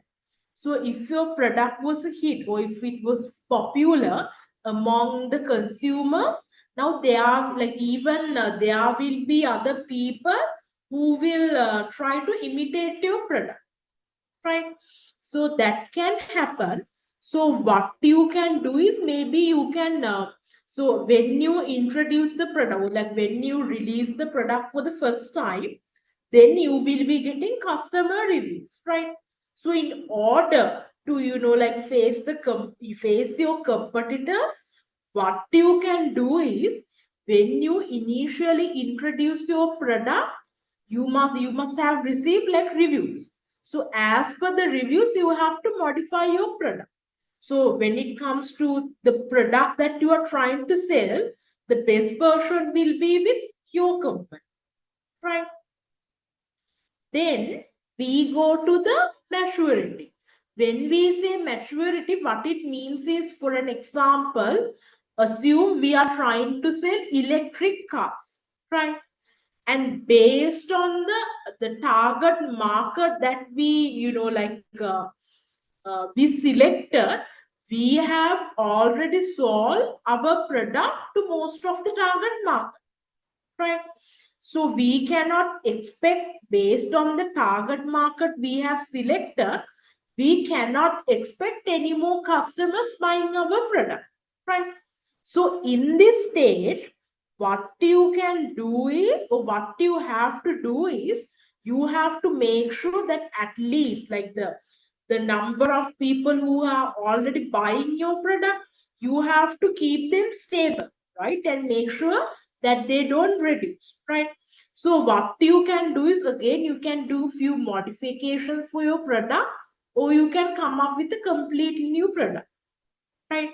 Because the thing is, when it comes to the market, you have already like got the market share that you can catch, right? Then market share cannot be no more, it cannot be expanded more, right? So what you can do is just make sure that you have the ownership of the market share, or if not, you can come up with a new product.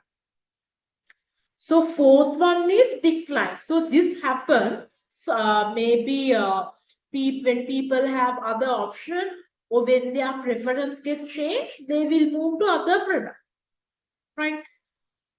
So then people won't be buying your product. So this actually happens with most of the product. So what you have to, like when trying to release the product, just make sure that your product has a purpose, as it like it will take years for your product to come from introduction to the decline stage, right? If not, like sometimes the sometimes there are products, like that just comes so quickly, like if we again take the example of Dubai chocolate, like there was this sudden craze, like people were like they found the Dubai chocolate really interesting.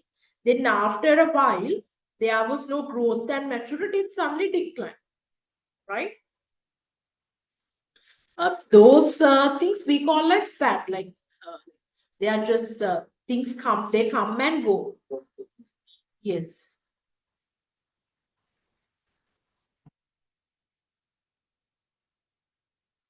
So this is the theory. So even when it comes to your business, was it like in the based on this product life cycle, do you think that you are in the growth stage?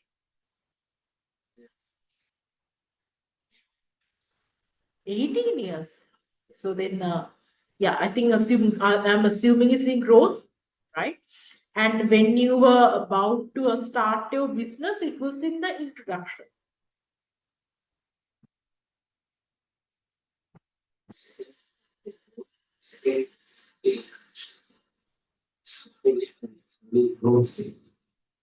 Sorry, I don't understand. Make about three shops. Okay. Two are in the line for 18 years. Okay. Branch has been Okay. So for your branch, you are in the introduction stage. Ah. Okay.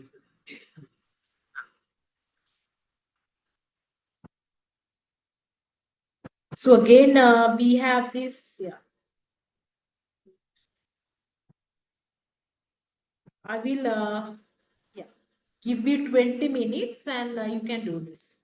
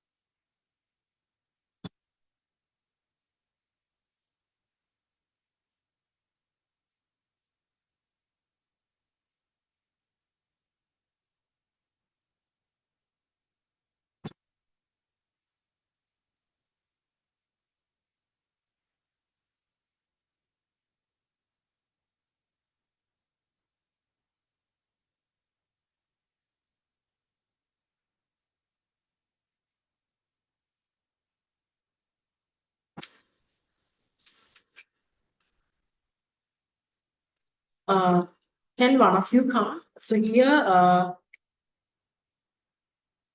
on this page, so you are from batch 2, right?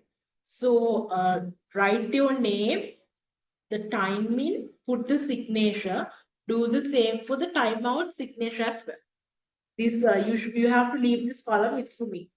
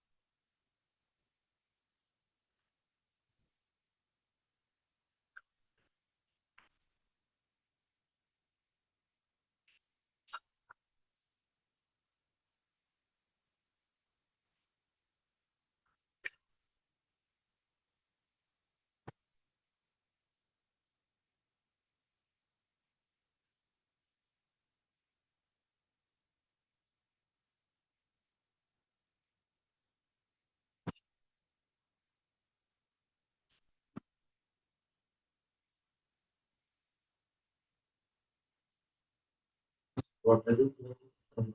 Fail. Fail. Fact. That's what I explained to you before.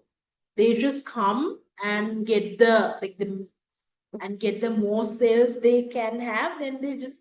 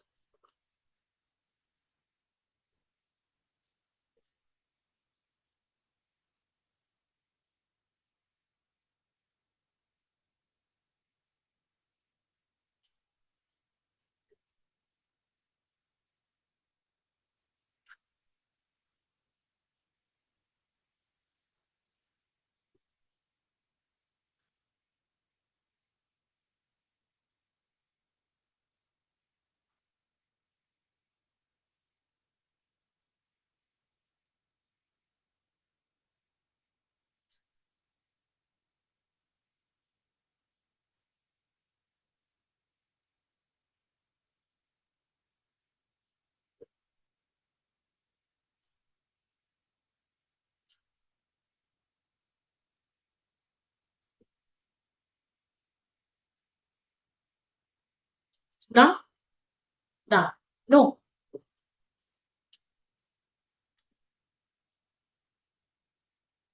Afika, what about you? Are you also done? Yeah, ma'am. Done. Okay. Then the first one is, which of the following is not a stage of the product life cycle? What is the answer, Afika? Profitability. D. Yes, correct. Then which criteria does the product life cycle use? Mohan. Only sales. Yes, the answer should be C. They use both. Which stage of the product life cycle is characterized by rapid increase in sale? In which stage that the sales rapidly increase? Arnav. B. It's growth. When it comes to maturity, your sales are stable. Like that means you have loyal consumers. Other than that, there is no growth.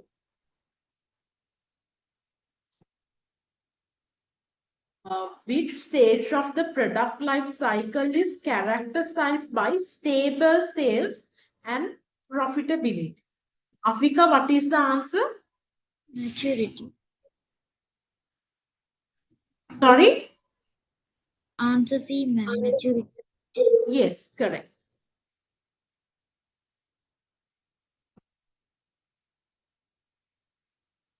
Which of the following is a reason that brands may not follow the product life cycle sequentially? Mohat, what is the answer? C. Yes, correct. So what it means is, like, when the product suddenly, when they introduce the product, it just grows. Like, so when you introduce the product, normally it should start with the introduction phase, where there is slow growth and less number of product. But here with this fat concept, what happens is the moment you introduce the product, suddenly it grows, right? And comes to the, like the, and like with the growth, it goes to the maturity and quickly decline.